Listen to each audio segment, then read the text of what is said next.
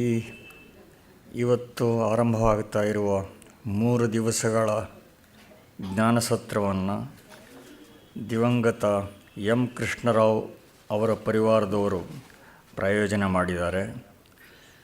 ದಿವಂಗತ ಕೃಷ್ಣರಾಯರು ಮಧುಗಿರಿಯ ಸಮೀಪದ ಮಣೂರನ್ನುವ ಗ್ರಾಮದವರು. ಹಿಂದೆ ಅವರು ಶಿರಸ್ತೇದಾರರಾಗಿ ಕೆಲಸ ಮಾಡ್ತಾಯಿದ್ದರು. ಮಕ್ಕಳ ವಿದ್ಯಾಭ್ಯಾಸಕ್ಕೆ ಅನುಕೂಲವಾಗಲಿ ಅಂತ ಹೇಳಿ ಬೆಂಗಳೂರಿಗೆ ವರ್ಗ ಮಾಡಿಸ್ಕೊಂಡು ಬಂದು ಇಲ್ಲಿ ಜನಗಣತಿ ಸೆನ್ಸಸ್ ಇಲಾಖೆಯಲ್ಲಿ ಅವರು ಉದ್ಯೋಗಸ್ಥರಾಗಿ ನಿವೃತ್ತರಾಗಿದ್ದರು. ಅವರಿಗೆ 2 ಪುತ್ರರು 3 ಜನ ಪುತ್ರಿಯರು. ಎಲ್ಲರಿಗೂ ಬಹಳ ಶ್ರಮಪಟ್ಟು ವಿದ್ಯಾಭ್ಯಾಸ ಮಾಡಿಸಿದ್ರು. ಎಲ್ಲರೂ ಪ್ರವರ್ಧಮಾನರಾಗಿದ್ದಾರೆ. ಎಂ ಕೃಷ್ಣರಾಯರು 2002ರಲ್ಲಿ ಅವರ ದೇಹಾವಸಾನ ಆಯಿತು. ಅವರ ಪತ್ನಿ ಲಕ್ಷ್ಮೀದೇವಮ್ಮ ಅವರು ಅದಕ್ಕೆ ಹಿಂದೆಯೇ ಸ್ವರ್ಗವಾಸಿಗಳಾಗಿದ್ದರು. ಹೀಗೆ ಎಂ ಕೃಷ್ಣರಾವ್ ಮತ್ತು ಲಕ್ಷ್ಮೀದೇವಮ್ಮ ಅವರ ಹೆಸರಿನಲ್ಲಿ ಅವರ ಪುತ್ರರು ಎಂ ನರಸಿಂಹಮೂರ್ತಿ ಮತ್ತು ಎಂ ಶೇಷಾಚಲಂ ಅವ್ರ ಪರಿವಾರದವರೆಲ್ಲ ಇಲ್ಲಿ ಬಂದಿದ್ದಾರೆ. ಅವರು ಈ ಕಾರ್ಯಕ್ರಮವನ್ನು ಪ್ರಾಯೋಜನೆ ಮಾಡಿದ್ದಾರೆ. ಅವರಿಗೆ ಸಕಲ ಶ್ರೇಯಸ್ಸು ಉಂಟಾಗಲಿ ಅಂತ ಹಾರೈಸೋಣ. ವೇದಾಂತ ದರ್ಶನದ ಅಭ್ಯಾಸಗಳ ವಲಯದಲ್ಲಿ ತುಂಬ ಹೆಚ್ಚಿನ ಗಣ್ಯತೆ ಪಡೆದಿರುವ ಕೃತಿ ಯೋಗವಾಸಿಷ್ಠ. ವೇದಾಂತದಲ್ಲಾಗಲಿ ಯೋಗಶಾಸ್ತ್ರದಲ್ಲಾಗಲಿ ಇಷ್ಟು ವಿಸ್ತಾರವಾದ ಗ್ರಂಥ ಬಹುಶಃ ಬೇರೆ ಇಲ್ಲ. ಯೋಗವಾಸಿಷ್ಠ ರಾಮಾಯಣ, ಜ್ಞಾನವಾಸಿಷ್ಠ ಮೊದಲಾದ ಬೇರೆ ಹೆಸರುಗಳಿಂದಲೂ ಪ್ರಸಿದ್ಧವಾಗಿರುವ ಈ ಕೃತಿ ವಾಲ್ಮೀಕಿಗಳಿಂದ ರಚಿತವಾದದ್ದು ಅಂತ ಸಾಂಪ್ರದಾಯಿಕ ನಂಬಿಕೆ ಇದೆ. ಪ್ರಸಿದ್ಧವಾದ ಚಂದ್ರಿಕಾ ಅದ್ವಯಾರಣ್ಯ ರಚಿತ, ಅದು ಸೇರಿದಂತೆ ಹಲವು ವ್ಯಾಖ್ಯಾನಗಳು ಯೋಗವಾಸಿಷ್ಠಕ್ಕೆ ಲಭ್ಯ ಇವೆ. ಯೋಗವಾಸಿಷ್ಠದ ಸಂಗ್ರಹ ರೂಪವಾದ ಲಘು ಯೋಗವಾಸಿಷ್ಠ ಅನ್ನುವ ಕೃತಿಯು ಕೂಡ ತುಂಬ ಜನಪ್ರಿಯತೆ ಪಡ್ಕೊಂಡಿದೆ. ಶ್ರೀರಾಮ ಮತ್ತು ಮಹರ್ಷಿ ವಸಿಷ್ಠರ ನಡುವೆ ನಡೆದ ಸಂವಾದದ ರೀತಿಯಲ್ಲಿ ಈ ಗ್ರಂಥ ರಚಿತವಾಗಿದೆ. 6 ಪ್ರಕರಣಗಳಲ್ಲಿ ಇಲ್ಲಿಯ ಜಿಜ್ಞಾಸೆ ವಿಭಜಿತವಾಗಿದೆ. ವೈರಾಗ್ಯ ಪ್ರಕರಣದಿಂದ ನಿರ್ವಾಣ ಪ್ರಕರಣದವರೆಗೆ ಅಧ್ಯಾತ್ಮ ಸಾಧಕರು ಕ್ರಮಿಸಬೇಕಾದ ಪಥವನ್ನು ಸೋಪಾನ ಕ್ರಮದಲ್ಲಿ ಇಲ್ಲಿ ವಿಸ್ತಾರವಾಗಿ ವರ್ಣನೆ ಮಾಡಿದ್ದಾರೆ. ಒಟ್ಟಾರೆ ಇಲ್ಲಿ ಕರ್ಮಜ್ಞಾನ ಸಮುಚ್ಚಯದ ಪ್ರತಿಪಾದನೆ ಇದೆ ಅಂತ ಸ್ಥೂಲವಾಗಿ ಹೇಳಬಹುದು. ದಾರ್ಶನಿಕ ಅಂಶಗಳಿಗಿಂತ ಹೆಚ್ಚಾಗಿ ಸಾಧನೆಯ ಪ್ರಕ್ರಿಯೆಗೆ ಈ ಗ್ರಂಥದಲ್ಲಿ ಮಹತ್ವ ಇದೆ. ಮನಸ್ಸಿನ ನಿಯಂತ್ರಣ, ಸಮಾಧಾನ ಪ್ರಾಪ್ತಿ, ಅಸಂಗಭಾವನೆಯ ಸಿದ್ಧಿ, ವಾಸನಾಕ್ಷಯ, ಮನೋನಾಶ ಇಂತಹ ಸಾಧನೆಯ ಹಂತಗಳನ್ನು ಕುರಿತು ಇಲ್ಲಿ ಇರುವಷ್ಟು ವಿಸ್ತಾರವಾದ ಮತ್ತು ಆಳವಾದ ಪರಾಮರ್ಶನೆ ಬೇರೆ ಯಾವ ಗ್ರಂಥದಲ್ಲಿಯೂ ಇಲ್ಲ. ಇದನ್ನು ಭಾರತೀಯ ಮನಃಶಾಸ್ತ್ರದ ಅದ್ಭುತವಾದ ಕೈಪಿಡಿ ಅಂತಲೇ ಹೇಳಬಹುದು. ವಾಸ್ತವವಾಗಿ ನಮ್ಮ ವೇದಾಂತ ದರ್ಶನ ಅಂದರೆ ಪ್ರಧಾನವಾಗಿ ಮನಃಶಾಸ್ತ್ರವೇ ಆಗಿದೆ. ವೇದಾಂತ ತತ್ವಗಳನ್ನು ಅಲ್ಲಲ್ಲಿ ಕಥೆಗಳ ರೂಪದಲ್ಲಿಯೂ ಕೂಡ ಬೋಧಿಸಿರುವುದು ಯೋಗವಾಸಿಷ್ಠದ ಒಂದು ವೈಶಿಷ್ಟ್ಯ. ಪ್ರಹ್ಲಾದ ವೃತ್ತಾಂತ, ಕಾಕಭುಷುಂಡ ವೃತ್ತಾಂತ, ಗಾಧಿ, ಭಗೀರಥ, ಶಿಖಿಧ್ವಜ, ಶುಕ್ರಾಚಾರ್ಯ ಮೊದಲಾದ ಪೌರಾಣಿಕ ವ್ಯಕ್ತಿಗಳಲ್ಲಿ ಕೇಂದ್ರಿತವಾಗಿರುವ ಕಥೆಗಳಷ್ಟೇ ಅಲ್ಲದೆ ಪರಮಾರ್ಥ ತತ್ವದ ಬೋಧನೆಗಾಗಿಯೇ ಕಲ್ಪಿತವಾಗಿರುವ ದಾರ್ಶನಿಕ ಕಥೆಗಳು ಇಲ್ಲಿ ತುಂಬ ಇವೆ. ಗಾತ್ರದಲ್ಲಿ ಮತ್ತು ವಿಷಯ ಬಾಹುಳ್ಯದಲ್ಲಿ, ಸಾಂದ್ರತೆಯಲ್ಲಿ ಯೋಗವಾಸಿಷ್ಠ ಒಂದು ದೊಡ್ಡ ವಿಶ್ವಕೋಶದಷ್ಟೇ ಹರಹನ್ನು ಪಡೆದಿದೆ. ಈಗ 60 ವರ್ಷಗಳಷ್ಟು ಹಿಂದೆ ಈ ಉದ್ಗ್ರಂಥವನ್ನು ಇಡಿಯಾಗಿ ದಿವಂಗತ ದೇವುಡು ನರಸಿಂಹಶಾಸ್ತ್ರಿಗಳು ಜಯಚಾಮರಾಜೇಂದ್ರ ಗ್ರಂಥಮಾಲೆಗೋಸ್ಕರ 25 ಸಂಪುಟಗಳಲ್ಲಿ ಅನುವಾದಿಸಿದರು. ಆ ಗ್ರಂಥ ಅನೇಕ ವರ್ಷಗಳಿಂದ ಲಭ್ಯ ಇರಲಿಲ್ಲ. ಇತ್ತೀಚೆಗೆ ನಮ್ಮ ಸೌಭಾಗ್ಯದಿಂದ ದೇವಡು ನರಸಿಂಹಶಾಸ್ತ್ರಿಗಳ ಪುತ್ರರು, ನಮ್ಮೆಲ್ಲರ ಆತ್ಮೀಯ ಮಿತ್ರರೂ ಆದ ಶ್ರೀ ಗಂಗಾಧರ ದೇವಡು ಅವರ ಉತ್ಸಾಹದಿಂದ ಮತ್ತು ಹೇಮಂತ ಪ್ರಕಾಶನದ ಸೌಜನ್ಯದಿಂದ ಈ ಅಮೂಲ್ಯ ಗ್ರಂಥ ಪುನರ್ಮುದ್ರಣವಾಗಿ ಈಗ ಲಭ್ಯ ಇದೆ. ಇದು ವೇದಾಂತಾಸಕ್ತರಿಗೆ ದೊಡ್ಡ ವರದಾನ ಆಗಿದೆ. ಈ ಬೋಧಕ ಗ್ರಂಥದ ಅವಲೋಕನವನ್ನು ನೀಡಬೇಕು ಅಂತ ತಮ್ಮೆಲ್ಲರ ಪರವಾಗಿ ಆದರಣೀಯರಾದ ಶತಾವಧಾನಿ ಡಾಕ್ಟರ್ ರಾ ಗಣೇಶ್ ಅವರಲ್ಲಿ ಪ್ರಾರ್ಥನೆ ಮಾಡ್ತೀನಿ.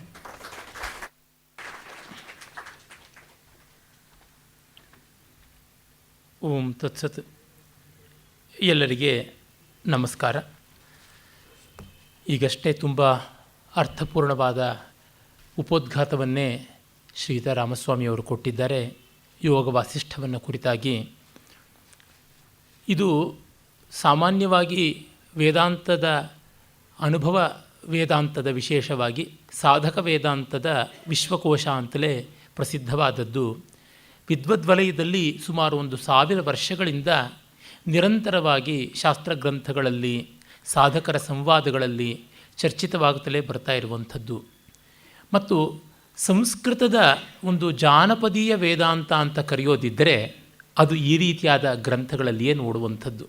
ಯಾಕೆ ಈ ಮಾತು ಹೇಳ್ತಿದ್ದೀನಿ ಅಂದರೆ, ಈಚೆಗೆ ಸಂಸ್ಕೃತ ವಿರೋಧಿಯಾಗಿ ಜಾನಪದ ಅನ್ನೋದು ಒಂದು ಬಂದು ಕೂತಿದೆ ಜಗತ್ತಿನಲ್ಲಿ ಅಂತ ಅಂದುಕೊಂಡಿದ್ದಾರೆ.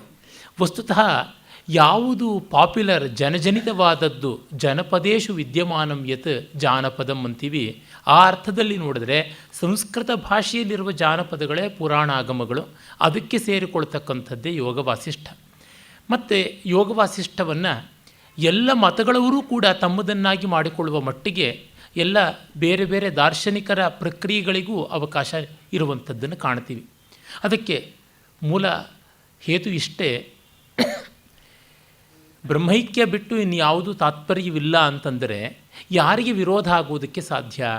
ಏಕಂ ಬ್ರಹ್ಮಾಸ್ತ್ರಮಾದಾಯ ನಾಣ್ಯದ್ ಗಣಯತಃ ಕ್ವಚಿತ್ ಆಸ್ತೇನ ಧೀರ ವೀರಸ್ಯ ಭಂಗ ಸಂಗರ ಕೇಲಿಷು ಅಂತ ಶ್ರೀಹರ್ಷ ತನ್ನ ಖಂಡಕಾದ್ಯದಲ್ಲಿ ಹೇಳ್ತಾನೆ.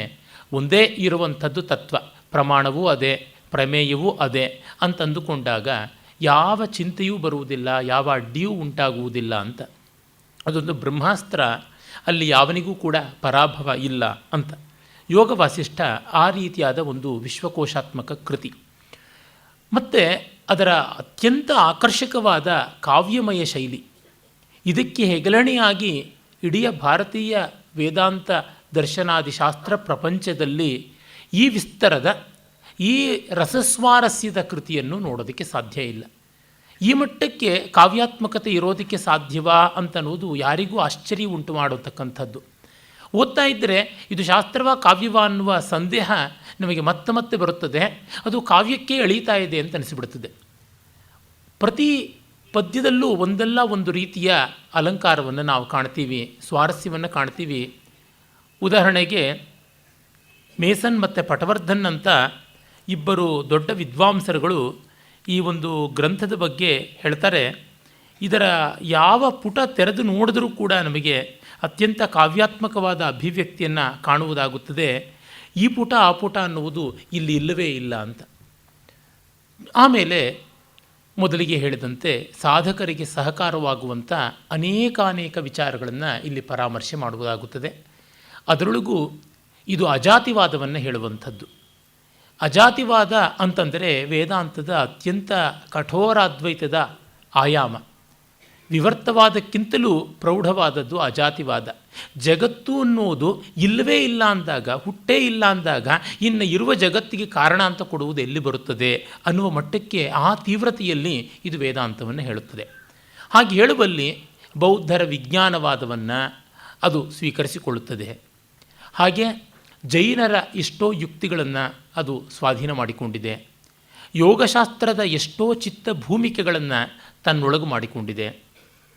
ಮತ್ತು ಪ್ರಸಿದ್ಧವಾದ ಉಪನಿಷತ್ ದರ್ಶನ ಏನುಂಟು ಅದರ ಪುಂಖಾನುಪುಂಖವಾದ ಉಲ್ಲೇಖಗಳನ್ನು ನಾವಿಲ್ಲಿ ಕಾಣ್ತೀವಿ. ಮತ್ತು ಇದು ಇನ್ನೆಷ್ಟೋ ಅರ್ವಾಚೀನ ಉಪನಿಷತ್ತುಗಳಿಗೆ, ಗ್ರಂಥಗಳಿಗೆ ಮೂಲ ಮಾತೃಕೆಯಾಗಿ ಆಕರವಾಗಿ ಪರಿಣಮಿಸಿದ್ದನ್ನು ನಾವು ನೋಡ್ತೀವಿ. ಸುಮಾರು 27,684 ಶ್ಲೋಕಗಳು ಇದರೊಳಗಿದೆ ಅಂತ ಅಂದಾಜು ಮಾಡೋದಿದ್ರೆ 28,000 ಅಂತ. ಅದು ಉಪಲಬ್ಧವಾಗಿರುವಂತಹ 2-3 ವ್ಯಾಖ್ಯಾನಗಳ ಸಮೇತ ಇರುವ, ವಿಶೇಷವಾಗಿ ಇದೊಂದು ತಾತ್ಪರ್ಯ ಚಂದ್ರಿಕಾ ಅಂತ ಇರುವ ವ್ಯಾಖ್ಯಾನದ ಜೊತೆಗೆ ನಿರ್ಣಯ ಸಾಗರದವರು ಅಚ್ಚು ಮಾಡಿಸಿದ್ರು ಬಹಳ ಹಿಂದೆ 2 ಸಂಪುಟಗಳಲ್ಲಿ, ಅದನ್ನು ಕಾಣಬಹುದು. ಅದಲ್ಲದೆ ಚಂದ್ರಿಕಾ ವ್ಯಾಖ್ಯಾನವು ಉಂಟು. ಹೀಗಲ್ಲದೆ ದೇಶ ಭಾಷೆಗಳಲ್ಲಿ ತೆಲುಗು, ಹಿಂದಿ ಮೊದಲಾದ ಭಾಷೆಗಳಲ್ಲಿ ಉಂಟು. ಮತ್ತು ಇದನ್ನು ಪ್ರಾಂತೀಯ ಭಾಷೆಗಳಲ್ಲಿ ಪದ್ಯ ಗದ್ಯ ರೂಪವಾಗಿ ಬಹಳ ಹಿಂದಿನಿಂದ ಅನುವಾದಗಳನ್ನು ಕೂಡ ಮಾಡಿಕೊಂಡು ಬಂದಿದ್ದಾರೆ. ಆ ಬಳಿಕ ಅನೇಕ ವಿದ್ವಾಂಸರುಗಳು, ದಾರ್ಶನಿಕರು ಇದನ್ನು ಅವಲಂಬಿಸಿಕೊಂಡು ಯಥೇಷ್ಟವಾದ ವ್ಯಾಖ್ಯಾನಗಳನ್ನು, ಗ್ರಂಥಗಳನ್ನು ಸ್ವತಂತ್ರವಾಗಿ ಬರೆದಿದ್ದಾರೆ. ಸಾಮಾನ್ಯವಾಗಿ ಎಲ್ಲರೂ ಅಂದುಕೊಳ್ತಾ ಇದ್ದಿದ್ದೇನಂತಂದರೆ, ಈ ಯೋಗ ವಾಸಿಷ್ಠ ಅಥವಾ ವಾಸಿಷ್ಠ ರಾಮಾಯಣ ಅಂತ ಯಾವುದುಂಟು ಅದು ಅತ್ಯಂತ ಪ್ರಾಚೀನವಾದ ಆಕರ ಗ್ರಂಥ ಅಂತನ್ನುವ ಉಲ್ಲೇಖವನ್ನು ಮೊದಲು ಮಾಡಿದ್ದು ವಿದ್ಯಾರಣ್ಯ ಮಹರ್ಷಿಗಳು, ವಿದ್ಯಾರಣ್ಯ ಮುನಿಗಳು ತಮ್ಮ ಪಂಚದಶಿಯಲ್ಲಿ ಬರುವಂಥ ಒಂದು ಆನಂದ ಪ್ರಕರಣದಲ್ಲಿ ಮತ್ತು ಜೀವನ್ಮುಕ್ತಿ ವಿವೇಕದಲ್ಲಿ ಅಂತ. ಜೀವನ್ಮುಕ್ತಿ ವಿವೇಕ ಅನ್ನುವಂಥದ್ದು ಅವರ ಜೀವನ್ಮುಕ್ತಿಗೆ ಸಂಬಂಧಪಟ್ಟಂಥ ಗ್ರಂಥ ಅಂತ. ಒಟ್ಟು ಅವರು ಸುಮಾರು 253 ಶ್ಲೋಕಗಳನ್ನು ಇಲ್ಲಿಂದ ಉಲ್ಲೇಖ ಮಾಡ್ತಾರೆ. ಅಂದರೆ ಈ ಗ್ರಂಥದ ವಿಸ್ತಾರಕ್ಕೆ ಆ ಸಂಖ್ಯೆ ಕಡಿಮೆ ಅಂತ ಅನಿಸಿದರೂ, ಈ ಮಟ್ಟದ ಸೈಟೇಷನ್ಸ್ ಅಂತ ನಾವೇನು ಹೇಳ್ತೀವಿ, ಉಲ್ಲೇಖಗಳನ್ನು ಒಂದೇ ಗ್ರಂಥದಿಂದ ಕೊಡುವುದು ತುಂಬ ದೊಡ್ಡ ಸಂಗತಿ. ಅವರು 2 ಹೆಚ್ಚಾಗಿ ನೇರವಾಗಿ ಉಲ್ಲೇಖ ಮಾಡ್ತಾರೆ ವಿದ್ಯಾರಣ್ಯರು. ಮೊದಲನೇದು ಯೋಗ ವಾಸಿಷ್ಠ, 2ನೇದು ಬೃಹದಾರಣ್ಯಕ ಭಾಷ್ಯ ವಾರ್ತಿಕ ಸುರೇಶ್ವರಾಚಾರ್ಯರದು. ಅದು ಅಷ್ಟೇ ಅನುಭವದ ನೆಲೆಯಲ್ಲಿ ಮೀಮಾಂಸೆಯನ್ನು ಮಾಡುವಂಥದ್ದಾಗಿದೆ. ಮತ್ತು ಭಕ್ತಿಸಾಗರ ಅಂತನ್ನುವಂಥ ಒಂದು ಗ್ರಂಥ ಬರೆದ ನಾರಾಯಣ, ಅವನು ಇದನ್ನು ವಿಶೇಷವಾಗಿ ಉಲ್ಲೇಖ ಮಾಡ್ತಾನೆ. ಹಠಯೋಗ ಪ್ರದೀಪಿಕ ಅದು ಇದನ್ನು ಯಥೇಷ್ಟವಾಗಿ ಉಲ್ಲೇಖ ಮಾಡುತ್ತದೆ. ಮತ್ತು ನಾವು ಬ್ರಹ್ಮಾಂಡ ಪುರಾಣದಲ್ಲಿ ಅಂತರ್ಗತವಾದ ರಾಮಗೀತಾ ಅಂತ ನೋಡ್ತೀವಲ್ಲ, ಅಲ್ಲಿ ಇದನ್ನು ಕಾಣ್ತೀವಿ. ಮತ್ತು ವೇದಾಂತ ಸಿದ್ಧಾಂತ ಮುಕ್ತಾವಲಿ ಅಂತ ಯಾವ ಒಂದು ವಿಜ್ಞಾನಾಮೃತನ ಗ್ರಂಥ ಉಂಟು, ಅಲ್ಲಿಯೂ ಕೂಡ ನಾವು ನೋಡ್ತೀವಿ. ಇದಲ್ಲದೆ ಇನ್ನೆಷ್ಟೋ ಅರ್ವಾಚೀನ ಉಪನಿಷತ್ತುಗಳು ಅಂತ ಇವೆ. ಮಹೋಪನಿಷತ್ತು ಇರಬಹುದು, ಅಥವಾ ಅಕ್ಷುಪನಿಷತ್ತು ಇರಬಹುದು, ಅನ್ನಪೂರ್ಣೋಪನಿಷತ್ತು ಇರಬಹುದು, ಮುಕ್ತಿಕೋಪನಿಷತ್ತು, ವಾರಾಹೋಪನಿಷತ್ತು, ಸನ್ಯಾಸೋಪನಿಷತ್ತು, ಶಾಂಡಿಲ್ಯೋಪನಿಷತ್ತು, ಯಾಜ್ಞವಲ್ಕ್ಯೋಪನಿಷತ್ತು, ಯೋಗಕುಂಡಲಿನಿ ಉಪನಿಷತ್ತು, ಈ ರೀತಿಯಾಗ ಅನೇಕ ಉಪನಿಷತ್ತುಗಳಿವೆ. ಜಾಬಾಲ ಉಪನಿಷತ್ತಿರ್ಬೋದು, ತೇಜೋಬಿಂದು ಉಪನಿಷತ್ತಿರ್ಬೋದು, ಯೋಗ ಶಿಖೋಪನಿಷತ್ತು, ತ್ರಿಪುರತಾಪಿನಿ ಉಪನಿಷತ್ತು, ಈ ರೀತಿಯಾದ 10 ಉಪನಿಷತ್ತುಗಳು ಇಲ್ಲಿಂದ ಪಂಕ್ತಿಗಳನ್ನು, ಶ್ಲೋಕಗಳನ್ನು, ಅಧ್ಯಾಯಗಳನ್ನೇ ತೆಗೆದುಕೊಂಡಿರುವಂಥದ್ದನ್ನು ನಾವು ಕಾಣ್ತೀವಿ. ಈ ದೃಷ್ಟಿಯಲ್ಲಿ ಮತ್ತೊಂದು ಗ್ರಂಥ ನಮಗೆ ಹೀಗೆ ಕಾಣಿಸುವಂಥದ್ದು ಇಲ್ಲ. ಆಮೇಲೆ ಇದರ ಹಿನ್ನೆಲೆಗಳು, ಈ ಅಲ್ಲಿ ಬಂದದ್ದು, ಯಾವಾಗ ಬಂದದ್ದು ಅನ್ನೋದನ್ನು ತುಂಬ ದೊಡ್ಡ ರೀತಿಯಲ್ಲಿ ವಿದ್ವಾಂಸರು ಚರ್ಚೆ ಮಾಡಿದ್ದಾರೆ. ವಿಂಟರ್ನಿಟ್ಸ್ ಇರಬಹುದು, ಕೀತ್ ಇರಬಹುದು, ಅಥವಾ ದಾಸ್ಗುಪ್ತಾ ಅವರಿರಬಹುದು, ಡಾಕ್ಟರ್ ವಿ ರಾಘವನ್ನವರು ಮೊದಲಾದ ಅನೇಕ ಜನ ಇದರ ಬಗೆಗೆ ಸಕ್ರಿಯವಾಗಿ ಚರ್ಚೆಯಲ್ಲಿ ಪಾಲ್ಗೊಂಡಿದ್ದಾರೆ. ಅವರೆಲ್ಲರೂ ಬಗೆ ಬಗೆಯ ಅಭಿಪ್ರಾಯಗಳನ್ನು ಕೊಡ್ತಾರೆ. ಮತ್ತು ಇನ್ನೊಬ್ಬರು ಆತ್ರೇಯ ಅಂತನ್ನುವ ಒಬ್ಬ ದೊಡ್ಡ ವಿದ್ವಾಂಸರು ಸುಮಾರು 80 ವರ್ಷಗಳ ಕೆಳಗೆ ಯೋಗ ವಾಸಿಷ್ಠವನ್ನು ಕುರಿತು ಬಹಳ ಪ್ರಗಲ್ಭವಾದ ಅಧ್ಯಯನ ಮಾಡಿದ್ರು. ಅವರು ಅಧ್ಯಯನ ಮಾಡಿ ಇದನ್ನು ಸುಮಾರು ಒಂದು 2,500 ಶ್ಲೋಕಗಳಷ್ಟಕ್ಕೆ ಅಡಕ ಮಾಡಿ ವಿಷಯಾನುಸಾರವಾಗಿ ವಿಭಾಗ ಮಾಡಿ ಕೊಟ್ಟರು ಕೂಡ. ಅದು ಈಚೆಗೆ ಇಂಗ್ಲೀಷ್ನ ಅನುವಾದದಿಂದ ಕೂಡ ಪ್ರಕಟಿತವಾಗಿದೆ. ಮತ್ತು ಅವರ ಆತ್ರೇಯ ಅವರು ಇದಕ್ಕೆ ಅಧ್ಯಯನಪೂರ್ಣವಾದ ಪೀಠಿಕೆಯನ್ನು ಕೂಡ ಬರೆದಿದ್ದಾರೆ. ಈ ಗ್ರಂಥದ ಬಗೆಗೆ ಅವರು ಹೇಳ್ತಾರೆ, ಇದು ಗೌಡಪಾದರಿಗೆ ಶಂಕರರಿಗಿಂತ ಪ್ರಾಚೀನವಾದದ್ದು ಅಂತ. ಅದನ್ನು ಒಪ್ಪುವುದು ಸ್ವಲ್ಪ ಕಷ್ಟ ಅಂತ ಅನಿಸುತ್ತದೆ. ಇದರ ಹುಟ್ಟು ಎಲ್ಲಿ ಆಯಿತು ಅಂತ ಅನ್ನೋದ್ರ ಬಗೆಗೆ ಸಾಕಷ್ಟು ಜಿಜ್ಞಾಸೆ ಇದೆ. ಪ್ರಾಯಿಕವಾಗಿ ಎಲ್ಲರೂ ಹೇಳ್ತಾರೆ ಕಾಶ್ಮೀರದಲ್ಲಿ ಅಂತ. ಪಾರಂಪರಿಕವಾದ ಶ್ರದ್ಧೆ ವಿಶ್ವಾಸ ಇರತಕ್ಕಂಥದ್ದು ವಸಿಷ್ಠ ಮಹರ್ಷಿಗಳು ರಾಮನಿಗೆ ನೇರವಾಗಿ ಉಪದೇಶ ಮಾಡಿದ್ದನ್ನು ವಾಲ್ಮೀಕಿಗಳು ಅಡಕ ಮಾಡಿಕೊಟ್ರು ಅಂತ. ರಾಮಾಯಣದಲ್ಲಿ ಯಾವುದೇ ವೇದಾಂತ ಬರಲಿಲ್ಲ. ಅದರ ಕೊರತೆಯನ್ನು ಕಳೆಯುವುದಕ್ಕೋಸ್ಕರವಾಗಿ ಈ ಒಂದು ವೇದಾಂತ ಗರ್ಭಿತವಾದಂಥದ್ದು, ಇದನ್ನು ವಾಸಿಷ್ಠ ರಾಮಾಯಣ ಅಂತ ಕೂಡ ಕರೀತಾರೆ. ಯೋಗ ವಾಸಿಷ್ಠ ಅಂತ ಲೋಕದಲ್ಲಿ ಪ್ರಸಿದ್ಧಿ ಉಂಟು. ಇದು ಕಾಶ್ಮೀರದ ಕೃತಿ. ಇಲ್ಲಿ ಪ್ರತಿಭಿಜ್ಞಾ ಶೈವ ದರ್ಶನದ ಅನೇಕ ಆಯಾಮಗಳನ್ನು ನಾವು ಕಾಣ್ತೀವಿ. ಇದು ಸುಮಾರು ಹಿಂದೆಯೇ ಸಂಗ್ರಹಿತವಾಗಿತ್ತು. ಗೌಡಾಭಿನಂದ ಅಂತ ಅಥವಾ ಅಭಿನಂದ, ಅವನು ಗೌಡ ದೇಶದವನು ಅಂತ ಕರೀತಾರೆ. ಅವನು ಕಾಶ್ಮೀರದ ಮೂಲವಾಸಿಯಾದ ಪ್ರಸಿದ್ಧ ನೈಯಾಯಿಕ ಕವಿಯೂ ಆಗಿದ್ದವನು. ರಾಜಕೀಯದ ಚಟುವಟಿಕೆಗಳಲ್ಲಿ ತೊಡಗಿ ಮಹಾಮಂತ್ರಿಗಳ ವಂಶದಲ್ಲಿ ಬಂದವನಾಗಿದ್ದ ಜಯಂತ ಭಟ್ಟನ ಮಗ ಅಂತ ಗೊತ್ತಾಗುತ್ತದೆ. ಜಯಂತ ಭಟ್ಟ ನ್ಯಾಯಮಂಜರಿ ಎನ್ನುವ ಅಮೋಘವಾದ ಗ್ರಂಥವನ್ನು ಬರೆದಿದ್ದಾನೆ. ಒಳ್ಳೆಯ ಸಂಸ್ಕೃತದ ಭಾಷೆ ಕಾವ್ಯೇತರವಾದ ಗ್ರಂಥಗಳಲ್ಲಿ ನೋಡಬೇಕು ಅಂತಿದ್ದರೆ ಕೆಲವೊಂದು ಗ್ರಂಥಗಳನ್ನು ಹೇಳ್ತಾರೆ. ಒಂದಂತೂ ಪ್ರಾಚೀನವಾದದ್ದು ಪತಂಜಲಿ ಮುನಿಗಳ ವ್ಯಾಕರಣ ಮಹಾಭಾಷ್ಯ, ಮತ್ತೊಂದು ಶಂಕರರ ಪ್ರಸ್ಥಾನತ್ರಯ, ವಿಶೇಷವಾಗಿ ಶಾರೀರಕ ಭಾಷ್ಯ, ಕುಂತಕನ ವಕ್ರೋಕ್ತಿ ಜೀವಿತ, ಜಯಂತ ಭಟ್ಟನ ನ್ಯಾಯಮಂಜರಿ, ಶಬರಸ್ವಾಮಿಗಳ ಮೀಮಾಂಸಾ ಸೂತ್ರದ ಭಾಷ್ಯ ಶಾಬರ ಭಾಷ್ಯ ಅಂತ, ಇವುಗಳನ್ನು ಕೆಲವು ಅಂತ ಪಾರಂಪರಿಕವಾಗಿ ವಿದ್ವಾಂಸರು ಮಾನಿಸ್ತಾ ಬಂದಿದ್ದಾರೆ. ಅದರೊಳಗೆ ಜಯಂತ ಭಟ್ಟನ ನ್ಯಾಯಮಂಜರಿಯೂ ಒಂದು. ನ್ಯಾಯದರ್ಶನಕ್ಕೆ ಸಂಬಂಧಪಟ್ಟಂತೆ ಅತ್ಯಂತ ಸ್ವತಂತ್ರ ದೃಷ್ಟಿಯ ಮನೋಹರವಾದ ಪ್ರಾಚೀನ ನ್ಯಾಯದ ಗ್ರಂಥ. ಆತ ಅದನ್ನು ಗಡೀಪಾರಾಗಿದ್ದಾಗ ಭಾಗಶಃ ಸೆರೆಮನಿಯಲ್ಲೇ ಮತ್ತು ವನವಾಸದಲ್ಲಿ ಬರದ ಅಂತ ಗೊತ್ತಾಗುತ್ತದೆ. ರಾಜಾಗ್ರಹಕ್ಕೆ ತುತ್ತಾಗಿ ಅವನು ಆ ದುಸ್ಥಿತಿಗೆ ಬಂದ. ಆದರೆ ಅವನಿಗೆ ಯಾವ ಬೇಸರವೂ ಇಲ್ಲದೆ ಬರೆದ. ಆಗಮಡಂಬರ ಅಂತ ಒಂದು ವಿಲಕ್ಷಣ ಮನೋಹರವಾದ ನಾಟಕವನ್ನು ಬರೆದಿದ್ದಾನೆ. ಅವನ ಮಗ ಅಭಿನಂದ ಇದನ್ನು 6000 ಶ್ಲೋಕಗಳಿಗೆ ಸಂಗ್ರಹ ಮಾಡಿಕೊಟ್ಟ ಅಂತ ಗೊತ್ತಾಗುತ್ತದೆ. ಅಂದರೆ ಇದು ನಡೆದದ್ದು ಏನಿಲ್ಲ ಅಂದರೂ 1000 ವರ್ಷಕ್ಕೆ ಕೆಳಗೆ. ಯಾಕೆಂದರೆ ಧ್ವನ್ಯಾಲೋಕದ ಬಗೆಗೆ ಜಯಂತ ಭಟ್ಟ ವ್ಯಂಗ್ಯದ ಮಾತುಗಳನ್ನು ಆಡ್ತಾನೆ. ಆ ಒಂದು ಮಾತುಗಳನ್ನು ಆಡಬೇಕು ಅಂದರೆ ಅವನು ಧ್ವನಿಕಾರನ ಸಮಕಾಲೀನ ಆಗಿರಬೇಕು. ಆ ಒಂದು ಹಿನ್ನೆಲೆ ನಮಗಿತ್ತು ಅಂತ ಗೊತ್ತಾಗುತ್ತದೆ. ಈ ಕಾರಣದಿಂದ ಧ್ವನಿಕಾರ 9ನೇ ಶತಮಾನದವನು. ತತ್ಪೂರ್ವದಲ್ಲಿಯೂ ಧ್ವನಿಯ ಬಗ್ಗೆ ಸಾಕಷ್ಟು ಪರವಿರೋಧದ ವಾದಗಳಿದ್ದವು. ಇವೆಲ್ಲ ನೋಡಿಕೊಂಡಾಗ ನಮಗೆ ಗೊತ್ತಾಗುತ್ತದೆ ಅಭಿನಂದ ಅಂದರೆ ನಮ್ಮ ಜಯಂತ ಭಟ್ಟನ ಮಗ 10ನೇ ಶತಮಾನದ ಆಸ್ಪಾಸ್ನಲ್ಲಿದ್ದ ಅಂತ. ಆ ಹೊತ್ತಿಗೆ ಈ ಮಹಾಗ್ರಂಥ ಸಂಗ್ರಹ ಯೋಗ್ಯವಾದದ್ದು, ಅದನ್ನು ಅಡಕ ಮಾಡಿಕೊಡಬೇಕು ಅಂತ ಹೊಳೆದಿತ್ತು ಅಂತಂದರೆ ಪ್ರಸಿದ್ಧಿ ಇತ್ತು ಅಂತ ಗೊತ್ತಾಗುತ್ತದೆ. ಮತ್ತು ಪ್ರತಿಭಿಜ್ಞಾ ಶೈವ ದರ್ಶನದ ಅನೇಕರು ಮುಂದೆ ಈ ರೀತಿಯಾದ ಮಾತುಗಳನ್ನು ಆಡಿಕೊಂಡು ಬಂದಿದ್ದಾರೆ. ಯೋಗ ವಾಸಿಷ್ಠಕ್ಕೆ ಸಂವಾದಿಯಾಗುವಂಥ ಶೈಲಿಯಲ್ಲಿ ಬೇಕಾದಷ್ಟು ಗ್ರಂಥ ಬರೆದಿದ್ದಾರೆ. ಅದರೊಳಗೆ ಎದ್ದು ತೋರುವ ಹೆಸರು ಮಹಾಮಾಹೇಶ್ವರ ಅಭಿನವಗುಪ್ತಪಾದ. ಆದರೆ ಅಭಿನವಗುಪ್ತರ ಇದುವರೆಗೆ ಉಪಲಬ್ಧ ಇರುವ ಒಂದೇ ಕೃತಿಯಲ್ಲಿಯೂ ಯೋಗ ವಾಸಿಷ್ಠದ ಪ್ರಸ್ತಾವ ಇಲ್ಲ, ಉಲ್ಲೇಖ ಇಲ್ಲ. ಅಂದರೆ ಕಾಶ್ಮೀರದ ಸಾಂಪ್ರದಾಯಿಕರ ವಿಶ್ವಾಸ ಏನಂದರೆ ಅಭಿನವಗುಪ್ತ ಇದಕ್ಕೆ ಒಂದು ಪ್ರತ್ಯೇಕವಾದ ವ್ಯಾಖ್ಯಾನವನ್ನೇ ಬರೆದಿದ್ದ ಅಂತ. ಆ ಮಹಾನುಭಾವನ ವ್ಯಾಖ್ಯಾನವೇ ಇದ್ದಿದ್ದರೆ ಇನ್ನೆಷ್ಟು ಶೋಭಿಸ್ತಾ ಇತ್ತೋ ಗೊತ್ತಿಲ್ಲ. ಅಂದರೆ ಅಂಥ ಮಹಾಮತಿಗೆ ಇದು ಆಕರ್ಷಕವಾಗಿ ಕಂಡಿದೆ. ನಾಟ್ಯಶಾಸ್ತ್ರಕ್ಕೆ ವ್ಯಾಖ್ಯಾನ ಬರೆದ, ಮತ್ತು ಧ್ವನ್ಯಾಲೋಕಕ್ಕೆ ವ್ಯಾಖ್ಯಾನ ಬರೆದ, ತನ್ನ ಗುರುಗಳ ಬರೆದಂಥ ನಾಟ್ಯಶಾಸ್ತ್ರದ ವಿವರಣ ಯಾವುದುಂಟು ಅದಕ್ಕೆ ವ್ಯಾಖ್ಯಾನವನ್ನು ಬರೆದ, ಕಾವ್ಯ ಕೌತುಕಕ್ಕೆ, ಹೀಗೆಲ್ಲ ಅವನು ಅನೇಕ ಕೆಲಸಗಳನ್ನು ಮಾಡಿದ, ಇದನ್ನೂ ಮಾಡಿದ್ದ ಅಂತ. ಮತ್ತು ಅವನು ವೇದಾಂತ ಗರ್ಭಿತವಾದ ಶಾಸ್ತ್ರಗಳಲ್ಲಿ ಕಾವ್ಯ ಶೈಲಿಯನ್ನು, ಕಾವ್ಯಗ್ರಂಥ ವ್ಯಾಖ್ಯಾನದಲ್ಲಿ ವೇದಾಂತ ಶೈಲಿಯನ್ನು ತಂದುಕೊಟ್ಟವನು. ಅದು ಇಲ್ಲಿ ನಮಗೆ ಎದ್ದು ತೋರುವಂಥ ಒಂದು ಸಂದರ್ಭ. ಹೀಗೆಲ್ಲ ನೋಡಿದಾಗ ಬಹಳ ಪ್ರಸಿದ್ಧವಾಗಿ ಕಾಶ್ಮೀರದಲ್ಲಿ ಕಡಿಮೆ ಅಂದರೆ ಒಂದು 1200 1300 ವರ್ಷಗಳ ಕೆಳಗೆ ಇತ್ತು ಅಂತ ಗೊತ್ತಾಗುತ್ತದೆ. ಶಂಕರರು ಎಲ್ಲಿಯೂ ಇದರ ಉಲ್ಲೇಖ ಮಾಡೋಲ್ಲ. ಗೌಡಪಾದರ ಗ್ರಂಥದಲ್ಲಿ ಕೂಡ ಇದರ ಸೂಚನೆ ನಮಗೆ ಕಾಣುವಂಥದ್ದಲ್ಲ. ಶಂಕರರ ಸಾಕ್ಷಾತ್ ಶಿಷ್ಯರಾದ ಸುರೇಶ್ವರರಲ್ಲಿ ಕಾಣುವಂಥದ್ದಲ್ಲ. ಮತ್ತು ಇಲ್ಲಿ ಕೆಲವು ಕಡೆಗೆ ತೀವ್ರವಾಗಿ ನಿಶಿತ ಪರೀಕ್ಷೆ ಮಾಡಿದರೆ ಶಂಕರರಿಗೆ ಒಪ್ಪಿಗೆ ಆಗಿ ಹೋಗದೇ ಇರುವಂಥ ಅಂಶಗಳು ಕಾಣಸಿಗುವುದುಂಟು.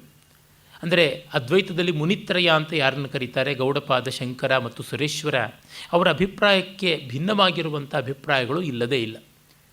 ಈತ ಜೈನವೂ ಅದ್ವೈತವೇ, ಬೌದ್ಧವೂ ಅದ್ವೈತವೇ, ಶಾಕ್ತವೂ ಅದ್ವೈತವೇ, ಶೈವವೂ ಅದ್ವೈತವೇ, ಯಾವುದು ಅದ್ವೈತವಲ್ಲ ಅನ್ನುವ ನೆಲೆಗೆ ಬಂದುಬಿಡುವುದು ಉಂಟು. ಅಂದರೆ ಅನುಭವ ಪಾರಮ್ಯದಲ್ಲಿ ಬಂದಾಗ ಅವುಗಳಿಗೆಲ್ಲಕ್ಕೂ ಒಂದು ಸಮನ್ವಯ ಶಕ್ಯ ಅಂತ ಗೊತ್ತಾಗುತ್ತದೆ. ಇದು ಶುಷ್ಕ ವಿದ್ವತ್ತೆಗೆ ಕಸಿವಿಸಿ ತರಬಹುದಾದರೂ ಸರಸವಾದ ಅನುಭೂತಿಗೆ ಸಂತೋಷ ಕೊಡುವಂಥದ್ದೇ ಆಗಿದೆ. ಆಮೇಲೆ ಈ ಒಂದು ಗ್ರಂಥದ ಐತಿಹಾಸಿಕತೆ, ಕಾಲನಿರ್ದೇಶನ ಇತ್ಯಾದಿಗಳನ್ನು ಕುರಿತು ನೋಡುವಂತಾದರೆ ನಾವು ಈ ಬಗೆಗೆ ದೊಡ್ಡ ವಿದ್ವಾಂಸರುಗಳು ಮಾಡಿದ ಚರ್ಚೆಯನ್ನೆಲ್ಲ ಇಟ್ಟುಕೊಂಡು ಹೇಳುವುದಾದರೆ, ಇಲ್ಲಿ ಅಂತೂ ನಾವು ಎಲ್ಲ ದರ್ಶನಗಳ ಸಮಾಹಾರವನ್ನು ಕೂಡ ಕಾಣ್ತೀವಿ. ಈ ದೃಷ್ಟಿಯಿಂದ ಇದು ಕೇವಲ ವೇದಾಂತ ಗ್ರಂಥ ವಿಶ್ವಕೋಶ ಮಾತ್ರವಲ್ಲ, ಭಾರತೀಯ ದರ್ಶನಗಳ ಪೈಕಿಯೇ ಒಂದು ವಿಶ್ವಕೋಶಾತ್ಮಕವಾದಂಥ ಕೃತಿ ಅಂತನ್ನುವುದನ್ನು ನೋಡಬಹುದು. ಇದರ ಶೈಲಿ ಶಂಕರರಂಥ ಲೋಕದಲ್ಲಿ ಪ್ರಸಿದ್ಧ ಇರುವ ವಿವೇಕ ಚೂಡಾಮಣಿ ಮತ್ತು ಅಪರೋಕ್ಷಾನುಭೂತಿ, ಆತ್ಮಬೋಧ, ಶತಶ್ಲೋಕಿ ಮೊದಲಾದವುಗಳನ್ನು ಹೋಲುವಂಥದ್ದು. ಪ್ರಧಾನವಾಗಿ ಅನುಷ್ಠುಪ್ ಛಂದಸ್ಸಿನಲ್ಲಿದ್ದರೂ ಅಲ್ಲಲ್ಲಿ ಸರ್ಗಾಂತ್ಯೆ ಭಿನ್ನಂ ಛಂದ ಅನ್ನುವಂತೆ ಬೇರೆ ಬೇರೆ ಛಂದಗಳು ಬರುತ್ತವೆ. ತುಂಬ ಸೊಗಸಾದ ಪ್ರಾಸಾದಿಕವಾದ ರಮಣೀಯವಾದ ಪ್ರಾಸಾನುಪ್ರಾಸಗಳಿಂದ ಪರಿಪ್ಲಾವಿತವಾದಂಥ ಶೈಲಿ. ದೃಷ್ಟಾಂತಗಳ ಮೇಲೆ ದೃಷ್ಟಾಂತಗಳು, ಉಪಮಾ, ರೂಪಕ, ಉತ್ಪ್ರೇಕ್ಷ, ಅತಿಶಯೋಕ್ತಿ, ವ್ಯತಿರೇಕ, ಶ್ಲೇಷ, ಪರಿಸಂಖ್ಯಾ, ಯಥಾಸಂಖ್ಯಾ, ಈ ಥರ ಎಷ್ಟೊಂದು ಅಲಂಕಾರಗಳು ಬರುತ್ತವೆ. ಆ ರೀತಿಯಾಗಿ ನಾವು ಕಾಣಬಹುದು. ಮತ್ತು ಇಲ್ಲಿ ಅದೇ ಯಾವ್ಯಾವುದು ವಿರುದ್ಧ ದರ್ಶನಗಳು, ಭಿನ್ನ ಭಿನ್ನವಾದ ಅಭಿಪ್ರಾಯಗಳು ಅಂತೀವಿ, ಅವುಗಳಿಗೆಲ್ಲಕ್ಕೂ ಕೂಡ ಅಚ್ಚುಕಟ್ಟಾದ ಸಮನ್ವಯವನ್ನು ಕಲ್ಪಿಸುವ ಪ್ರಯತ್ನ. ಮತ್ತು ಭಾರತೀಯ ಮನಃಶಾಸ್ತ್ರದ ಒಂದು ಅತ್ಯುತ್ತಮವಾದ ಆಯಾಮ ಇಲ್ಲಿ ನಮಗೆ ಕಾಣಸಿಗುತ್ತವೆ. ಇದಿಷ್ಟು ಗ್ರಂಥದ ಸಾಮಾನ್ಯ ಹೊರಗಿನ ರೂಪದ ಬಗ್ಗೆ ಆಯಿತು. ಇನ್ನು ಒಳಗಡೆಗೆ ನಾವು ಹೋಗಿ ನೋಡಿದರೆ ನಮಗೆ ಗೊತ್ತಾಗುತ್ತದೆ ಇದು 6 ಪ್ರಕರಣಗಳಿಂದ ಕೂಡಿದೆ ಅಂತ. ಅವುಗಳ ಉದ್ದ ಹೆಚ್ಚು ಕಡಿಮೆ ಆಗುತ್ತದೆ. ಅಂದರೆ ಎಲ್ಲ ಒಂದೇ ಗಾತ್ರದಲ್ಲಿಲ್ಲ. ವೈರಾಗ್ಯ ಪ್ರಕರಣ, ಮುಮುಕ್ಷು ಪ್ರಕರಣ, ಉತ್ಪತ್ತಿ ಪ್ರಕರಣ, ಸ್ಥಿತಿ ಪ್ರಕರಣ, ಉಪಶಮನ ಪ್ರಕರಣ ಮತ್ತು ನಿರ್ವಾಣ ಪ್ರಕರಣ ಅಂತ 6 ಪ್ರಕರಣಗಳು. ಇಲ್ಲಿ ಮೊದಲಿಗೆ ರಾಮನಿಗೆ ವೈರಾಗ್ಯ ಬಂದದ್ದು, ಆಮೇಲೆ ಅವನು ಜಿಜ್ಞಾಸುವಾಗಿ ಬಿಡುಗಡೆ ಬಯಕೆಯಿಂದ ಮಾಡುವಂಥ ಪ್ರಶ್ನೆಗಳು ಮತ್ತು ಜ್ಞಾನೋತ್ಪತ್ತಿ ಯಾವ ರೀತಿಯಾಗಿ ಆಗುತ್ತದೆ ಅನ್ನುವಂಥದ್ದು, ಮತ್ತು ಜಗತ್ತಿನ ಸ್ಥಿತಿ, ಜೀವದ ಸ್ಥಿತಿ, ಜ್ಞಾನದ ಸ್ಥಿತಿ ಅಂದರೆ ಏನು ಅಂತನ್ನುವುದು, ಮತ್ತು ರಾಗದ್ವೇಷಗಳೆಲ್ಲ ಉಪಶಮನವಾಗಿ ಪ್ರಪಂಚ ಅನ್ನುವುದು ಇದ್ದಲ್ಲಿ ಅದು ಹೋಗಲೇಬೇಕು. ಗೌಡಪಾದರು ಹೇಳ್ತಾರಲ್ಲ, ಪ್ರಪಂಚೋ ಯದಿ ವಿದ್ಯೇತ ನಿವರ್ತೇತ ನ ಸಂಶಯ ಅನ್ನುವ ಆ ಮಾತು. ಮತ್ತು ಸಂಪೂರ್ಣವಾಗಿ ಜೀವನ್ಮುಕ್ತನಾಗಿ ವಿಹರಿಸುವಂಥದ್ದು ಅನ್ನುವ ಈ ನಿರ್ವಾಣ ಪ್ರಕರಣ ಅಂತ ಇಷ್ಟು. ಆದರೆ ಎಲ್ಲ ಪ್ರಕರಣದಲ್ಲಿ ಎಲ್ಲವೂ ಬಂದು ಹೋಗ್ತಾ ಇರ್ತದೆ. ಇದು ಒಂದು ರೀತಿ ಜಲ್ಪತೋರಕ್ರಮೇಣ ಹಿಂದು ಮುಂದೆ ಮೇಲೆ ಕೆಳಗೆ ಆಗುತ್ತಲೇ ಇರ್ತದೆ. ಆ ಕಾರಣದಿಂದ ಅಧ್ಯಯನ ಮಾಡುವವರಿಗೆ ಒಂದು ಸ್ವಲ್ಪ ತೊಡಕು ಆಗುತ್ತದೆ. ಈ ಗ್ರಂಥದ ಪ್ರಾಶಸ್ತ್ಯ ಇರುವಂತೆ ತೊಡಕುಗಳನ್ನು ಒಂದಷ್ಟು ಹೇಳಬೇಕು ಅಂತಂದರೆ, ಮೊದಲಿಗೆ ಬರುವುದು ಇದರ ಭಯಪಡಿಸುವಷ್ಟು ಗಾತ್ರ. 28,000 ಶ್ಲೋಕಗಳ ಪ್ರಸ್ತುತ ಉಪಲಬ್ಧಿಯಲ್ಲಿ ನಮಗೆ ರಾಮಾಯಣಕ್ಕಿಂತ 4,000 ಕೋಸರು ತಗೋ ಅಂತ ಕೊಟ್ಟಿದ್ದಾರೆ ಅಂತಂದರೆ ಓದುವುದು ಕಷ್ಟ ಅಂತ ಮೊದಲಿಗೆ ಸುಕುಮಾರಮತಿಗಳು ದೀಖೇದಾಯೈವ ವಿಸ್ತಾರ ಭಾಮಹ ಹೇಳಿಬಿಟ್ಟ. ಯಾರಿಗೆ ಬೇಕು ವಿಸ್ತಾರ, ಸುಮ್ಮನೆ ಬುದ್ಧಿಗೆ ಭಾರ ಅಂತ ಹೇಳಿಬಿಟ್ಟಿದ್ನು. ಆಮೇಲೆ ಇನ್ನೊಂದು ಸಮಸ್ಯೆ, ಇದು ತರ್ಕಶುದ್ಧವಾದ ನಿರೂಪಣೆ ಅಲ್ಲ, ಭಾವಬದ್ಧವಾದ ನಿರೂಪಣೆ. ಅದರಿಂದ ನಮಗೆ ಓದಿದ ಮೇಲೂ ಎಷ್ಟೋ ಪ್ರಶ್ನೆಗಳು, ಸಂದೇಹಗಳು, ಗೊಂದಲಗಳು ಉಳಿದು ಬಿಡುತ್ತವೆ. ಇಷ್ಟು ಶ್ರಮಪಟ್ಟು ಈ ಗ್ರಂಥವನ್ನು ಓದಿದ ಮೇಲೂ ನಮಗೆ ಮತ್ತೆ ರಾಮಾಯಣ ಸೀತೆ ಎಲ್ಲ ಕೇಳಿ, ರಾಮ ಸೀತೆಗೆ ಏನು ಸಂಬಂಧ, ರಾತ್ರಿಯೆಲ್ಲ ರಾಮಾಯಣ ಕೇಳಿ ಬೆಳಗಾದ ಮೇಲೆ ಸೀತಾರಾಮರ ಸಂಬಂಧ ಏನು ಅಂತ ಕೇಳದಂತೆ ಆಗಿಬಿಡ್ಬೋದು ಅನ್ನುವಂಥದ್ದು ಒಂದು. ಮತ್ತು ಅಲ್ಲಲ್ಲಿ ಹೆಜ್ಜೆಜ್ಜೆಗೂ ಕಣ್ಣು ಕೋರೈಸುವಂತಹ ಮನೋಹರವಾದ ಸೂಕ್ತಿಗಳು ಬರ್ತಾ ಇರ್ತವೆ. ಆದರೆ ಅವುಗಳೆಲ್ಲಕ್ಕೂ ಕೂಡ ಕಡೆಯಲ್ಲಿ ತಾತ್ಪರ್ಯವನ್ನು ಹೇಗೆ ಮಾಡಿಕೊಳ್ಳಬೇಕು ಅನ್ನುವ ಪೂರ್ವಾಪರ ಸಮನ್ವಯದ ಒಂದು ಕ್ಲೇಶ ಕಾಣಿಸುತ್ತದೆ. ಮತ್ತು ಇನ್ನೊಂದು, ಹಲವು ಮತಗಳವರಿಗೆ ಅನುಕೂಲವಾಗಬಹುದಾದ್ದರಿಂದ, ಉದಾಹರಣೆಗೆ ಯೋಗ ದರ್ಶನದವರಿಗೆ ಅನುಕೂಲತೆ ಉಂಟು, ಸಾಂಖ್ಯ ದರ್ಶನದವ್ರಿಗೂ ಒಂದಷ್ಟು ಅನುಕೂಲತೆ ಉಂಟು, ಪ್ರತಿಭಿಜ್ಞಾ ಶೈವ ದರ್ಶನದವ್ರಿಗೂ ಅನುಕೂಲ ಉಂಟು, ಅದ್ವೈತಿಗಳಿಗಂತೂ ಬೇಕಾದಂತೆ ಅನುಕೂಲ ಉಂಟು, ವಿಜ್ಞಾನವಾದಿಗಳಾದ ಬೌದ್ಧರಿಗೂ ಕೂಡ ಅನುಕೂಲತೆ ಉಂಟು, ಸ್ಯಾದ್ವಾದಿಗಳಾದ ಜೈನರಿಗೂ ಕೂಡ ಅಲ್ಲಿ ಅವಕಾಶ ಉಂಟು ಅಂತಂದರೆ, ಇದನ್ನು ಕೋಟ್ ಮಾಡಿದ್ರೆ ನಾವು ಬಚಾಯಿಸಿಕೊಳ್ಳೋದು ಕಷ್ಟ ನಮ್ಮನ್ನು. ಇದರಿಂದಲೇ ನಮ್ಮ ವಾದಕ್ಕೆ ವಿರುದ್ಧವಾದ ಮತ್ತೊಂದನ್ನು ತಂದು ಕೂಡಿಸಿಬಿಟ್ರೆ ಮುಂದೆ ಗತಿ ಏನು ಅಂತನ್ನುವುದು. ಅಂದರೆ ವಿದ್ವದ್ವಲಯದಲ್ಲಿ ಚರ್ಚೆಗೆ ಹೊರಟಾಗ ಇದನ್ನು ಪ್ರಮಾಣವಾಗಿಟ್ಟುಕೊಂಡ್ರೆ ಬರುವ ತೊಡಕು ಇಂಥದ್ದು ಅಂತನ್ನುವುದು ಒಂದು ಕಷ್ಟ. ಆಮೇಲೆ ಇನ್ನೂ ಒಂದು ದೊಡ್ಡ ಪ್ರಶ್ನೆ ಏನಾಗ್ಬಿಡುತ್ತೆ, ಈ ಗ್ರಂಥದಲ್ಲಿ ಅದು ಯಾವ ರೀತಿಯಾದ ಅದ್ವೈತವನ್ನು ಹೇಳ್ತಾ ಇದೆ. ಅದ್ವೈತವನ್ನೇ ಅಂತ ತೆಗೆದುಕೊಂಡ್ರೆ ಕೆಲವು ಕಡೆ ಅಜಾತಿವಾದದ ಪ್ರಖರವಾದ ರೂಪವನ್ನು ನಾವು ನೋಡ್ತೀವಿ. ಅದೇ ಸಂದರ್ಭದಲ್ಲಿ ಅದು ವಿವರ್ತವಾದದ ಕೆಲವು ಆಯಾಮಗಳನ್ನು ಹೇಳುತ್ತೆ. ಇನ್ನು ಕೆಲವು ಸರ್ತಿ ದೃಷ್ಟಿ ಸೃಷ್ಟಿವಾದವನ್ನು ಹೇಳುತ್ತೆ. ಹೇಗೆ ಅಂತ ನಚಿಕೆ ಅಂತನ್ನುವಂಥದ್ದು ಒಂದು ಪ್ರಶ್ನೆ. ಈ ಎಲ್ಲ ಕಾರಣಗಳಿಂದ ಇದನ್ನು ಸಂಗ್ರಹ ಮಾಡಬೇಕು, ವ್ಯವಸ್ಥಾಪನಗೊಳಿಸಬೇಕು, ಓರಣವಾಗಿ ಒಂದು ಕಡೆಗೆ ವಿಷಯಾನುಸಾರವಾಗಿ ನಿರೂಪಣ ಮಾಡಬೇಕು ಅನ್ನೋದು ಅನೇಕರಿಗೆ ಅನೇಕ ಕಾಲ ಇದ್ದಂಥ ಅಪೇಕ್ಷೆ.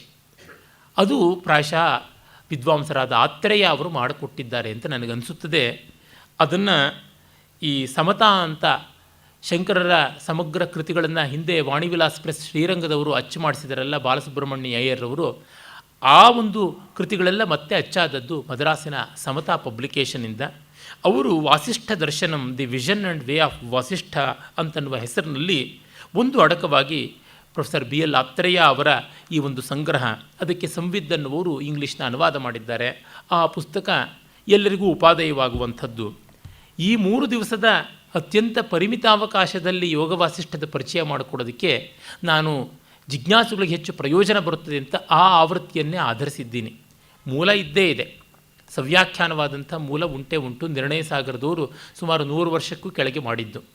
ಅದಲ್ಲದೆ ಈಗಷ್ಟೇ ರಾಮಸ್ವಾಮಿಯವರು ಹೇಳಿದರು, ನಮ್ಮ ದೇವರು ನರಸಿಂಹಶಾಸ್ತ್ರಿಗಳು ಮಾಡಿಕೊಟ್ಟಂತಹ ಸಮಗ್ರವಾದ ಜಯಚಾಮರಾಜೇಂದ್ರ ಗ್ರಂಥರತ್ನಮಾಲೆಯ ಒಂದು ಆಶ್ರಯದಲ್ಲಿ ಬಂದಂಥದ್ದು. ಈಚೆಗೆ ಅದು ಹೇಮಂತ ಪ್ರಕಾಶನದಿಂದ 7 ಸಂಪುಟಗಳಲ್ಲಿ ಕನ್ನಡದ ಅನುವಾದ, ಒಳ್ಳೆಯ ಟಿಪ್ಪಣಿಗಳ ಸಮೇತ ಅಚ್ಚಾಗಿದೆ. ಸ್ವಲ್ಪ ಮುದ್ರಣ ದೋಷಗಳು ಇವೆ, ಆದರೆ ಟಿಪ್ಪಣಿಗಳು ತುಂಬ ಬೆಲೆ ಬಾಳುವಂಥದ್ದು. ಸಂಸ್ಕೃತ ಬಲ್ಲವರಿಗೆ ಮೂಲವನ್ನು ಸ್ಪಷ್ಟ ಮಾಡಿಕೊಳ್ಳೋದೇನು ಕಷ್ಟ ಇಲ್ಲ, ಸಂಸ್ಕೃತ ಬಾರದೇ ಇದ್ದವರಿಗೆ ಮೂಲ ಏನಿದ್ರೂ ಚಿಂತೆ ಇಲ್ಲ. ಹಾಗಾಗಿ ಮುದ್ರಣ ದೋಷಗಳು ಏನಾದರೂ ತೊಂದರೆ ಇಲ್ಲ, ಕನ್ನಡದಲ್ಲಿ ಇಲ್ಲ. ಅದರಿಂದ ಈ ಒಂದು ಗ್ರಂಥವನ್ನು ನೋಡಬಹುದು. ಒಟ್ಟಿನಲ್ಲಿ ಜೀವನ್ಮುಕ್ತನ ಸ್ಥಿತಿಯನ್ನು ಮತ್ತು ಬ್ರಹ್ಮಾನುಭವದ ಬಗೆಯನ್ನು, ಚಿತ್ತದ ಅನೇಕ ಲಹರಿಗಳನ್ನು ಕಾವ್ಯಾತ್ಮಕವಾಗಿ ಆಸ್ವಾದಿಸಬೇಕು, ಎಲ್ಲ ವಾದಗಳ ಒಣರಗಳೇ ಬೇಡ ಅಂತನ್ನುವರಿಗೆ ಎಲ್ಲ ಕಾಲಕ್ಕೂ ಪ್ರಿಯವಾಗಬಲ್ಲಂಥದ್ದು ಈ ಗ್ರಂಥ ಅಂತ ಅನಿಸುತ್ತದೆ.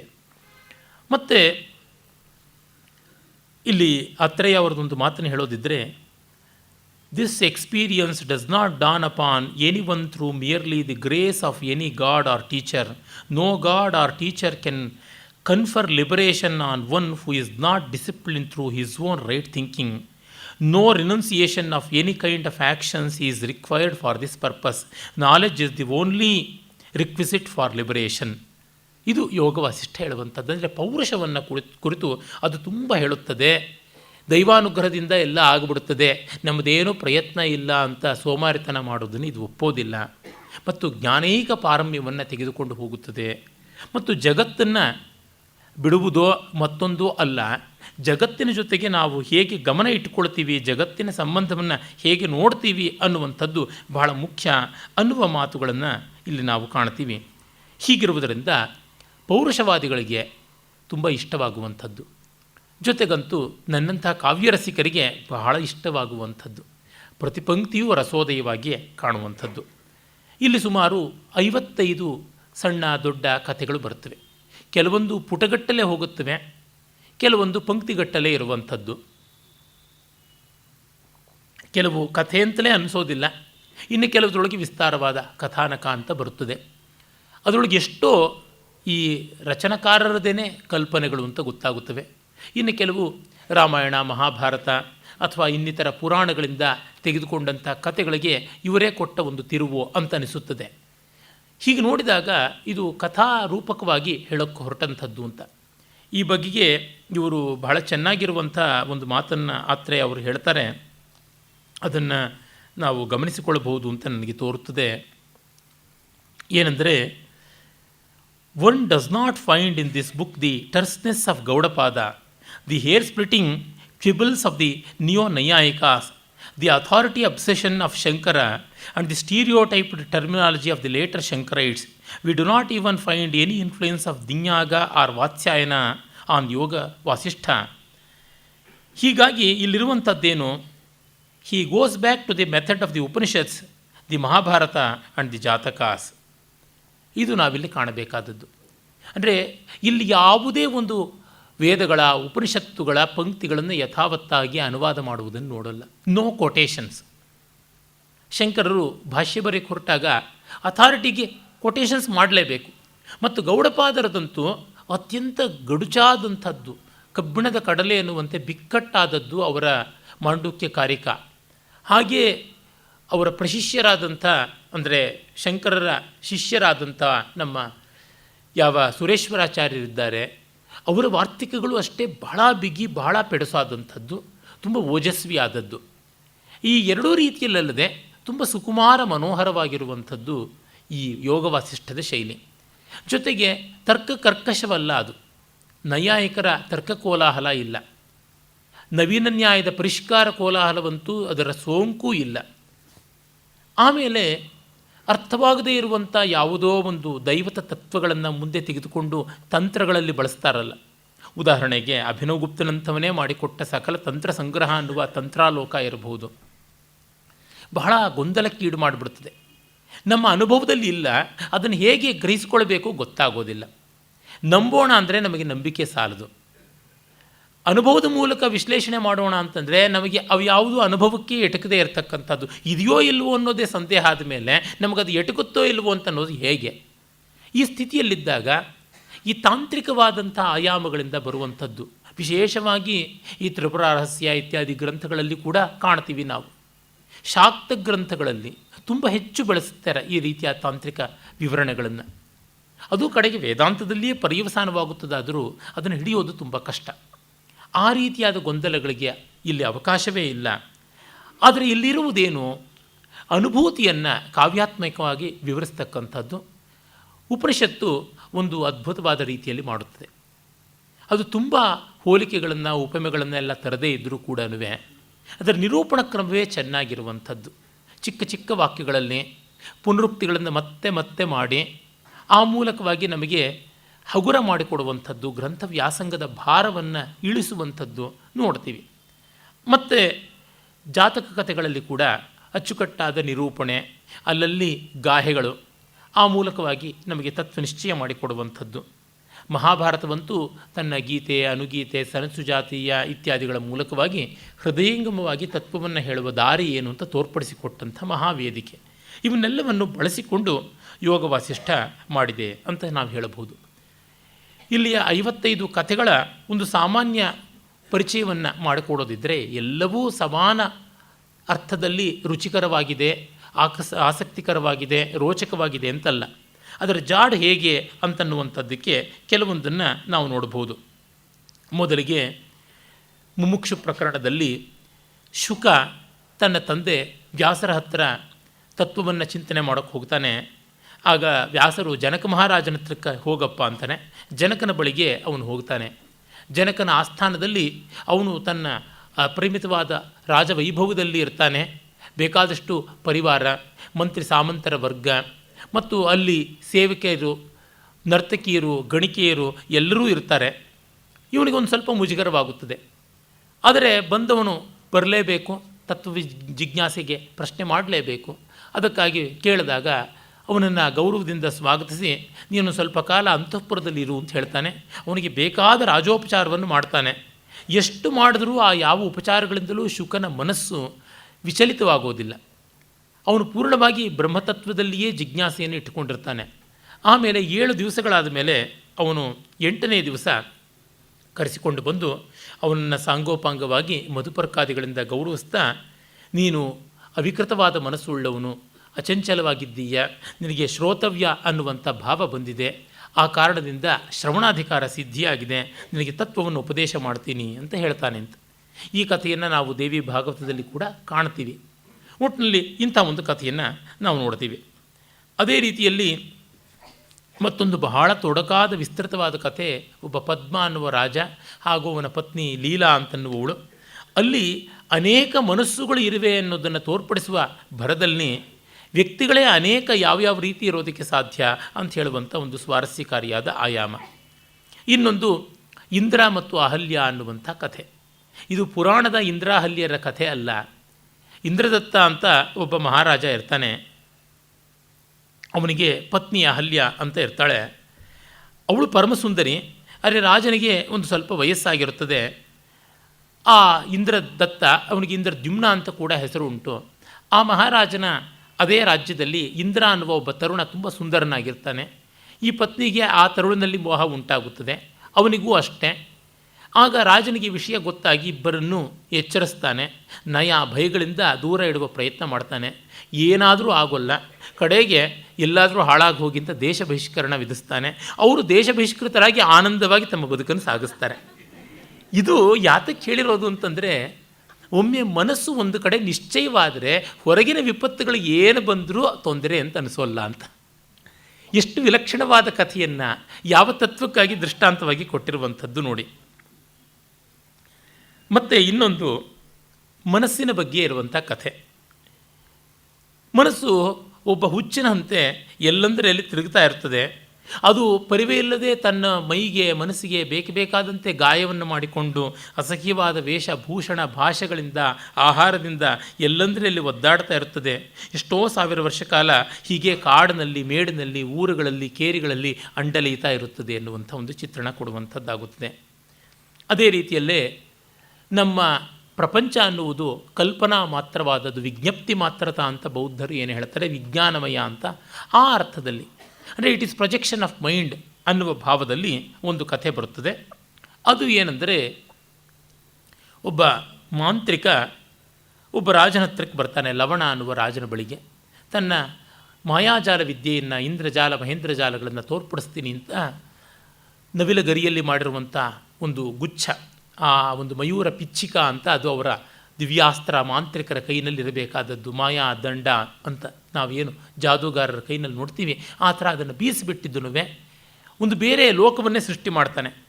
ರಾಜನ ಕಣ್ಣೆದುರಿಗೆ ಮನೋಹರವಾದ ಒಂದು ಅಶ್ವ ಕಾಣಿಸುತ್ತದೆ. ಆ ಕುದುರೆ ಮೇಲೆ ಕೂತ್ಕೊಂಡು ಅದು ನಾಗಾಲೋಟದಿಂದ ಓಡುತ್ತೆ.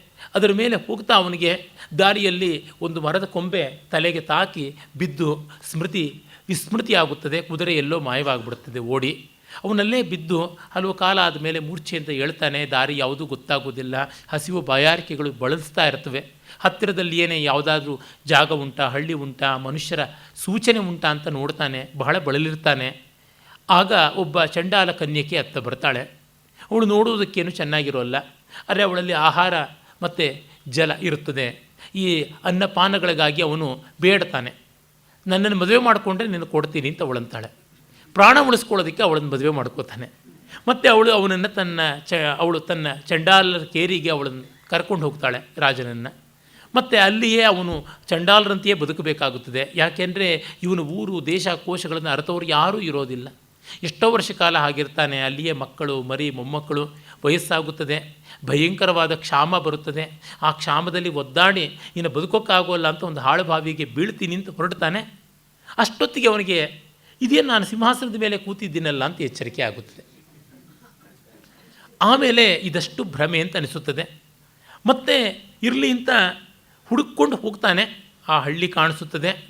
ಚಂಡಾಲ ಕುಲ ಉಂಟು, ಅದೇ ರೀತಿಯಾಗಿ ಎಲ್ಲ ಇದೆ. ಇದನ್ನೆಲ್ಲ ಕಂಡಿದ್ದೇ ಅಲ್ವಾ ಅನಿಸುತ್ತದೆ. ಈ ಮೂಲಕವಾಗಿ ಮನಸ್ಸಿನ ಕಲ್ಪನೆಗಳು, ಅನೇಕ ಲೋಕಗಳು ಇದೇ ಬಗೆಯಲ್ಲಿ ಇರುತ್ತವೆ ಅಂತ. ರಮಣ ಮಹರ್ಷಿಗಳನ್ನು ಯಾರೋ ಕೇಳಿದ್ರು, ಸ್ವರ್ಗ ನರಕಗಳು ಉಂಟಾ ಅಂತ. If you believe in the absolute existence of this world, even those exist ಅಂತಂದರು ಅವರು. ಇದು ಇಲ್ಲ ಅಂದರೆ ಅದೂ ಇಲ್ಲ ಅಂತ. ಈ ಅರ್ಥದಲ್ಲಿ ಇದನ್ನು ಕಾಣಬೇಕು ಅಂತ. ಹಾಗೆ ಶುಕ್ರಾಚಾರ್ಯರ ಬಗ್ಗೆ ಒಂದು ಕಥೆ ಬರುತ್ತದೆ. ಶುಕ್ರಾಚಾರ್ಯ ಒಮ್ಮೆ ಉಗ್ರವಾದ ತಪಸ್ಸು ಮಾಡ್ತಾ ಇದ್ದಾಗ ಯಾವುದೋ ಒಂದು ಸುಂದರವಾದ ಆಕಾರ ಕಾಣಿಸಿಕೊಳ್ತು. ಇಂದ್ರನ ಮಗಳು ಜಯಂತಿ ಅಂತ ಪುರಾಣಾಂತರಗಳಲ್ಲಿ ಗೊತ್ತಾಗುತ್ತದೆ. ಆ ವ್ಯಕ್ತಿ ಯಾರೋ ಅವಳನ್ನು ಹಿಂಬಾಲಿಸಿ ನೋಡಬೇಕು ಅಂತ ತನ್ನ ದೇಹವನ್ನು ಬಿಟ್ಟು ಸೂಕ್ಷ್ಮ ಶರೀರದಿಂದ ಹೊರಡ್ತಾನೆ. ಸ್ಥೂಲ ಶರೀರ ಹಿಮಾಲಯದ ಒಂದು ಪ್ರಾಂತದಲ್ಲೇ ಉಳಿದು ಬಿಡುತ್ತದೆ. ಆ ಸುಂದರಿ ಹಿಂದೆ ಹೋಗ್ತಾನೆ. ಅವಳು ದಿವ್ಯ ಲೋಕಗಳಿಗೆ ಹೋಗ್ತಾಳೆ. ಅಲ್ಲಿಯೇ ನೋಡ್ತಾ ಅದರೊಳಗೆ ಮೈಮರೆತು ಅವನು ಎಷ್ಟೋ ವರ್ಷ ಬರೋದೇನೇ ಇಲ್ಲ. ಹಾಗೆ ಹೋದವನು, ಸ್ವರ್ಗಕ್ಕೆ ಹೋದವರು ಸೂಕ್ಷ್ಮವಾಗಲಿ ಸ್ಥೂಲವಾಗಲಿ ಕಾರಣವಾಗಲಿ ಯಾವ ಶರೀರದಿಂದ ಹೋದರೂ ಅವರು ಭೂಮಿಗೆ ಬೀಳಲೇಬೇಕು. ಕಡೆಗೆ ಅವನು ಒಂದು ಮಳೆ ಹನಿಯ ರೂಪದಲ್ಲಿ ಬೀಳ್ತಾನೆ. ಒಂದು ಧಾನ್ಯ ರೂಪವನ್ನು ತಾಳ್ತಾನೆ. ಒಬ್ಬ ಮನುಷ್ಯನ ಶರೀರದೊಳಗೆ ಸೇರ್ತಾನೆ. ಒಬ್ಬ ಸ್ತ್ರೀಯ ಗರ್ಭವನ್ನು ಪ್ರವೇಶಿಸ್ತಾನೆ. ಅಲ್ಲಿ ಮಗುವಾಗಿ ಹುಟ್ಟುತ್ತಾನೆ, ಬೆಳೀತಾನೆ. ಮತ್ತೆ ನಾನಾ ವಿಧವಾದ ಜನ್ಮಾಂತರಗಳ ಕೋಟಲೆಯಲ್ಲಿ ಸುತ್ತಿ ಬಳಲಿ ಸುತ್ತಿ ಕಡೆಯಲ್ಲಿ ಮತ್ತೊಂದು ಮನುಷ್ಯ ಜನ್ಮ ಬಂದು ವೈರಾಗ್ಯ ಸಂಪನ್ನತೆಯಿಂದ ಹಿಮಾಲಯದಲ್ಲಿ ತಪಸ್ಸು ಮಾಡ್ತಾ ಇರ್ತಾನೆ. ಇತ್ತ ಶುಕ್ರಾಚಾರ್ಯನ ಮೊದಲಿನ ದೇಹ ಹಿಮಾಲಯದಲ್ಲಿ ಸ್ಥೂಲ ಶರೀರ ಯಾವುದುಂಟು ಅದು ಕಾಲಪುರುಷನ ಕ್ಷರಪುರುಷನ ಪ್ರಭಾವದಿಂದ ಕೊಳೆಯೋಕ್ಕೆ ಆರಂಭವಾಗುತ್ತದೆ. ಶುಕ್ರನ ತಂದೆ ಭೃಗುವಿಗೆ ಕೋಪ ಬರುತ್ತದೆ. ನನ್ನ ಮಗನ ಶರೀರವನ್ನು ಕೊಳೆಸೋದಕ್ಕೆ ನಿನಗೆಲ್ಲೇ ಅಧಿಕಾರ ಅಂತ ಅಕ್ಷರಪುರುಷನ ಕಾಲಪುರುಷನ ಕೇಳ್ತಾನೆ. ಅವರೆಲ್ಲ ಹೇಳ್ತಾರೆ, ನಿನ್ನ ಮಗನ ಜೀವವೇ ಇಲ್ಲಿಲ್ಲ, ಅದು ಸೂಕ್ಷ್ಮ ಶರೀರ ಎಲ್ಲಿಗೂ ಹೊರಟೋಗಿದೆ ಅಂತ. ಆಗ ಎಲ್ಲಿದ್ದಾನೆ ಅಂತ ನೋಡಿ ಅವನನ್ನು ಹುಡುಕಿ, ಅಯ್ಯ ನಿನ್ನ ಶರೀರಕ್ಕೆ ನೀನು ಬಾ ಅಂತ ಹೇಳಿ ಈ ಒಂದು ಮಾನವ ಶರೀರವನ್ನು ಬಿಟ್ಟು ಮತ್ತೆ ತಪಸ್ವಿ ಶರೀರಕ್ಕೆ ಬರ್ತಾನೆ ಅಂತ. ಅಂದರೆ ಯಾವುದೋ ತಪಸ್ಸು ಮಾಡುವಲ್ಲಿ ಎಲ್ಲಿಗೋ ಹೋಗಿ ಇನ್ನೇನೇನನ್ನೋ ಅವಸ್ಥೆಗಳು ತಾಳುವಂಥದ್ದು. ಈ ಸದೃಶವಾದ ಕಥೆಗಳನ್ನು ನಾವು ತುಂಬ ಕಾಣ್ತೀವಿ. ಅದೇ ರೀತಿಯಲ್ಲೇ ದೇವಾಸುರ ಸಂಗ್ರಾಮದಲ್ಲಿ ಅಸುರರ ಪಕ್ಷದಲ್ಲಿ ನಿಂತವನು ಶಂಬರ. ಶಂಬರಾಸುರ ವೈರಿ ಅಂತಲೇ ನಾವು ಇಂದ್ರನನ್ನು ಕೊಂಡಾಡ್ತೀವಿ. ಆ ಶಂಬರನನ್ನು ಎದುರಿಸುವಾಗ ಅವನ 3 ಜನ ಸೇನಾಪತಿಗಳು ತುಂಬ ದೊಡ್ಡ ಪ್ರತಿರೋಧ ಹುಡ್ತಾ ಇರ್ತಾರೆ. ದಾಮ, ವ್ಯಾಲ ಮತ್ತು ಕಟ ಅಂತ. ಆ 3 ಎದುರಿಸಲಾಗದೆ ದೇವತೆಗಳು ಒದ್ದಾಡ್ತಾ ಇದ್ದಾಗ ಬ್ರಹ್ಮ ಹೇಳ್ತಾನೆ, ನೀವು ಯೋಚನೆ ಮಾಡಬೇಡಿ, ಅವರಲ್ಲಿ ಸ್ವಾರ್ಥವನ್ನು ಕೆರಳಿಸಿ ಆ ತತ್ಕ್ಷಣ ಅವರು ಸೋಲ್ತಾರೆ ಅಂತ. ಹಾಗೆ ಅವರಲ್ಲಿ ಸ್ವಾರ್ಥವನ್ನು ಕೆರಳಿಸುವುದಾಗುತ್ತದೆ. ಆ 3 ಸೇನಾಧಿಪತಿಗಳು ಒಟ್ಟಾಗಿ ಯುದ್ಧ ಮಾಡೋದಿಲ್ಲ, ಅವರು ಹತರಾಗ್ತಾರೆ. ಮತ್ತು ಇನ್ನೊಂದು ಕಥೆ ಅದೇ ಶಂಬರಂದೇ, ಅದೇ ರೀತಿಯೇ ಮತ್ತೊಂದು ತ್ರಿತಯ, ಸೇನಾಪತಿ ತ್ರಿತಯ, ಭೀಮ, ಭಾಸ ಮತ್ತು ದೃಢ ಅಂತಕ್ಕಂಥದ್ದು. ಅವರೂ ಕೂಡ ಅಜಿಂಕ್ಯರಾಗಿದ್ದಾಗ ಅವರನ್ನು ಗೆಲ್ಲುವುದು ಹೇಗೆ ಅಂತ ದೇವತೆಗಳು ಮತ್ತೆ ಯೋಚನೆ ಮಾಡಿ ಕಡೆಯಲ್ಲಿ ಅವರಲ್ಲಿ ಅಹಂಕಾರವನ್ನು ಕೆರಳಿಸಿದರೆ ಆಗ ಅವರಲ್ಲಿ ಒಗ್ಗಟ್ಟು ಹೋಗುತ್ತದೆ, ದುಡಿಮೆ ಹೋಗುತ್ತದೆ, ಕ್ರಿಯಾಶೀಲತೆ ಸತ್ತು ಹೋಗುತ್ತದೆ, ಆಗ ಗೆಲ್ಲಬಹುದು ಅಂತ ಗೆಲ್ತಾರೆ. ಈ 2 ಕಥೆಗಳ ಮೂಲಕವಾಗಿ ಸ್ವಾರ್ಥ ಮತ್ತು ಅಹಂಕಾರಗಳು ಯಾವ ಸಾಧನೆಗೂ ಅಡ್ಡಿಯಾದಾಗ ಇನ್ನು ಆತ್ಮದರ್ಶನಕ್ಕೆ, ಆತ್ಮಸಾಧನೆಗೆ ಯಾವ ಮಟ್ಟದ ಅಡ್ಡಿಯಾಗ್ತಾರೆ ಅನ್ನೋದನ್ನು ಹೇಳಲೇಬೇಕಿಲ್ಲ ಅಂತನ್ನುವುದು ಬರುತ್ತದೆ. ಇದೇ ರೀತಿಯಲ್ಲಿಯೇ ದೀರ್ಘ ತಪಸ್ಸಿನ ಮಕ್ಕಳಾದಂತಹ ಪುಣ್ಯ ಮತ್ತು ಪಾವನ ಅನ್ನುವಂತಹ 2 ಅಣ್ಣ ತಮ್ಮಂದಿರ ಕಥೆ. ಅಲ್ಲಿ ಅವರು ಅನೇಕ ಜನ್ಮಗಳನ್ನು ಬೇರೆ ಬೇರೆ ರೀತಿಯಲ್ಲಿ ತಾಳಿ ಸುತ್ತಿ ನರಳಿ ಒದ್ದಾಡಿರತಕ್ಕಂಥದ್ದು ಆ ಕಥೆಯನ್ನು ನಾವು ಕಾಣ್ತೀವಿ. ಹಾಗೆಯೇ ಕಾಕಭುಷುಂಡ, ಆ ಕಥೆಯು ತುಂಬ ಪ್ರಸಿದ್ಧವಾದದ್ದು. ವಸಿಷ್ಠನಿಗೆ ಕಾಕಭುಷುಂಡ ಜ್ಞಾನೋದಯವನ್ನು ಉಂಟು ಮಾಡಿದ್ದು, ಆತ್ಮಚಿಂತನೆಗೆ ತೊಡಗಿಸಿದ್ದು ಅನ್ನುವ ಕಥೆಯಲ್ಲಿ ಬರುತ್ತದೆ. ಇದನ್ನು ವಸಿಷ್ಠರೇ ರಾಮನಿಗೆ ಹೇಳುವಂಥದ್ದಾಗುತ್ತದೆ. ಕಾಕಭುಷುಂಡ ಹಿಮಾಲಯದಲ್ಲಿ ಕೈಲಾಸ ಪರ್ವತದ ಬಳಿಯಲ್ಲಿ ಒಂದು ಗುಹೆಯಲ್ಲಿ ಒಂದು ಮರದ ಮೇಲೆ ಇರತಕ್ಕಂಥ ಪಕ್ಷಿ ಕಾಗೆ. ಆತನ ಬದುಕಿನ ಪ್ರಮಾಣ ಎಂಥದ್ದು, ಆಯುರ್ದಾಯ ಯಾವ ರೀತಿಯಾದದ್ದು ಅಂತನ್ನೋದು ಅಲ್ಲಿ ಗೊತ್ತಾಗುತ್ತದೆ. ಕೇಳ್ತಾನೆ ಒಮ್ಮೆ ವಸಿಷ್ಠ, ನಿನ್ನ ಆಯುಷ್ಯ ಎಷ್ಟು ದೊಡ್ಡದು ಅಂತ. ಇಷ್ಟು ವರ್ಷ ಅಷ್ಟು ವರ್ಷ ಅಂತ ಹೇಳೋಕ್ಕಾಗೋದಿಲ್ಲಪ್ಪ, ನಾನು 100 ಬ್ರಹ್ಮರನ್ನು ಕಂಡಿದ್ದೀನಿ, 8 ವಿಷ್ಣುಗಳನ್ನು ಕಂಡಿದ್ದೀನಿ, 1000 ಬುದ್ಧರನ್ನು ಕಂಡಿದ್ದೀನಿ, 11 ಬಾರಿ ರಾಮಾವತಾರವಾಯಿತು, 10 ಬಾರಿ ಕೃಷ್ಣಾವತಾರವಾಯಿತು, ಮತ್ತು ಮಹಾಭಾರತ ಯುದ್ಧ 10 ಬಾರಿ ಆಗಿದ್ದನ್ನು ನೋಡಿದ್ದೀನಿ, ರಾಮಾಯಣ 11 ಬಾರಿ ರಚಿತವಾದದ್ದನ್ನು ನೋಡಿದ್ದೀನಿ. ಇದೆಲ್ಲ ನನ್ನ ಆಯುಷ್ಯದಲ್ಲಿ ಆಗಿ ಹೋದಂಥ ಕೆಲವೊಂದು ಘಟನೆಗಳು ಅಂತಂತಾನೆ. ಅಂದರೆ ಕಾಲದ ಅಮೇಯತೆ, ಅಖಂಡತೆ, ಅಪಾರತೆ ಏನು ಅನ್ನೋದನ್ನು ಈ ಕಥೆ ಎಷ್ಟು ಚೆನ್ನಾಗಿ ಹೇಳುತ್ತದೆ ಅಂತ ಅನ್ನೋದು ಗೊತ್ತಾಗುತ್ತದೆ. ಕಡೆಯಲ್ಲಿ ಆ ಮೂಲಕ ಕಾಲದ ಈ ಒಂದು ಅಪಾರತೆಯಲ್ಲಿ ಸ್ವಾರಸ್ಯವನ್ನು ಕಾಣೋದಕ್ಕೆ ನನಗಾಗಿರುವುದು ಅಂಟಿಲ್ಲದೆ ಇರೋದರಿಂದ, ಆ ನಿರ್ಲೇಪವಾಗಿ ಜಗತ್ತನ್ನು ಕಾಣೋದರಿಂದ ನನಗೆ ಬದುಕಿನ ಬಗ್ಗೆಯೂ ಬೇಸರವಿಲ್ಲ. ಮನು ಹೇಳ್ತಾನಲ್ಲ, ನಾಭಿನಂದೇತ ಮರಣಂ ನಾಭಿನಂದೇತ ಜೀವಿತಂ ಅನ್ನುವಂಥದ್ದಾಗಿದೆ ಅಂತ. ಅದೇ ರೀತಿಯಲ್ಲಿ ದೇವರ ಪೂಜೆ ಹೇಗೆ ಮಾಡಬೇಕು ಅನ್ನುವಂಥ ಒಂದು ಪ್ರಶ್ನೆ ವಸಿಷ್ಠರಿಗೆ ಕಾಡುತ್ತದೆ. ಆಗ ಕಾಕಭೂಷಣರನ್ನೇ ಕೇಳುವುದಾಗುತ್ತದೆ. ಆ ಸಂದರ್ಭದಲ್ಲಿ ಯಾವುದರಿಂದ ನಿನಗೆ ತೃಪ್ತಿ ಆಗುತ್ತದೆಯೋ ಅದು ದೇವರ ಪೂಜೆ ಅಂತ ನಾವು ಮಾತು ಬರುತ್ತದೆ. ಯಾವುದರಿಂದ ನಿನಗೆ ಆತ್ಮಾಭಿಮುಖತೆ ಬರುತ್ತದೆಯೋ ಅದು ದೇವರ ಪೂಜೆ ಅಂತ. ಆ ರೀತಿಯಲ್ಲೇ ನಾವು ಅರ್ಜುನ ಕೃಷ್ಣನಿಂದ ಗೀತೋಪದೇಶ ಮಾಡಿಕೊಂಡ ಕಥೆಯನ್ನು ಕೂಡ ನಾವು ನೋಡ್ತೀವಿ. ತತ್ವ ಜಿಜ್ಞಾಸೆಯಿಂದಾಗಿ ಆತ್ಮ ವಿಚಾರ ಅವನಿಗೆ ಸ್ಪಷ್ಟವಾದ್ದರಿಂದ ಮೋಹ ಇಲ್ಲದೆ ಯುದ್ಧ ಮಾಡೋಕ್ಕಾಯಿತು ಅನ್ನುವುದು ಗೊತ್ತಾಗುತ್ತದೆ. ಮತ್ತು ಶತರುದ್ರರ ಕಥೆಯನ್ನು ಕೂಡ ಹಾಗೆಯೇ ನಾವು ನೋಡ್ತೀವಿ. ಅಂದರೆ ಆಲೋಚನೆಗೆ ಎಷ್ಟು ಶಕ್ತಿ ಇದೆ ಅಂತಂದರೆ, ಒಮ್ಮೆ ಒಬ್ಬ ರುದ್ರ ಅನೇಕ ರುದ್ರರಾದರಂತೆ. ಅವನು ಆ ಅನೇಕ ರುದ್ರರಾಗುವ ಮುನ್ನ ಬ್ರಾಹ್ಮಣನಾದಂತೆ, ಆಲೋಚನೆಯಿಂದಲೇ ಬ್ರಾಹ್ಮಣನಾದಂತೆ, ಆಲೋಚನೆಯಿಂದಲೇ ಮಾನವನಾದನಂತೆ, ಆಲೋಚನೆಯಿಂದಲೇ ಅಸ್ತಿತ್ವಕ್ಕೆ ಬಂದನಂತೆ ಅಂತ. ಮತ್ತು ಇಲ್ಲಿ ಇನ್ನೊಂದು ಕಥೆ ಬರ್ತದೆ. ಎಷ್ಟೆಲ್ಲ ಕಥೆಗಳಿರ್ತವೆ ಅಂತಂದರೆ, ಶ್ರೀರಾಮ ಒಮ್ಮೆ ಶ್ರಾದ್ದ ಮಾಡಬೇಕು ಅಂತ ಬ್ರಾಹ್ಮಣರನ್ನು ಗೊತ್ತು ಮಾಡುವ ಸಂದರ್ಭದಲ್ಲಿ ಗೆರೆಗಳನ್ನು ಹಾಕಿ ದಾಟಿಸಿದರೆ ಅವರು ಕಾಡಿನಲ್ಲಿರ್ತಕ್ಕಂಥ ಬೇಡರು ಬ್ರಾಹ್ಮಣರಾದರಂತೆ. ಹಿಂದಿರುಗಿಸಿದರೆ ಅವರು ಮತ್ತೆ ಬೇಡರಾಗಬಲ್ಲರು. ಇಲ್ಲ, ಈ ಗೆರೆಯಿಂದ ಆಚೆ ಉಳಿತೀವಿ ಅಂತಕ್ಕಂಥವರು ಅವರು ಮತ್ತೆ ಬ್ರಾಹ್ಮಣರಾಗಿ ಬ್ರಹ್ಮಜ್ಞಾನಿಗಳಾದರು ಅನ್ನುವಂಥದ್ದು. ಹೀಗೆ ವೇತಾಲ ಪಂಚವಿಂಶತಿ ಇಂಥ ಕಥೆ ಯಾವುದುಂಟು, ವಿಕ್ರಮಾದಿತ್ಯ ಮತ್ತು ವೇತಾಲ ಸಂವಾದದ ಕಥೆ, ಅದಕ್ಕೆ ಕೂಡ ಇಲ್ಲಿ ಬೀಜಾವಾಪವನ್ನು ನಾವು ನೋಡ್ತೀವಿ. ವೇತಾಳನ ಮೂಲಕವಾಗಿ ವಿಕ್ರಮಾದಿತ್ಯನಿಗೆ ಯಾವ ಭಯವೂ ಆಗದೆ ಅವನು ಕೇಳಿದ ಪ್ರಶ್ನೆಗಳಿಗೆಲ್ಲ ಉತ್ತರ ಕೊಡ್ತಾನೆ. ಅದು ಏನಂತಂದರೆ, ನಿರ್ಭೀತನಿಗೆ ಯಾವುದೂ ಏನೂ ಮಾಡೋಕ್ಕಾಗೋಲ್ಲ ಅಂತ. ಶ್ರೀರಾಮಕೃಷ್ಣ ಪರಮಹಂಸರ ಲೀಲಾ ಪ್ರಸಂಗದಲ್ಲಿ ಒಂದು ಸಂದರ್ಭ ಬರುತ್ತದೆ. ಅವರು ಪಂಚವಟಿಯಲ್ಲಿದ್ದಾಗ ಧ್ವನಿ ಉರಿಸಿಕೊಂಡಿದ್ದರು. ಅವರ ಗುರುಗಳು, ಅದ್ವೈತದ ಗುರುಗಳು ತೋತಾಪುರಿಯವರು ಆ ಬೆಂಕಿಯನ್ನು ನಿರಂತರವಾಗಿ ಜಾಗರಣ ಮಾಡಿ ಅಗ್ನಿಯ ಒಲೆ ಉರಿಸಿಕೊಂಡು ಅದರ ಕಾವಿನಲ್ಲಿ ಧ್ಯಾನ ಮಾಡ್ತಾ ಇದ್ದರು.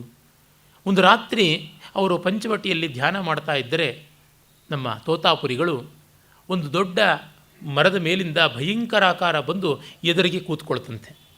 ಅದರ ಗಡ್ಡ ಮೀಸೆಗಳು ಮತ್ತು ಅದರ ಕೆಂಜಡೆಯು, ಆಮೇಲೆ ಅದರ ವಿಕರಾಳವಾದ ರೂಪ, ಕರಾಳವಾದಂಥ ಮುಖ, ಇದನ್ನೆಲ್ಲ ಕಂಡು ಯಾರಿಗೂ ಹೆದರಿಕೆ ಆಗಬೇಕು. ಅದೊಂದು ಬ್ರಹ್ಮರಾಕ್ಷಸ. ಆದರೆ ಆ ಬ್ರಹ್ಮರಾಕ್ಷಸನ ನೋಡಿ ಏನೂ ಅಂಜಿಕೆ ಇಲ್ವಂತೆ ಇವರಿಗೆ. ಓಹ್, ನೀನಾ, ಕೂತ್ಕೋ, ನಾನು ಯಾರು ಗೊತ್ತಾಯ್ತಾ? ಗೊತ್ತು, ನೀನು ಬ್ರಹ್ಮ, ನಾನು ಬ್ರಹ್ಮ, ಅಗ್ನಿಯೂ ಬ್ರಹ್ಮ, ವನವೂ ಬ್ರಹ್ಮ, ഇരുಳೂ ಬ್ರಹ್ಮ, ಜಗತ್ತು ಬ್ರಹ್ಮ, ಹಾಗಾಗಿ ತೆಪ್ಪಕ್ಕೆ ಕೂತಿರು ಅಂತ. ಈ ಮಟ್ಟದಲ್ಲಿದ್ದವರಿಗೆ ಯಾವುದು ಏನು ಮಾಡಬಲ್ಲದು? ಹೀಗಿರುವಂಥ ಕಥೆಗಳನ್ನು ನಾವು ಕಾಣ್ತೀವಿ. ಮತ್ತು ತುಂಬ ಪ್ರಸಿದ್ಧವಾದಂಥದ್ದು 5ನೆಯ ಅಧ್ಯಾಯದಲ್ಲಿ ಬರ್ತಕ್ಕಂಥ ಚೂಡಾಲ ಪ್ರಕರಣ. ಶಿಖಿಧ್ವಜ ಮಹಾರಾಜನ ಉಲ್ಲೇಖವನ್ನು ಅವರು ಮಾಡಿದರು. ಆತನ ಪತ್ನಿ ಚೂಡಾಲ, ಅವರಿಬ್ಬರಿಗೂ ಕೂಡ ಅನ್ಯೋನ್ಯ ದಾಂಪತ್ಯ. ಚಿಕ್ಕ ವಯಸ್ಸಿಗೆ ಚೆನ್ನಾಗಿ ಸಂತೋಷವನ್ನು ಪಟ್ಟು ಜಗತ್ತಿನ ರಾಜ್ಯದ ಕ್ಷೇಮವನ್ನು ನೋಡಿಕೊಳ್ತಾ ಸಂತೋಷ ಪಡ್ತಾ ಕಡೆಯಲ್ಲಿ ಅವರು ವೈರಾಗ್ಯವನ್ನು ತಾಳಿ ತತ್ವಚಿಂತನೆಯನ್ನು ಮಾಡೋದಕ್ಕೆ ತೊಡಗುತ್ತಾರೆ. ಆದರೆ ಗಂಡನಿಗೆ ಅಧ್ಯಾತ್ಮ ದರ್ಶನ ಆಗುವುದಿಲ್ಲ, ಇವಳಿಗೆ ಆಗುತ್ತದೆ. ಮತ್ತು ಅವನು ತಾನು ಕಾಡಿಗೆ ಹೊರಟು ಬಿಡ್ತೀನಿ ಅಂತ ಹೊರಡ್ತಾನೆ. ನಿನಗಾಯಿತು, ನನಗಾಗಲಿಲ್ಲ ಅಂತ. ಮತ್ತು ಹೆಂಡತಿಯ ಬಗ್ಗೆ ಒಂದು ಸ್ವಲ್ಪ ಉಪೇಕ್ಷೆಯೂ ಇರ್ತದೆ. ಇವಳು ಏನು ಮಹಾ ಕಂಡಿಲ್ಲ ಅನ್ನುವಂತೆ ಕೂಡ. ಇವಳು ಹೇಳ್ತಾಳೆ, ಕಾಡು ಅನ್ನೋದು ಕಾಡಲ್ಲ, ಊರು ಅನ್ನೋದು ಊರಲ್ಲ. ಈ ಸಾಯಣಾಚಾರ್ಯರ ಸುಭಾಷಿತ ಸುಧಾನಿಧಿಯಲ್ಲಿ ಒಂದು ಬಹಳ ಚೆನ್ನಾಗಿರುವ ಸುಭಾಷಿತ ಬರ್ತದಲ್ಲ, ಕಾಮಕ್ರೋಧ ವಿನಿರ್ಜಿತ್ಯ ಕಿಮರಣ್ಯೇ ಕರಿಷ್ಯತಿ, ವಿನಿರ್ಜಿತ್ಯ ತಾವೋಭೌ ಕಿಂಚ ಕಿಮರಣ್ಯೇ ಕರಿಷ್ಯತಿ ಅಂತ. ಕಾಮಕ್ರೋಧಗಳನ್ನು ಗೆದ್ದ ಮೇಲೆ ಕಾಡಲ್ಲಿ ಏನು ಮಾಡ್ತಾನೆ, ಅವುಗಳನ್ನು ಗೆಲ್ಲದೇ ಇದ್ದ ಮೇಲೆ ಕಾಡಲ್ಲಿ ಇನ್ನೇನು ಮಾಡ್ತಾನೆ ಅಂತ. ಉಭಯತಾ ವ್ಯರ್ಥವೇ ಆಗುತ್ತದೆ. ಅನಧೀತೆ ಮಹಾಭಾಷ್ಯೆ ವ್ಯರ್ಥ ಸಾ ಪದಮಂಜರಿ, ಅಧೀತೇಪಿ ಪುನರ್ಭಾಷ್ಯೆ ವ್ಯರ್ಥ ಸಾ ಪದಮಂಜರಿ. ಮಹಾಭಾಷ್ಯವನ್ನು ಓದದೇ ಇದ್ಮೇಲೆ ಹರದತ್ತ ಬರೆದಿರ್ತಕ್ಕಂಥ ಪದಮಂಜರಿ ಅರ್ಥ ಆಗೋಲ್ಲ, ವ್ಯರ್ಥ. ಅದನ್ನು ಅರ್ಥ ಮಾಡ್ಕೊಳ್ಳೋದಕ್ಕೆ ಮಹಾಭಾಷ್ಯ ಓದಿದ ಮೇಲೆ ಇದು ಓದಬೇಕಾಗಿಲ್ಲ ಅಂತ. ಕವಿರಾಜಂ ಅವಿಜ್ಞಾಯ ಕುತಃ ಕಾವ್ಯ ಕ್ರಿಯಾದರ, ಕವಿರಾಜಂತು ವಿಜ್ಞಾಯ ಕುತಃ ಕಾವ್ಯ ಕ್ರಿಯಾದರ ಅಂತ ಒಂದು ಮಾತು ಉಂಟು. ಕವಿರಾಜ ರಾಘವ ಪಾಂಡವಿಯ ಕಾವ್ಯ ಬರೆದವನು. ಯಮಕ ಕಾವ್ಯ, ಯಮಳ ಕಾವ್ಯ ಅದು. ಅಂದರೆ ದ್ವ್ಯರ್ಥಿ ಕಾವ್ಯ, ದ್ವಿಸಂಧಾನ ಅಂತ ಕರಿತೀವಿ. ರಾಮಾಯಣ ಮಹಾಭಾರತ ಒಟ್ಟೊಟ್ಟಿಗೆ ಅಲ್ಲಿ ಶ್ಲೇಷದ ರೂಪದಿಂದ ಬರುವಂಥ ಕಾವ್ಯ. ಇವನನ್ನು ಓದಿದ ಮೇಲೆ ಇನ್ನು ಬೇರೆ ಕಾವ್ಯಗಳನ್ನು ಯಾಕೆ ಓದಬೇಕು, ಇವನನ್ನು ಓದಲಿಲ್ಲ ಅಂದಮೇಲೆ ಮಿಕ್ಕ ಕಾವ್ಯಗಳನ್ನು ಯಾಕೆ ಓದಬೇಕು ಅಂತ. ಅವಿಜ್ಞಾತೆ ಪರೇ ತತ್ವೇ ಶಾಸ್ತ್ರಾಧೀತಿಸ್ತು ದುರ್ಲಭ ನಿಷ್ಫಲ, ವಿಜ್ಞಾತೇಪಿ ಪರೇ ತತ್ವೇ ಶಾಸ್ತ್ರಾಧೀತಿಸ್ತು ನಿಷ್ಫಲ ಅಂತ ವಿವೇಕ ಚೂಡಾಮಣಿಯ ಮಾತು. ಪರತತ್ವ ತಿಳ್ಕೊಳ್ಳದೇ ಇದ್ಮೇಲೆ ಸುಮ್ಮನೆ ಶಾಸ್ತ್ರ ಓದಿ ಏನು ಪ್ರಯೋಜನ? ಮತ್ತು ಪರತತ್ವ ತಿಳ್ಕೊಂಡ ಮೇಲೆ ಈ ಎಲ್ಲ ಶಾಸ್ತ್ರಗಳನ್ನು ಓದಿ ಏನು ಪ್ರಯೋಜನ ಅಂತ. ಈ ರೀತಿಯಾಗಿ ಆ ಒಂದು ವೈಯರ್ಥ್ಯ ಉಂಟು. ಅವಳು ಹೇಳ್ತಾಳೆ, ವನಕ್ಕೆ ಹೋಗಿ ಏನು ಪ್ರಯೋಜನ ಅಂತ. ಅವನು ಒಪ್ಕೊಳ್ಳಲ್ಲ, ಕಾಡಿಗೆ ಹೋಗಿ ಕೂತು ಬಿಡ್ತಾನೆ. ಇವಳು ರಾಜ್ಯಭಾರವನ್ನೆಲ್ಲ ಚೆನ್ನಾಗಿ ಮಾಡ್ತಾ ಇರ್ತಾಳೆ. ಬಹಳ ವಿಶೇಷವಾದಂಥದ್ದು ಚೂಡಾಲೋಪಾಖ್ಯಾನ. ನನಗಂತೂ ಯೋಗ ವಾಸಿಷ್ಠದ ಅತ್ಯಂತ ಪ್ರೀತಿಪಾತ್ರವಾದ ಅಧ್ಯಾಯ. ಮತ್ತು ನಮ್ಮ ಪರಂಪರೆಯಲ್ಲಿ ಹೆಂಡತಿಗೆ ಗಂಡ ಗುರುವಾಗಬಲ್ಲ, ಗಂಡನಿಗೆ ಹೆಂಡತಿ ಗುರುವಾಗಬಲ್ಲಳು, ಮಗನಿಗೆ ತಂದೆ, ತಂದೆಗೆ ಮಗ, ಹೀಗೆ ಯಾವುದೂ ಸಾಧ್ಯ. ಶ್ವೇತಕೇತು ತನ್ನ ತಂದೆ ಉದ್ದಾಲಕನ ಬಳಿ ಆತ್ಮಜ್ಞಾನವನ್ನು ಪಡ್ಕೊಂಡ. ಅದೇ ರೀತಿಯಲ್ಲಿ ನಾವು ನೋಡ್ತೀವಿ, ತನ್ನ ಮಗನ ಮೂಲಕವಾಗಿ ತನಗೆ ವಿವೇಕೋದಯವಾದಂಥದ್ದನ್ನು ವಾಜಶ್ರವಸ ಮತ್ತು ನಚಿಕೇತರ ಪ್ರಸಂಗದಲ್ಲಿ ನಚಿಕೇತ ಯಮನ ಬಳಿ ಕೇಳಿದ್ದು ವರ ಅದೇ, ತನ್ನ ತಂದೆ ವಿಗತಮನ್ಯುವಾಗಿ ಶಾಂತನಾಗಿ ದಾಂತನಾಗಿ ವಿವೇಕಿಯಾಗಿ ಬೆಳಗಬೇಕು ಅಂತ. ಮಗನ ಮೂಲಕವೇ ತಂದೆಗೆ ಅನುಗ್ರಹವಾದದ್ದು. ಹಾಗೆಯೇ ಹೆಂಡತಿ ಮೈತ್ರೇಯಿಗೆ ಗಂಡ ಯಾಜ್ಞವಲ್ಕ್ಯ ಪರಮತತ್ವೋಪದೇಶವನ್ನು ಮಾಡಿದ.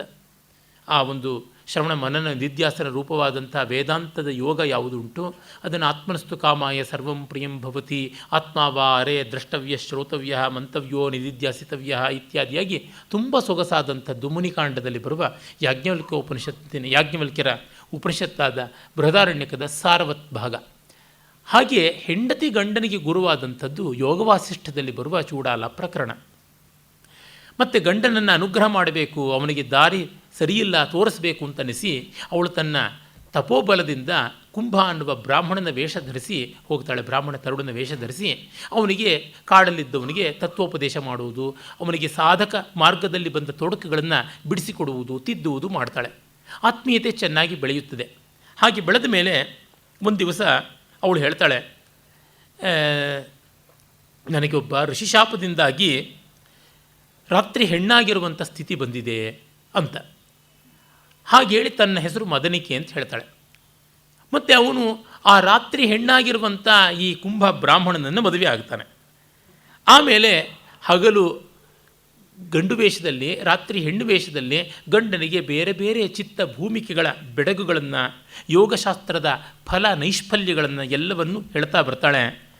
ಕಡೆಯಲ್ಲಿ ಅವಳು ಹೇಳ್ತಾಳೆ, ನೀನು ಏನು ಬಿಟ್ಟರೂ ಕಡೆಗೆ ಬಿಟ್ಟೆ ಎನ್ನುವ ಭಾವವನ್ನು ಬಿಡಬೇಕು ಅಂತ. ತ್ಯಜ ಧರ್ಮಂ ಅಧರ್ಮಂಚ ತ್ಯಜ ಸತ್ಯಾನೃತೆ ತಥಾ ಸತ್ಯಾನೃತೆ ಪುನಸ್ತ್ಯಕ್ವ ಏನ ತ್ಯಜಸಿ ತತ್ಯಜ ಅಂತ. ನಾನು ಇದು ದೇಹನೇ ಬಿಟ್ಬಿಡ್ತೀನಿ ವೇದಾಂತಕ್ಕೆ ಅಂತ ಬೆಟ್ಟದ ಮೇಲಿಂದ ಬೀಳೋಕ್ಕೆ ಹೋಗ್ತಾನೆ. ಬೀಳೋಕ್ಕೂ ಹೊರಟು ಬಿಡ್ತಾನೆ, ಬಿದ್ದು ಬಿಡ್ತಾನೆ. ಆಗ ಅವಳು ಹೇಳ್ತಾಳೆ, ನೀನು ಬಿದ್ದರೂ ಕೂಡ ಬೀಳ್ತೀನೋ ಭಾವವನ್ನು ನೀನು ಬೆಳೆಸ್ಕೊಂಡ್ಯಾ, ಅದನ್ನು ಗಟ್ಟಿಯಾಗಿ ಹಿಡ್ಕೊಂಡಿದ್ದೀಯಾ, ಹೀಗಾಗಿ ಇದನ್ನು ಬಿಡು ಅಂತ. ನೀನು ಸಂಸಾರ ಬಿಡಬೇಕಾಗಿಲ್ಲ, ಊರು ಕೇರಿ ಬಿಡಬೇಕಾಗಿಲ್ಲ, ಬಿಡುವುದು ಯಾವುದೂ ಅಲ್ಲ, ಬಿಡ್ತೀನಿ ಎನ್ನುವಲ್ಲಿರುವ ಅಹಂಕಾರದ ಭಾವವನ್ನು ಬಿಡಬೇಕು ಅಷ್ಟೇ ಅಂತ. ಅವನಿಗೆ ಆವಾಗ ತತ್ವಜ್ಞಾನ ಉಂಟಾಗುತ್ತದೆ. ಮತ್ತು ರಾಜ್ಯಕ್ಕೆ ಬರ್ತಾನೆ. ಇದ್ದೂ ಇಲ್ಲದಂತೆ ಜೀವನ್ಮುಕ್ತನಾಗಿ ಚೆನ್ನಾಗಿ ಬಾಳ್ತಾರೆ ಎನ್ನುವಂಥದ್ದು. ಹಾಗೆಯೇ ತುಂಬ ಸುಲಭವಾಗಿ ಕೆಲವೊಮ್ಮೆ ತತ್ವ ಸಿಗುತ್ತದೆ. ಅಂಥ ಸೊಗಸಾಗಿ ಸಿಗುವ ತತ್ವದ ಬಗ್ಗೆ ಲೋಕಕ್ಕೆ ಬೆಲೆ ಇರೋದಿಲ್ಲ. ತುಂಬ ಕಷ್ಟಪಟ್ಟು ತಿಳ್ಕೊಂಡ್ರೆ ಅಂತ ತಿಳ್ಕೊಂಡಿದ್ದು ಅಂತ ಒಂದು ಭ್ರಮೆ ಉಂಟು. ಈ ಸಂಗೀತಾದಿಗಳಲ್ಲಿ ಕೂಡ ಹಾಗೆ. ಸುಬೋಧವಾದ ಗೀತೆಗಳಿದ್ದರೆ ಅದು ಇಷ್ಟವಾಗೋದಿಲ್ಲ, ಕಠಿಣವಾಗಿರುವ ಸಂಗತಿಗಳು ಬೇಕು ಅಂತ. ಕಬ್ಬಿಣದ ಕಡಲೆ ಕೆಲವು ಸಂಗತಿಗಳು ಅಂತ. ಯಾಕೆ ಅಂತಂದರೆ ಮೊದಲನೇ ಸಂಗತಿಗೂ ಎರಡನೇ ಸಂಗತಿಗೂ ಒಂದೋ ಎರಡೋ ಸ್ವರ ಬಿಟ್ಟು ಇನ್ನು ವ್ಯತ್ಯಾಸವೇ ಇರೋದಿಲ್ಲ. ಅದನ್ನು ಜ್ಞಾಪಕ ಇಟ್ಕೊಳ್ಬೇಕಲ್ಲ, ಅದು ಬಹಳ ದೊಡ್ಡ ಕಷ್ಟ. ಅದು ಕಬ್ಬಿಣದ ಕಡಲೆ ಆಗಿರುತ್ತದೆ. ಅದೇ ರೀತಿಯಾಗಿ ಕೆಲವೊಮ್ಮೆ ಶಾಸ್ತ್ರ ಸರಣಿಯಲ್ಲಿಯೇ ದೋಷ ಇರುತ್ತದೆ. ಉದಾಹರಣೆಗೆ ಈ ನ್ಯಾಯ ವೈಶೇಷಿಕಾದಿಗಳ ಸಾಂಖ್ಯ ಇತ್ಯಾದಿಗಳ ಸರಣಿಯನ್ನು ನೋಡಿದರೆ ಗೊತ್ತಾಗುತ್ತದೆ intrinsic flaw in logic it self. ಆಗ ಆ ತಪ್ಪುಗಳನ್ನು ಸರಿಯಾಗಿ ಜ್ಞಾಪಕ ಇಟ್ಕೊಂಡು ತಪ್ಪು ಮಾಡಬೇಕಲ್ಲ, ಅದು ಬಹಳ ಕಷ್ಟ. ನೋಡಿ, ಇಟ್ಟಿಗೆಗಳನ್ನು ಒಪ್ಪವಾಗಿ ಜೋಡಿಸಬಹುದು, ಸಾಮಾನುಗಳನ್ನು ಸರಿಯಾಗಿ ಜೋಡಿಸಬಹುದು. ಆದರೆ ಚೆಲ್ಲಾಪಿಲ್ಲಿ ಮಾಡದಂತೆ ಜೋಡಿಸಿ ಅಂದರೆ ಬಹಳ ಕಷ್ಟ. ಚೆಲ್ಲಾಪಿಲ್ಲಿಯೂ ಮಾಡಬಹುದು, ಚೆಲ್ಲಾಪಿಲ್ಲಿಯಾಗಿರುವಂತೆ ನೀವು ಅರೇಂಜ್ ಮಾಡಬೇಕು ಅನ್ನೇ. ಅದಕ್ಕಿಂತ ಸರಿಯಾಗಿ ಅರೇಂಜ್ ಮಾಡಿ ಒಂದು ಸರ್ತಿ ಒಗಾಯಿಸ್ಬಿಟ್ಟು ಒದ್ದುಬಿಟ್ರೆ ಅದೇ ಚೆಲ್ಲಾಪಿಲ್ಲಿ ಆಗಿಬಿಡುತ್ತೆ ಅದು ಮೇಲೂ. ಹಾಗಲ್ಲದೆ ಚೆಲ್ಲಾಪಿಲ್ಲಿಯಾಗಿ ಕಾಣುವಂತೆ ಮಾಡುವುದು ಬಹಳ ಕಷ್ಟ. ಅಸ್ತವ್ಯಸ್ತತೆಯನ್ನು ವ್ಯವಸ್ಥಿತವಾಗಿ ರಚನೆ ಮಾಡುವುದು ತುಂಬ ಕಷ್ಟದ ಸಂಗತಿ. ಹೀಗಾಗಿ ನಾವು ಎಷ್ಟೋ ಬಾರಿ ಕಠಿಣಾತಿ ಕಠಿಣವಾದ ವಿಷಯಗಳು ತುಂಬ ಶ್ರೇಷ್ಠವಾದವು ಅಂತಂದುಕೊಂಡು ಅವುಗಳಿಗೆ ತುಂಬ ಸಮಯ ಬೇಕು, ಮತ್ತೊಂದು ಬೇಕು ಅಂತಂದುಕೊಂಡು ಸುಲಭವೂ ಸುಂದರವೂ ಸಹಜವೂ ಸತ್ಯವೂ ಆದ ಮಾರ್ಗಗಳನ್ನು ಬಿಟ್ಟುಬಿಡ್ತೀವಿ. ಅದನ್ನು ಕುರಿತು ಯೋಗ ವಾಸಿಷ್ಠ ಹೇಳುತ್ತದೆ. ಒಬ್ಬ ಯಾವಾಗಲೂ ಒಮ್ಮೆ ಹಾದಿಹೋಗ ಚಿಂತಾಮಣಿಯನ್ನು ತಾನು ಸಂಪಾದಿಸಿಕೊಳ್ಬೇಕು ಅಂತಂದುಕೊಂಡ. ನೆನೆದದ್ದನ್ನೆಲ್ಲ ಕೊಡುವಂಥದ್ದು ಚಿಂತಾಮಣಿ. ಹಾಗಂದುಕೊಂಡು ಅವನು ಹೋಗ್ತಾ ಇದ್ದರೆ ಒಂದು ಮಣಿ ಸಿಕ್ಕೇ ಬಿಡ್ತು, ಅದು ಚಿಂತಾಮಣಿ. ಅವನು ಅಂದ್ಕೊಂಡಂತೆ ಇದು ಚಿಂತಾಮಣಿ ಅಲ್ಲ, ಇಷ್ಟು ಸುಲಭವಾಗಿ ಸಿಗೋಕ್ಕೆ ಸಾಧ್ಯ ಇಲ್ಲ ಅಂತ ಅದನ್ನು ತಿಪ್ಪೆಗೆಸ್ದು ಮತ್ತೆ ಕಾಡೆಲ್ಲ ಹುಡ್ಕೋದಿಕ್ಕೆ ಹೋದ, ಸಿಗಲೇ ಇಲ್ಲ. ಪರೀಕ್ಷೆ ಮಾಡಿ ನೋಡ್ಬೋದಾಗಿತ್ತಲ್ಲ, ಇದು ಹೌದೋ ಅಲ್ವೋ, ನಾನು ನೆನೆದದ್ದು ಅದು ದೊರಕಿಸಿಕೊಡುತ್ತದೆಯೋ ಇಲ್ವೋ ಅಂತನ್ನುವಂಥದ್ದು. ಹಾಗೆಯೇ ಒಂದು ಆನೆ ಅದು ತನ್ನ ಮಾವಟಿಗನ ಹತೋಟಿಯಲ್ಲಿತ್ತು. ಒಮ್ಮೆ ಅದು ಪ್ರಯತ್ನ ಮಾಡಿ ತಪ್ಪಿಸಿಕೊಳ್ಳೋದಕ್ಕೆ ನೋಡ್ತು, ಆಗಲಿಲ್ಲ. ಮತ್ತೆ ಅದು ಪ್ರಯತ್ನವೇ ಮಾಡಲಿಲ್ಲ. ನಾವು ಸ್ವತಂತ್ರರಾಗೋದಕ್ಕೆ ಒಮ್ಮೆ ಮಾಡಿದ ಪ್ರಯತ್ನ ವಿಫಲವಾದರೆ ಮತ್ತೊಮ್ಮೆ ಇನ್ನೊಮ್ಮೆ ಮಗುದೊಮ್ಮೆ ಮಾಡಬೇಕು. ಶಂಕರರು ಒಂದು ಕಡೆ ಹೇಳ್ತಾರೆ, ನಿಮ್ಮಪ್ಪ ಅಜ್ಞಾನಿಯಾಗಿದ್ದ ಅಂದ ಮಾತ್ರಕ್ಕೆ ನೀನು ಅಜ್ಞಾನಿಯಾಗೇ ಸಾಯಬೇಕು ಅಂತ ಏನೂ ಇಲ್ಲ, ಪ್ರಯತ್ನ ಮಾಡು ಅಂತ. ಯೋಗ ವಾಸಿಷ್ಠ ಹೇಳುತ್ತದೆ, ತಾತಸ್ಯ ಕೂಪೋಯ ಮಿತಿ ಬ್ರುಮಾಣಾಹ ಕ್ಷಾರಂ ಜಲಂ ಕಾಪುರುಷಾಃ ಪಿಬಂತಿ. ಅಪ್ಪ ತೋಡೆದ ಬಾವಿ ಅಂತ ಅಲ್ಲಿಗೆ ಕಟ್ಟು ಬಿದ್ದವರು ಉಪ್ಪು ನೀರು ಕುಡಿತಾರಷ್ಟೇ ಹೊರತು ಇನ್ನೇನೂ ಅಲ್ಲ ಅಂತ. ಅದೇ ರೀತಿಯಲ್ಲಿ ಮಿಥ್ಯಾಪುರುಷ ಅಂತನ್ನುವಂಥ ಕಥೆ ಒಂದು ಬರುತ್ತದೆ. ತಾಯಿ ಮಗನಿಗೆ ಹೇಳ್ತಾಳೆ, ಒಂದು ಊರು, ಆ ಊರು ಅನ್ನೋದು ಇರಲೇ ಇರಲಿಲ್ಲ, ಅಲ್ಲೊಬ್ಬ ರಾಜ, ಅವನು ಹುಟ್ಟೇ ಇರಲಿಲ್ಲ, ಅವನಿಗೆ 3 ಜನ ಮಕ್ಕಳು, ಅವ್ರಿಗೆ ಹೆಸರೇ ಇರಲಿಲ್ಲ. ಹೀಗೆ ಈ ರೀತಿಯಾಗಿ ಹೇಳ್ಕೊಂಡು ಬರುವಂಥದ್ದು ಜಗತ್ತು ಹಾಗೆಯೇ ಅಂತ. ಅಂದರೆ ನಾವು ಕಾಣುವ ಜಗತ್ತಿದೆಯಲ್ಲ, ಇದಕ್ಕೇನು ಅರ್ಥ ಅಂತಂದರೆ ನಾವು ಕಂಡಷ್ಟೇ ಅರ್ಥ. ನಾವು ಕಾಣದ್ದು ಜಗತ್ತು ನಮಗಿಲ್ಲ. Out off site is out of mind, out of mind is out of existence ಅಂತ. ಈ ಅರ್ಥದಲ್ಲಿ ನೋಡಬೇಕು ಅನ್ನುವಂಥ ಒಂದು ಕಥೆಯನ್ನು ಹೇಳುವುದಾಗಿದೆ. ಆಮೇಲೆ ಮತ್ತೊಂದು ಕಥೆ ಬರುತ್ತದೆ.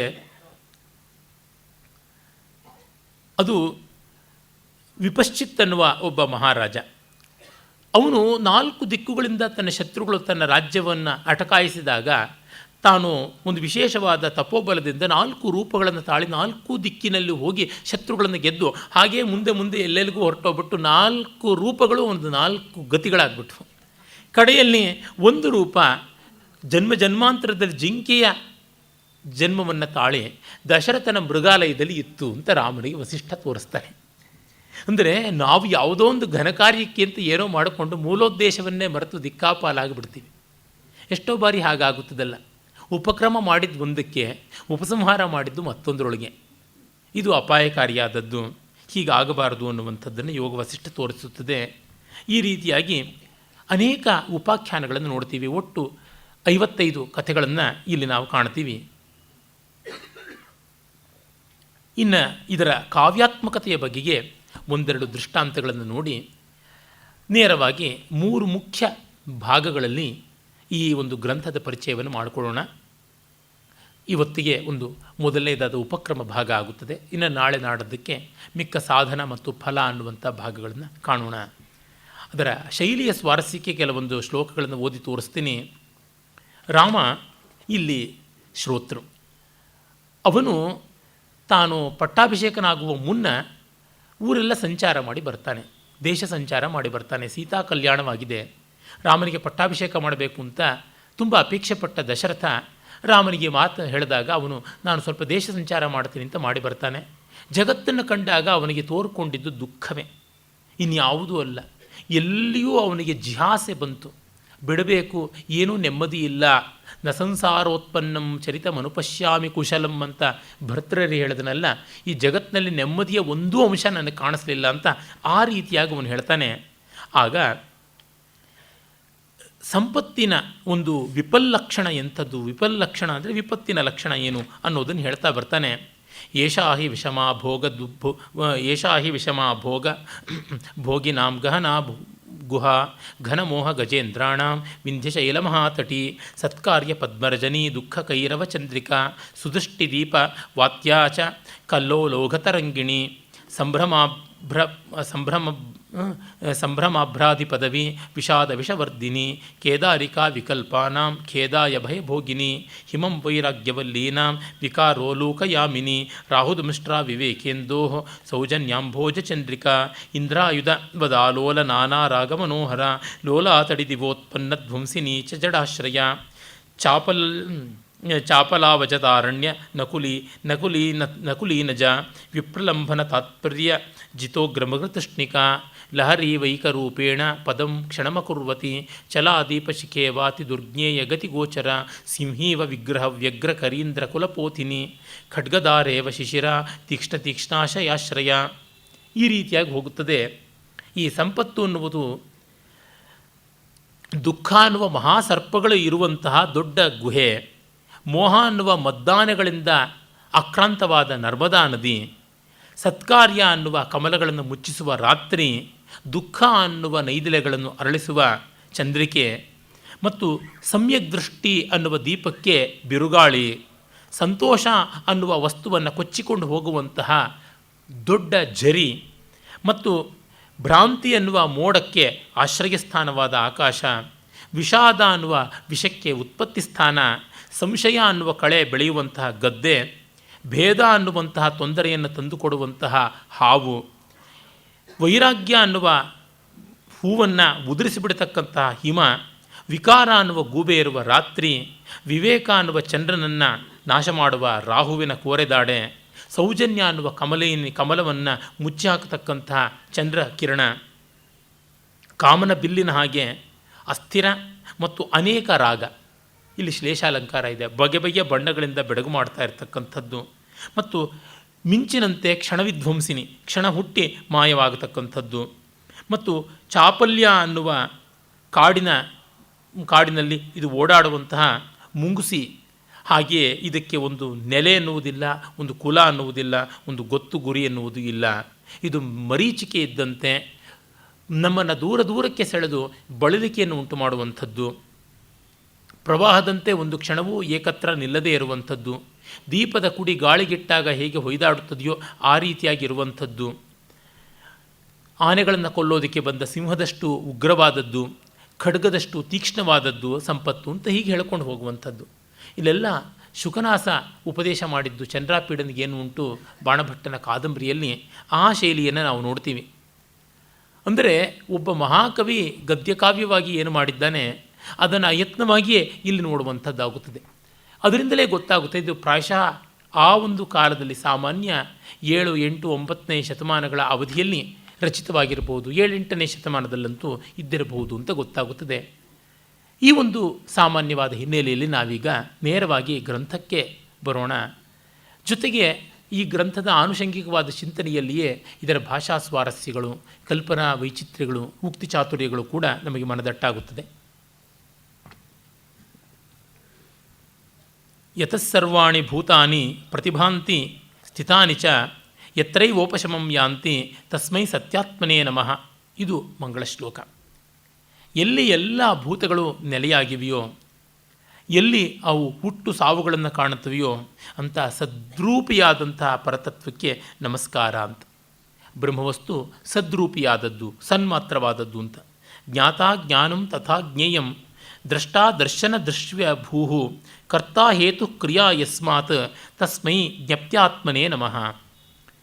ತಿಳಿಯುವವನು ತಿಳಿಯಲ್ಪಡುವುದು, ತಿಳಿಯುವಿಕೆ ನೋಡುವಿಕೆ, ನೋಡುವವನು ನೋಡಲ್ಪಡುವಿಕೆ, ಮಾಡುವವನು ಮಾಡಲ್ಪಡುವುದು, ಮಾಡುವಿಕೆ ಅಂತ ಜ್ಞಾತೃಜ್ಞೇಯ ಜ್ಞಾನ, ದೃಕ್ ದೃಶ್ಯ ದರ್ಶನ, ಕರ್ತೃಕ್ರಿಯೆ ಕರ್ಮ ಅನ್ನುವ ತ್ರಿಪುಟಿಗಳೆಲ್ಲವೂ ಯಾವುದೊಂದಾಗಿದೆ ಆ ಒಂದು ಜ್ಞಾನಾತ್ಮನಿಗೆ, ಜ್ಞಪ್ತ್ಯಾತ್ಮನಿಗೆ ನಮಸ್ಕಾರ ಅಂತನ್ನುವ ಮೂಲಕವಾಗಿ ಸತ್ತಾದ ಮೇಲೆ ಬರುವ ಚಿತ್ ಜ್ಞಾನಸ್ವರೂಪಿ ಪರವಸ್ತು ಅನ್ನುವುದಕ್ಕೆ ನಮಸ್ಕಾರ ಸಲ್ಲಿಸುವುದಾಗಿದೆ. ಸ್ಫುರಂತಿ ಶೀಕರ ಯಸ್ಮಾತ್ ಆನಂದಸ್ಯಾಂಬರೇವನೋ ಸರ್ವೇಷಾಂ ಜೀವನಂ ತಸ್ಮೈ ಬ್ರಹ್ಮಾನಂದಾತ್ಮನೇ ನಮಃ. ಎಲ್ಲಿ ಆನಂದ ಸಮುದ್ರದಲ್ಲಿ ಒಂದು ತುಂತುರು ಬಿದ್ದರೂ ಸಾಕು ನಮಗೆ ಅತ್ಯಂತ ಉತ್ಕರ್ಷದ ಹರ್ಷವಾಗುತ್ತದೆಯೋ ಆ ರೀತಿ ಇರುವಂತಹ ಆನಂದ ಸ್ವರೂಪಿಯಾದ ಬ್ರಹ್ಮಕ್ಕೆ ನಮಸ್ಕಾರ ಅಂತ. ಈ ಸತ್ ಚಿತ್ ಆನಂದಗಳೇ ಬ್ರಹ್ಮ. ಇದು ಅದರ ಸ್ವರೂಪ ಲಕ್ಷಣ. ಅದರ ತಟಸ್ಥ ಲಕ್ಷಣ ಬೇರೆ, ಸ್ವರೂಪ ಲಕ್ಷಣ ಬೇರೆ ಅಂತಾರೆ. ಇದು ವಸ್ತುತಃ ಸ್ವರೂಪವೇ ಆಗಿದೆ. ಅಂಥ ಸ್ವರೂಪಕ್ಕೆ ನಮಸ್ಕಾರ ಅನ್ನುವಂಥದ್ದನ್ನು ನಾವಿಲ್ಲಿ ಕಾಣ್ತೀವಿ. ಆಮೇಲೆ ಗ್ರಂಥದ ಬಗೆಗೆ ಮೊದಲಿಗೆ ಗ್ರಂಥಕರ್ತರು ಹೇಳಿಕೊಳ್ತಾನೆ. ಯತ್ಕಥ್ಯತೆ ಹೃದಯಂಗಮಯೋಪಮಾನ ಯುಕ್ತಿಯಾಗಿರ ಮಧುರಯುಕ್ತ ಪದಾರ್ಥಯಾಚ ಶ್ರೋತುಸ್ತದಂಗ ಹೃದಯಂ ಪರಿತೋ ವಿಸಾರಿ ವ್ಯಾಪ್ನೋತಿ ತೈಲಮೇವ ವಾರಿಣಿ ವಾರ್ಯಶಂಕಾಂ. ಹೇಗೆ ನೀರಿನಲ್ಲಿ ಹಾಕಿದ ಎಣ್ಣೆ ಅಗಲಗಲವಾಗಿ ಹರಡಿಕೊಂಡು ವಿಸ್ತಾರವನ್ನು ಪಡೆಯುತ್ತದೆಯೋ ಆ ರೀತಿ ಹೃದಯಂಗಮವಾದ ಉಪಮಾನ, ದೃಷ್ಟಾಂತ ಮೊದಲಾದ ನಿರೂಪಣೆಗಳ ಮೂಲಕವಾಗಿ ಕಾವ್ಯಾತ್ಮಕವಾಗಿ ಬಂದಂಥ ತತ್ವ ಶ್ರೋತೃವಿನ ಮನೋಹಾರ ಆಗಿ ಅದು ಹೃದಯದಲ್ಲಿ ಗಟ್ಟಿಯಾಗಿ ನೆಲೆಸುತ್ತದೆ ಅಂತನ್ನುವ ಮಾತನ್ನು ಹೇಳ್ತಾನೆ. ಹಾಗಲ್ಲದೆ ತ್ಯಕ್ತೋಪಮಾನಂ ಅಮನೋಜ್ಞ ಪದಂ ದುರಾಪಂ ಕ್ಷುಬ್ಧಂ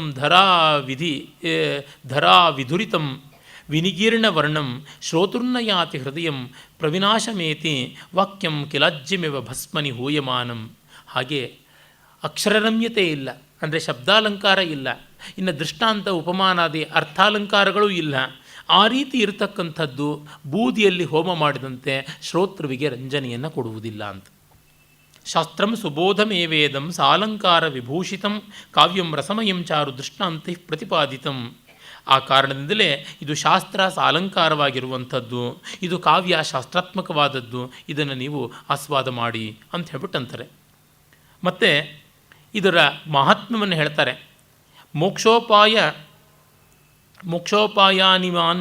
ಇಮಾನಿ ಪುಣ್ಯಾನ್ ಪ್ರತ್ಯಕ್ಷಾನುಭವಾರ್ಥದಾನ್ ಬಾಲೋಪ್ಯಾಕರ್ಣ್ಯತಜ್ಞಾತ್ವ ಯಾತಿ ಕಾ ತ್ವಾದೃಶೇ ಕಥಾ. ಈ ಒಂದು ಮನೋಹರವಾದ ಮೋಕ್ಷೋಪಾಯ ಯಾವುದುಂಟು, ಇದನ್ನು ಹುಡುಗನೂ ಕೇಳಿ, ತತ್ವಜಿಜ್ಞಾಸುವಾದ ಹುಡುಗನೂ ಕೇಳಿ ಜ್ಞಾನಿ ಆಗ್ತಾನೆ ಅಂದಮೇಲೆ ಇನ್ನು ಪ್ರಬುದ್ಧನಿಗೆ ಹೇಳುವಂಥದ್ದು ಏನಿದೆ? ಸರ್ವ ದುಃಖ ಕ್ಷಯಕರಂ ಪರಮಾಶ್ವಾಸನಂ ಧಿಯ ಸುಖ ದುಃಖ ಕ್ಷಯಕರಂ ಮಹಾನಂದೈಕ ಕಾರಣಂ. ಎಲ್ಲ ದುಃಖವನ್ನು ನಿವಾರಣೆ ಮಾಡಿ ಅಭಯವನ್ನು ಕೊಡುವಂಥದ್ದು ಮತ್ತು ಆನಂದವನ್ನು ತಂದುಕೊಡುವಂಥದ್ದು, ಇದು ಇದರ ಮಹಾತ್ಮ್ಯ. ವೇದಾಂತದಿಂದ ಆಗುವ ಪ್ರಯೋಜನ ಇಷ್ಟೇ, ಭಯ ಮೋಹ ಶೋಕಗಳ ನಾಶ. ಅದನ್ನು ಇದು ಹೇಳೋದಕ್ಕೆ ಹೊರಟಿದೆ. ಮತ್ತು ಇದನ್ನು ವಾಲ್ಮೀಕಿಗಳು ಆರಂಭ ಮಾಡಿದ್ದು, ಆ ಬಳಿಕ ರಾಮ ಇದನ್ನು ಕೇಳೋಕ್ಕೆ ತೊಡಗಿದ್ದು.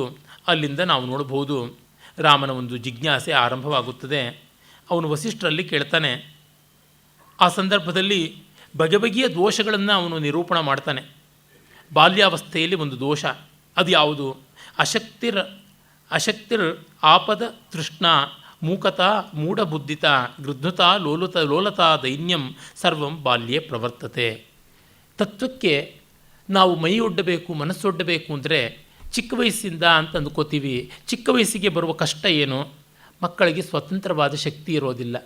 ಅವುಗಳ ಶರೀರ ಇನ್ನೂ ಪೇಶಲವಾದದ್ದು, ಬುದ್ಧಿ ಇನ್ನೂ ಬೆಳೆದಿಲ್ಲ, ದೇಹವಂತೂ ಬೆಳೆದೇ ಇಲ್ಲ. ಹೀಗಾಗಿ ಅಶಕ್ತಿ. ಆಮೇಲೆ ಆಪದ, ನಾನಾ ವಿಧವಾದ ತೊಂದರೆಗಳು ಮಕ್ಕಳಿಗೆ ಬರುತ್ತವೆ. ಬೇಕಾದಷ್ಟು ಬಾಲಗ್ರಹಗಳು ಉಂಟಲ್ಲ. ಆಮೇಲೆ ತೃಷ್ಣ, ಮಕ್ಕಳಿಗೆ ಬೇಕಾದಷ್ಟು ಆಸೆ ಉಂಟು, ಆ ವಸ್ತುವಿನ ಮೇಲೆ ಈ ವಸ್ತುವಿನ ಮೇಲೆ. ಹೀಗೆ ಮಾತು ಚೆನ್ನಾಗಿ ಬರೋಲ್ಲ, ಮೂಕತ ಮೂಢಬುದ್ಧಿತ, ತರ್ಕ ಶುದ್ಧವಾಗಿ ಬೆಳೆಯುವುದಿರೋಲ್ಲ. ಹಾಗಾಗಿ ಇವೆಲ್ಲ ಉಂಟು. ಗೃಧ್ನುತ ಮತ್ತು ಸಣ್ಣ ಬುದ್ಧಿ, ನಿಂದಲ್ಲಿ ನಿಲ್ಲುವುದಿಲ್ಲ, ಚಾಂಚಲ್ಯ ಲೋಲತ. ಆಮೇಲೆ ಬೇಗ ದುಃಖಕ್ಕೆ ಒಳಗಾಗುವುದು, ಅಳುವುದು, ಗೋಳಾಡುವುದು, ಹಠ ಮಾಡುವುದು, ಈ ದೈನ್ಯ, ಇವೆಲ್ಲ ಬಾಲ್ಯದಲ್ಲಿ ಕಾಣುವಂಥ ದೋಷಗಳು ಅಂತ. ಇನ್ನು ಯೌವನದ ದೋಷಗಳಂತೂ ದೊಡ್ಡ ಪಟ್ಟಿಯನ್ನೇ ಕೊಟ್ಟುಬಿಟ್ಟಿದ್ದಾರೆ. ಅದರೊಳಗೆ ನಿಮೇಶ ಭಾಸುರಾಕಾರಂ ಆಲೋಲ ಘನಗರ್ಜಿತಂ ವಿದ್ಯುತ್ ಪ್ರಕಾಶಮಶಿವಂ ಯೌವನಂ ಮೇ ನರೋಚತೆ ಅಂತ ರಾಮ ಹೇಳ್ತಾನೆ. ಅದೊಂದು ಮಿಂಚಿದ್ದಂತೆ, ಕಣ್ಣು ಕೋರೈಸುತ್ತದೆ, ಏನೂ ಬೆಳಕು ಅದಕ್ಕೆ ಪ್ರಯೋಜನಕ್ಕೆ ಬರೋಲ್ಲ. ಮಿಂಚಿನ ಬೆಳಕಲ್ಲಿ ಪುಸ್ತಕ ಓದಿದವರುಂಟೆ. ಈ ರೀತಿಯಾದದ್ದು ಯೌವನದ ಒಂದು ಸ್ಥೈರ್ಯ, ಯೌವನದ ಒಂದು ಶಕ್ತಿ, ಯೌವನದ ಒಂದು ಬುದ್ಧಿ, ಉತ್ಸಾಹ, ಇವ್ಯಾವುವೂ ಕೂಡ ತತ್ವಜಿಜ್ಞಾಸೆಗೆ ಸಹಕಾರಿಗಳಾಗಿರೋದಿಲ್ಲ. ಹಾಗಾಗಿ ಇದೂ ಪ್ರಯೋಜನವಿಲ್ಲ. ತನಗೀಗ ಬಾಲ್ಯ ಕಳೆದು ಯೌವನ ಬಂದಿದೆ, ಏನೂ ಆಗ್ತಾ ಇಲ್ಲ ಅಂತ ಈ ಭೋಗ ವೈರಾಗ್ಯವನ್ನು ಅವನು ಹೇಳಿಕೊಳ್ತಾ ಬರ್ತಾನೆ. ಮತ್ತು ಮುಪ್ಪು ಅದೇ ರೀತಿಯಲ್ಲಿ ಜರಾ ಮಾರ್ಜಾರಿಕಾ ಭುಂಕ್ತೆ ಯೌವನಾಕುಂ ತಥೋದ್ಧತ ಪರಮುಲ್ಲಾಸಮಾಯಾತಿ ಶರೀರಾಮಿಷ ಗರ್ಧಿನಿ. ಈ ಮುಪ್ಪು ಅನ್ನುವ ಬೆಕ್ಕು ಯೌವನ ಅನ್ನುವ ಇಲಿಯನ್ನು ನುಂಗಿ ನೊಣದು ಬಿಡುತ್ತದೆ. ಮತ್ತು ಈ ದೇಹ ಅನ್ನುವಂಥ ಆಮಿಷಕ್ಕೆ ಸದಾ ಬಾಯಿ ಬಿಟ್ಕೊಂಡಿರೋ ಮಹಾಮತ್ಸ್ಯ, ಇಂಥ ಒಂದು ಮುಪ್ಪನ್ನು ಯಾರು ಬಯಸ್ತಾರೆ? ಹೀಗಾಗಿ ಯೌವನದಲ್ಲಿ ತತ್ವೋದಯ ಆಗಬೇಕು. ಅದಕ್ಕಾಗಿ ನಾನು ಕೇಳ್ತಾ ಇರುವಂಥದ್ದು ಅಂತ. ಇನ್ನು ಕಾಲವಾದರೂ ಯಾವ ರೀತಿ? ನತದಸ್ತೀಹ ಯದಯಂ ಕಾಲ ಸಕಲ ಘಸ್ಮರಃ ಗ್ರಸತೆ ತಜ್ಜಗಜ್ಜಾತಂ ಪ್ರೋತ್ತಾಬ್ಧಿಮಿವ ವಾಡಬಃ. ಕಾಲ ನುಂಗದ ಇರತಕ್ಕಂಥದ್ದು ಯಾವುದೂ ಇಲ್ಲ. ಜಗತ್ತನ್ನೇ ನುಂಗಿ ನೊಣೆಯುತ್ತದೆ, ತಿಂದು ತೇಗುತ್ತದೆ, ಸುಟ್ಟು ಉರುಬುತ್ತದೆ. ಕಿಂಶ್ರಯ ಕಿಂಚ ರಾಜ್ಯೇನ ಕಿಂಕಾಯೇನ ಕಿಮೀಹಿತೈ ದಿನಃ ಕತಿಪಯೇರೇವ ಕಾಲ ಸರ್ವಂ ನಿಕೃಂತತಿ.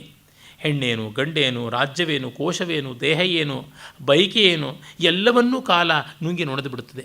ಭರ್ತೃರಿ ಹೇಳ್ತಾನಲ್ಲ, ಸಾರಮ್ಯ ನಗರಿ ಮಹಾನ್ಸ ನೃಪತಿ ಸಾಮಂತ ಚಕ್ರಂಚ ತತ್ ಪಾರ್ಶ್ವೇ ತಸ್ಯ ಚ ಸಾ ವಿದಗ್ಧ ಪರಿಷತ್ ತಾಶ್ಚಂದ್ರಬಿಂಬಾನನಾಃ ಉದ್ಧೃತಸ್ಸ ಚ ರಾಜಪುತ್ರ ನಿವಹಃ ತೇ ಬಂದಿನಸ್ತಾಃ ಕಥಾಃ ಸರ್ವಂ ಯಸ್ಯ ವಶಾದಗಾತ್ ಸ್ಮೃತಿಪಥಂ ಕಾಲಾಯ ತಸ್ಮೈ ನಮಃ. ಆ ರಾಜ, ಆ ರಾಣಿ, ಆ ರಾಜಕುಮಾರರು, ಆ ಮಂತ್ರಿವರ್ಗ, ಆ ಅಬ್ಬರ, ಆ ಕೋಲಾಹಲ, ಆ ವಿದ್ವಾಂಸರ ವಿದಗ್ಧ ಪರಿಷತ್ತಿನ ವಾಗ್ವಿಲಾಸ, ಆ ಸುಂದರಿಯರಾದ ನರ್ತಕಿಯರ ಹಾವಭಾವ ಬಿಬ್ಬೋಕ ವಿಲಾಸಗಳು ಇವೆಲ್ಲವೂ ಕೂಡ ಯಾವನ ಪ್ರಭಾವದಿಂದ ಕೇವಲ ಜ್ಞಾಪಕ ಮಾತ್ರವಾಗಿ ಉಳಿದುಬಿಡುತ್ತೋ, ನಾಮಾವಶಿಷ್ಟವಾಯಿತೋ ಅಂಥ ಕಾಲಪುರುಷನಿಗೆ ನಮಸ್ಕಾರ ಅಂತಾನೆ. ಇಲ್ಲಿ ಅದೇ.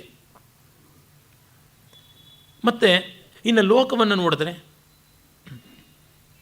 ಲೋಕವೂ ಅದೇ ರೀತಿಯಾಗಿದೆ. ಆಗಮಾಪಾಯಿನೋ ಭಾವಾಹ ಭಾವನಾ ಭವಬಂಧನಿ ನಿಯತೆ ಕೇವಲಂ ಕ್ವಾಪಿ ನಿತ್ಯಂ ಭೂತ ಪರಂಪರ.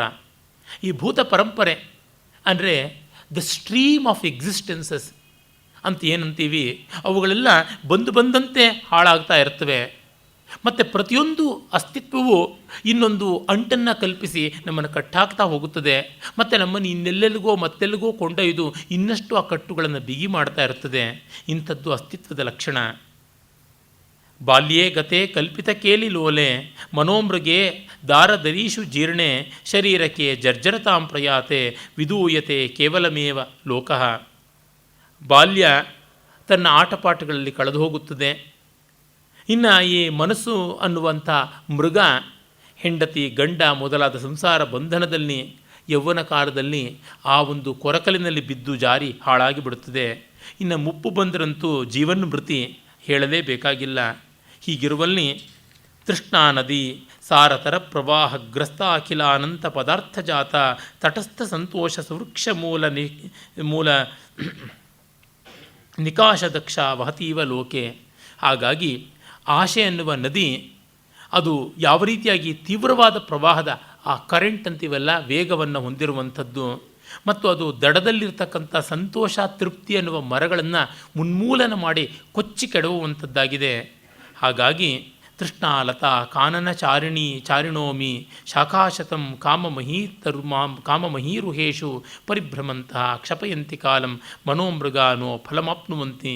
ಮನಸ್ಸೆಂಬ ಮೃಗಗಳು ಆಶೆ ಎಂಬ ಬಳ್ಳಿಗಳು ಸುತ್ತುಕೊಂಡಿರುವಂತಹ ದೊಡ್ಡ ದೊಡ್ಡ ಬಯಕೆಗಳ ಮರಗಳ ಹೆಮ್ಮರಗಳ ಕಾಡಿನಲ್ಲಿ ಓಡಾಡುತ್ತವೆ. ಅವಕ್ಕೆ ಮೇಯೋದಕ್ಕೆ ಒಂದು ಎಲೆಯೂ ಸಿಗೋದಿಲ್ಲ. ಅರೆ ಕಾಡು ಸಮುದ್ರದ ನೆಂಟಸ್ತನ, ನೀರಿಗೆ ಬಡತನ ಅಂತ ಇದೆಯಲ್ಲ, ಹಾಗೆ ಆಗಿ ಹೋಗುತ್ತದೆ ಅನ್ನುವ ಮಾತನ್ನು ರಾಮ ಹೇಳ್ತಾನೆ. ಮತ್ತು ಅಸ್ಥಿರತೆಯನ್ನು ಎಲ್ಲ ಕಡೆಯಲ್ಲಿಯೂ ಕಾಣ್ತಾನೆ. ಅದು ಬಹಳ ಅವನನ್ನು ಕಾಡ್ತಕ್ಕಂಥದ್ದು. ಎಲ್ಲ ನಿಜ ಸಲ್ಲಬಹುದಾಗಿತ್ತು, ಆದರೆ ಯಾವುದೂ ನಿಜವಲ್ಲವಲ್ಲ, ಶಾಶ್ವತವಲ್ಲವಲ್ಲ. ರಮ್ಯಾಶ್ಚಂದ್ರ ಮರೀಚಯ ತೃಣವತಿ ರಮ್ಯಾ ವನಾಂತಸ್ಥಲಿ ರಮ್ಯಸ್ಸಾಧು ಸಮಾಗಮ ಶಮಸುಖಂ ಕಾವ್ಯೇಶು ರಮ್ಯಾಃ ಕಥಾಃ ಕೋಪೋಪಾಹಿತ ಬಾಷ್ಪಬಿಂದು ತರಲಂ ರಮ್ಯಂ ಪ್ರಿಯಾಯಾ ಮುಖಂ ಸರ್ವಂ ರಮ್ಯಮನಿತ್ಯತಾಮುಪಗತೆ ಚಿತ್ತೇನ ಕಿಂಚಿತ್ ಪುನಃ. ಚಂದ್ರನ ಬೆಳಕು ರಮಣೀಯ, ಹುಲ್ಲು ಹಾಸು ರಮಣೀಯ, ಕಾವ್ಯ ಕಥೆಗಳು ರಮಣೀಯ, ಸಜ್ಜನರ ಸಹವಾಸ ರಮಣೀಯ, ಸುಂದರಿಯ ಕೋಪಗೊಂಡು ಕಣ್ಣೀರಿಡುವ ಆ ಕಣ್ಣು ನೀರಲ್ಲಿ ತುಂಬಿಕೊಂಡು ಹೊಯ್ದಾಡುವ ಆ ದೃಶ್ಯ ರಮಣೀಯ, ಎಲ್ಲ ರಮಣೀಯ. ಆದರೆ ಇವ್ಯಾವುದೂ ಶಾಶ್ವತವಲ್ಲ ಅನ್ನುವ ಅಂಶ ಮನಸ್ಸಿಗೆ ಬಂದ ತಕ್ಷಣ ಯಾವುದೂ ರಮಣೀಯವಲ್ಲ ಅಂತ. ಈ ರೀತಿಯಾಗಿ ಹೀಗಾಗಿ ರಾಮನಿಗೆ ಪ್ರಶ್ನೆ ಏನೆಂದರೆ,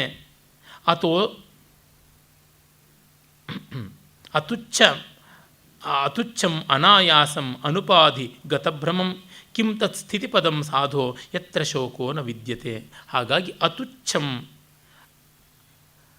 ಅನಾಯಾಸಂ ತುಚ್ಛವಲ್ಲದ್ದು, ಹೇಯವಲ್ಲದ್ದು, ಶ್ರಮಸಾಧ್ಯವಲ್ಲದ್ದು, ಅನುಪಾಧಿ ಯಾವುದೇ ಅಟ್ರಿಬ್ಯೂಟ್ಸ್ ಇಲ್ಲದೆ ಇರತಕ್ಕಂಥದ್ದು, ಗತಭ್ರಮಂ ಯಾವುದೇ ಭ್ರಮೆ ಅಂದರೆ ಅಜ್ಞಾನದ ಛಾಯೆ ಇಲ್ಲದೆ ಇರುವಂಥದ್ದು ಯಾವುದುಂಟು, ಯಾವುದರಿಂದ ಶೋಕ ಇರುವುದಿಲ್ಲವೋ ಅಂಥದ್ದನ್ನು ನನಗೆ ಹೇಳು ಅಂತ ಕೇಳ್ತಾನೆ.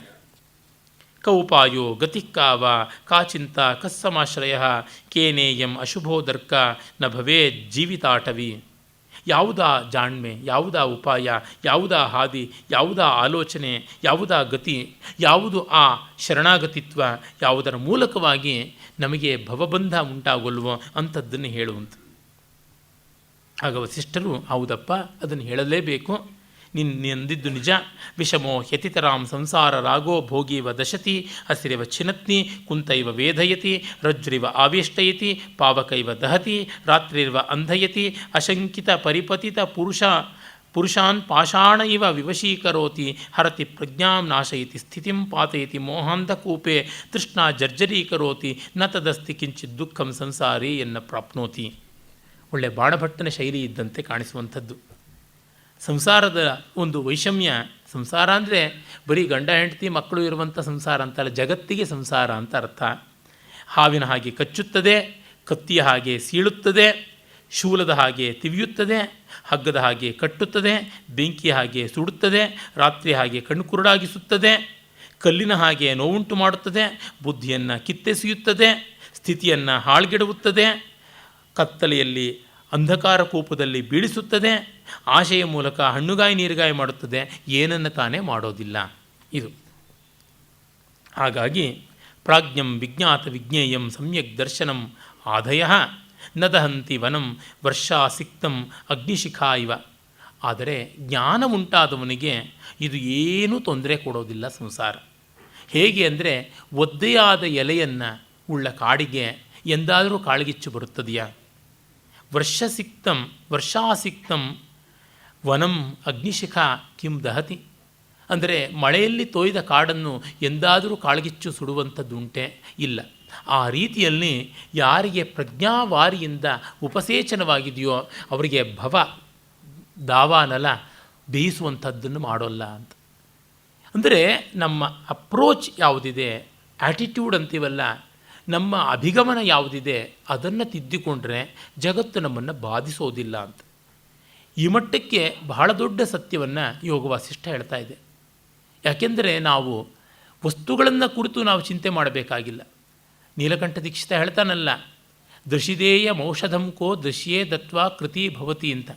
ವಿಷಯಾನ್ ಅನುಕೂಲಯಿತು ವಿಷಯಿಣಿ ಚಿತ್ತೇ ವಿಧೀಯತಾಂ ಯತ್ನಃ ದೃಶಿದೇಯ ಮೌಷಧಂ ಕೋ ದೃಶ್ಯೇ ದತ್ವಾ ಕೃತಿ ಭವತಿ. ನಮಗೆ ಜಗತ್ತು ಅನುಕೂಲವಾಗಬೇಕು ಅಂತಂದರೆ ನಾವು ನಮ್ಮೊಳಗಿರುವ ಸತ್ವವನ್ನು ತಿದ್ದಿಕೊಳ್ಳಬೇಕಲ್ಲದೆ ಜಗತ್ತನ್ನು ತಿದ್ದುವಂಥದ್ದು ಅಂತ ಅಲ್ಲ. ಕಾಮಾಲೆ ಬಂದು ಎಲ್ಲ ಹಳದಿಯಾಗಿ ಕಾಣಿಸ್ತಾ ಇದ್ದರೆ ಪ್ರತಿಯೊಂದಕ್ಕೂ ಬಿಳಿಯ ಬಣ್ಣ ಬಡಿಯೋದಕ್ಕೆ ಹೋಗೋಲ್ಲ ನಾವು, ಎಲ್ಲಕ್ಕೂ ಕಾಮಾಲೆ ಔಷಧಿ ಸುರಿಯೋಕ್ಕೆ ಹೋಗೋಲ್ಲ. ನಾವು ನಮ್ಮ ಕಣ್ಣಿಗೆ, ನಾವು ನಮ್ಮ ಉದರಕ್ಕೆ, ಅಂತರಂಗಕ್ಕೆ, ದೇಹಕ್ಕೆ ಚಿಕಿತ್ಸೆ ಮಾಡಿಕೊಳ್ತೀವಿ, ಹಾಗೆ ಎಲ್ಲ ಸರಿಯಾಗುತ್ತದೆ. ಇದೇ ಯೋಗ ವಾಸಿಷ್ಠವೇ ಹೇಳುವ ಒಂದು ಪ್ರಸಿದ್ಧ ಶ್ಲೋಕ ಉಂಟಲ್ಲ, ಚಿತ್ತಮಿಂದ್ರಿಯ ಸೇನಾಯಾ ನಾಯಕಸ್ತಜ್ಜಯ ಉಪಾನದ್ಗೂಢಪಾದಸ್ಯ ಚರ್ಮಾವೃತೇವ ಸರ್ವಭೂ. ಮನಸ್ಸೇ ಎಲ್ಲ ಇಂದ್ರಿಯಗಳ ನಾಯಕ, ಇದನ್ನು ಗೆಲ್ಲುವುದೇ ನಿಜವಾದ ಜಯ. ಚಪ್ಪಲಿ ಹಾಕಿಕೊಂಡವನಿಗೆ ಜಗತ್ತೆಲ್ಲ ಚರ್ಮದಿಂದ ಆವೃತವಾದಂತೆ ತೋರುತ್ತದೆ. ಅದು ಒಂದು ಕಥೆಯೇ ಉಂಟಲ್ಲ, ಚಂದಮಾಮದ ಕಥೆ. ಯೋಗ ವಾಸಿಷ್ಠದ ಶ್ಲೋಕದ ಮೇಲೆ ರೂಪುಗೊಂಡಿದ್ದಿರಬೇಕು ಪ್ರಾಯಶಃ. ಆಗ ಚಪ್ಪಲಿಗಳೇ ಇಲ್ಲದ ಕಾಲ. ರಾಜ ಕಾಲು ಕೊಳೆಯಾಗುತ್ತದೆ, ಏನು ಮಾಡೋಣ ಅಂತಂದ್ರಂತೆ. ಮಂತ್ರಿಗಳು ಎಲ್ಲ ಗುಡಿಸಿ ಬಿಡೋಣ ಅಂತಂದ್ರಂತೆ. ಊರು ಕೇರಿ ಎಲ್ಲ ಗುಡಿಸಿ ಧೂಳೆದ್ದು ಗಬ್ಬಾಯಿತು ಊರು. ಮತ್ತು ಇದನ್ನೆಲ್ಲ ತೊಳಸಿಬಿಡೋಣ ಧೂಳಿಳಿಸೋದಕ್ಕೆ ಅಂತ. ಒಂದಿಷ್ಟು ಕುಡಿಯೋ ನೀರು ಬಾಕಿ ಇಲ್ಲದೆ ಎಲ್ಲ ನೀರು ಬಗ್ಗಡವಾಯಿತು. ಚೀಚಿ ಸರಿ ಇಲ್ಲ ಅಂತ ಮತ್ತೆ ಬೈದ. ಆಗ ಎಲ್ಲ ನೆಲಕ್ಕೂ ಚರ್ಮವನ್ನು ಹಾಸೋಣ ಅಂತ ಮಂತ್ರಿಗಳು ಹೇಳಿದರು. ಇದು ಯುಕ್ತವಾಗಿದೆ ಅಂತ ಚಮ್ಮಾರನ್ನೆಲ್ಲ ಕರೆಸಿದ್ದಾಯಿತು. ಅಲ್ಲಿದ್ದ ಒಬ್ಬ ವೃದ್ಧ ಚಮ್ಮಾರ, ಮಹಾಸ್ವಾಮಿ, ಇದಕ್ಕಿಂತ ನಮ್ಮ ಕಾಲಿಗೆ ನಾವು ಚರ್ಮವನ್ನು ಹೊದಿಸಿಬಿಟ್ರೆ ಸರಿಯಾಗುತ್ತದೆ ಅಂತ. ಅದೇನೋ ನಾಳೆ ಮಾಡಿ ತಂದು ಕೊಡು ಅಂತಂದ. ಆಗಲಿಂತ ಆ ದಿವಸ ಮೊದಲ ಚಪ್ಪಲಿ ತಯಾರಾದದ್ದಂತೆ. ರಾಜನಿಗೆ ಹಾಕಿಕೊಟ್ಟ. ಎಲ್ಲಿ ಓಡಾಡಿದ್ರೂ ಇದು ಚರ್ಮ ಜೊತೆಗೇ ಬರ್ತಾ ಇದೆ ಅಂತ. ಈ ರೀತಿಯಾಗಿ ಉಪಾನದ್ ಗೂಢಪಾದಸ್ಯ ಚರ್ಮಾವೃತೇವ ಸರ್ವಭೂಹು ಅಂತ ಆಯಿತು ಅಂತ. ಸಂಸಾರೋತ್ತರಣೆ ಜಂತೋ ಉಪಾಯೋ ಜ್ಞಾನಮೇವ ಹಿ ತಪೋದಾನಂ ತಥಾ ತೀರ್ಥಂ ಅನುಪಾಯಾ ಪ್ರಕೀರ್ತಿತಾ. ಅಂದರೆ ಸಂಸಾರದ ದಾಟುವಿಕೆಗೆ ಜ್ಞಾನವೊಂದೇ ದಾರಿ. ಇನ್ನು ತಪಸ್ಸು, ದಾನ ಮತ್ತು ತೀರ್ಥಯಾತ್ರೆ ಇತ್ಯಾದಿಗಳೆಲ್ಲ ಅನುಕೂಲಿಸಿಕೊಂಡು ಬರುವಂಥ ಉಪಸಾಧನಗಳು ಅಂತ. ಜ್ಞಾನನಿಷ್ಠೆ ಬೇಕು. ಜ್ಞಾನನಿಷ್ಠೆಗೆ ಮುಖ್ಯವಾಗಿ ಉದಾರತೆ ಬೇಕು. ಉದಾರತೆಯನ್ನು ಅಂತರಂಗದಲ್ಲಿ ನಿರಂತರ ಜ್ವಲನ ಮಾಡುವುದಕ್ಕಾಗಿ ತಪಸ್ಸು ಬೇಕು. ಹೀಗಾಗಿ ಅವೆಲ್ಲಕ್ಕೂ ನಮಗೆ ಸತ್ಸಂಗ ಉಂಟಾಗುವಂಥದ್ದು ತೀರ್ಥದಿಂದ ಅಂತ. ತೀರ್ಥ ಅಂದರೆ ಒಂದು ತೀರ್ಥಕ್ಷೇತ್ರಕ್ಕೆ ಹೋಗಿ ದೇವರ ದರ್ಶನ ಮಾಡುವುದೋ ನೀರಿನಲ್ಲಿ ಮುಳುಗುವುದೋ ಅನ್ನೋದಷ್ಟೇ ಅಲ್ಲ ಅರ್ಥ. ಅಲ್ಲಿದ್ದ ಸಜ್ಜನರು, ಸಾಧುಗಳು ಯಾರು ಅಂತ ನೋಡಬೇಕು. ಅನುಭವದಕ್ಷರು ಯಾರು, ಅನುಭವ ವೃದ್ಧರು ಯಾರು, ನಮಗಿಂತ ಒಂದು ಮೆಟ್ಟಿಲಾದರೂ ಶಾಂತಿಯಲ್ಲಿ ನೆಮ್ಮದಿಯಲ್ಲಿ ಮೇಲಿದ್ದರೆ ಅವರು ನಮ್ಮ ಪಾಲಿಗೆ ಸಜ್ಜನರು, ಅವರ ಸಂಘ ನಮಗೆ ಉತ್ತಮವಾದೀತು ಅನ್ನುವ ಭಾವ. ಆಮೇಲೆ ಹೇಳ್ತಾನೆ, ವಿಚಾರವತ ಪುರುಷೇಣ ಸಕಲಮಿದಂ ಆಧಿಪಂಜನಂ ಸರ್ಪೇಣ ತ್ವಚಮಿವ ಪರಿಪಕ್ವಾಂ ಸಂತ್ಯಜ್ಯ ವಿಗತಜ್ವರೇಣ ಶೀತಲಾಂತಃಕರಣೇನ ವಿನೋದಾದಿಂದ್ರಜಾಲಮಿವ ಜಗದಖಿಲಂ ಆಲೋಕ್ಯತೆ. ವಿಚಾರವಂತನಾದ ವ್ಯಕ್ತಿ ಈ ಎಲ್ಲ ಜಗತ್ತನ್ನು ಒಂದು ಆಧಿಪಂಜರ, ಮನೋರೋಗದ ಪಂಜರ ಅಂತ ಭಾವಿಸಿಕೊಂಡು ಹಾವು ಹೇಗೆ ಪೊರೆಯನ್ನು ಕಳಚುತ್ತದೆಯೋ ಆ ರೀತಿಯಲ್ಲಿ ಅಭಿನಿವೇಶವನ್ನು ಕಳಚಿಕೊಂಡು ನೆಮ್ಮದಿಯ ತಣ್ಣನೆಯ ಬುದ್ಧಿಯಿಂದ ನೋಡಿದಾಗ ಇಡೀ ಜಗತ್ತು ಮನೋಹರವಾದ ಇಂದ್ರಜಾಲದಂತೆ, ನಾಟಕದಂತೆ ನಮಗೆ ಆಸ್ವಾದ್ಯವಾಗಿ ಚೆನ್ನಾಗಿ ಕಾಣುತ್ತದೆ ಅಂತ. ಅಂದರೆ ಸ್ವಾರ್ಥದ ಅಂಶವನ್ನು ಜಗತ್ತಿನಿಂದ ಬೇರ್ಪಡಿಸಿಕೊಂಡ್ರೆ, ನಾವು ಸ್ವಾರ್ಥವಿಲ್ಲದೆ ಜಗತ್ತನ್ನು ನೋಡಿದ್ರೆ ಅದು ಬ್ರಹ್ಮವೇ ಆಗಿ ಕಾಣುತ್ತದೆ ಎನ್ನುವಂಥದ್ದು ಬಹಳ ಪ್ರಸಿದ್ಧವಾದ ವೇದಾಂತದ ತತ್ವ. ಅದನ್ನು ಹೇಳ್ತಾ ಇರುವಂಥದ್ದು. ಆತ್ಮಜ್ಞಾನಂ ವಿದುರ್ಜ್ಞಾನಂ ಜ್ಞಾನಾನ್ಯನ್ಯಾನಿ ಯಾನಿತು ತಾನಿ ಜ್ಞಾನಾವಭಾಸಾನಿ ಸಾರಸ್ಯಾನವಬೋಧನಾತ್. ಆತ್ಮಜ್ಞಾನ ಬಿಟ್ಟು ಮಿಕ್ಕ ಯಾವ ಜ್ಞಾನವೂ ದೊಡ್ಡ ಜ್ಞಾನವಲ್ಲ, ಎಲ್ಲ ಜ್ಞಾನಾವಭಾಸ ಅಂತ. ಅದರಿಂದಲೇ ಇದನ್ನು ರಾಜವಿದ್ಯೆ ಮತ್ತು ಈ ವೇದಾಂತ ತತ್ವ ರಾಜರಹಸ್ಯ, ರಾಜಗುಹ್ಯ, ರಾಜವಿದ್ಯಾ ಅಂತನ್ನುವ ಮಾತನ್ನು ಗೀತೆ ಹೇಳುತ್ತದೆ. ತಾತ್ಪರ್ಯ ಇಷ್ಟೇ, ಯಾವುದರಿಂದಾಗಿ ಮಿಕ್ಕೆಲ್ಲಕ್ಕೂ ಬೆಲೆ ಬರುತ್ತದೆಯೋ ಅಂಥದ್ದು ಇದು ಆತ್ಮವಿದ್ಯೆ. ಇದಿಲ್ಲದೆ ಮಿಕ್ಕ ಯಾವ ವಿದ್ಯೆಗಳಿಗೂ ಕೂಡ ಬೆಲೆ ಬರುವುದಿಲ್ಲ. ಬ್ರಹ್ಮವಿದ್ಯಾನಾಮ ಸರ್ವವಿದ್ಯಾ ಪ್ರತಿಷ್ಠಾ ಅನ್ನುವ ಮಾತು ಶಾಸ್ತ್ರಗಳಲ್ಲಿ ಮತ್ತೆ ಮತ್ತೆ ಬರುವಂಥದ್ದು. ಅಂದರೆ ಎಲ್ಲ ತಿಳುವಳಿಕೆಗೂ ಬುನಾದಿಯಾಗಿ ಮೂಲಭೂತವಾಗಿ ಇರುವಂಥದ್ದು ಇದು.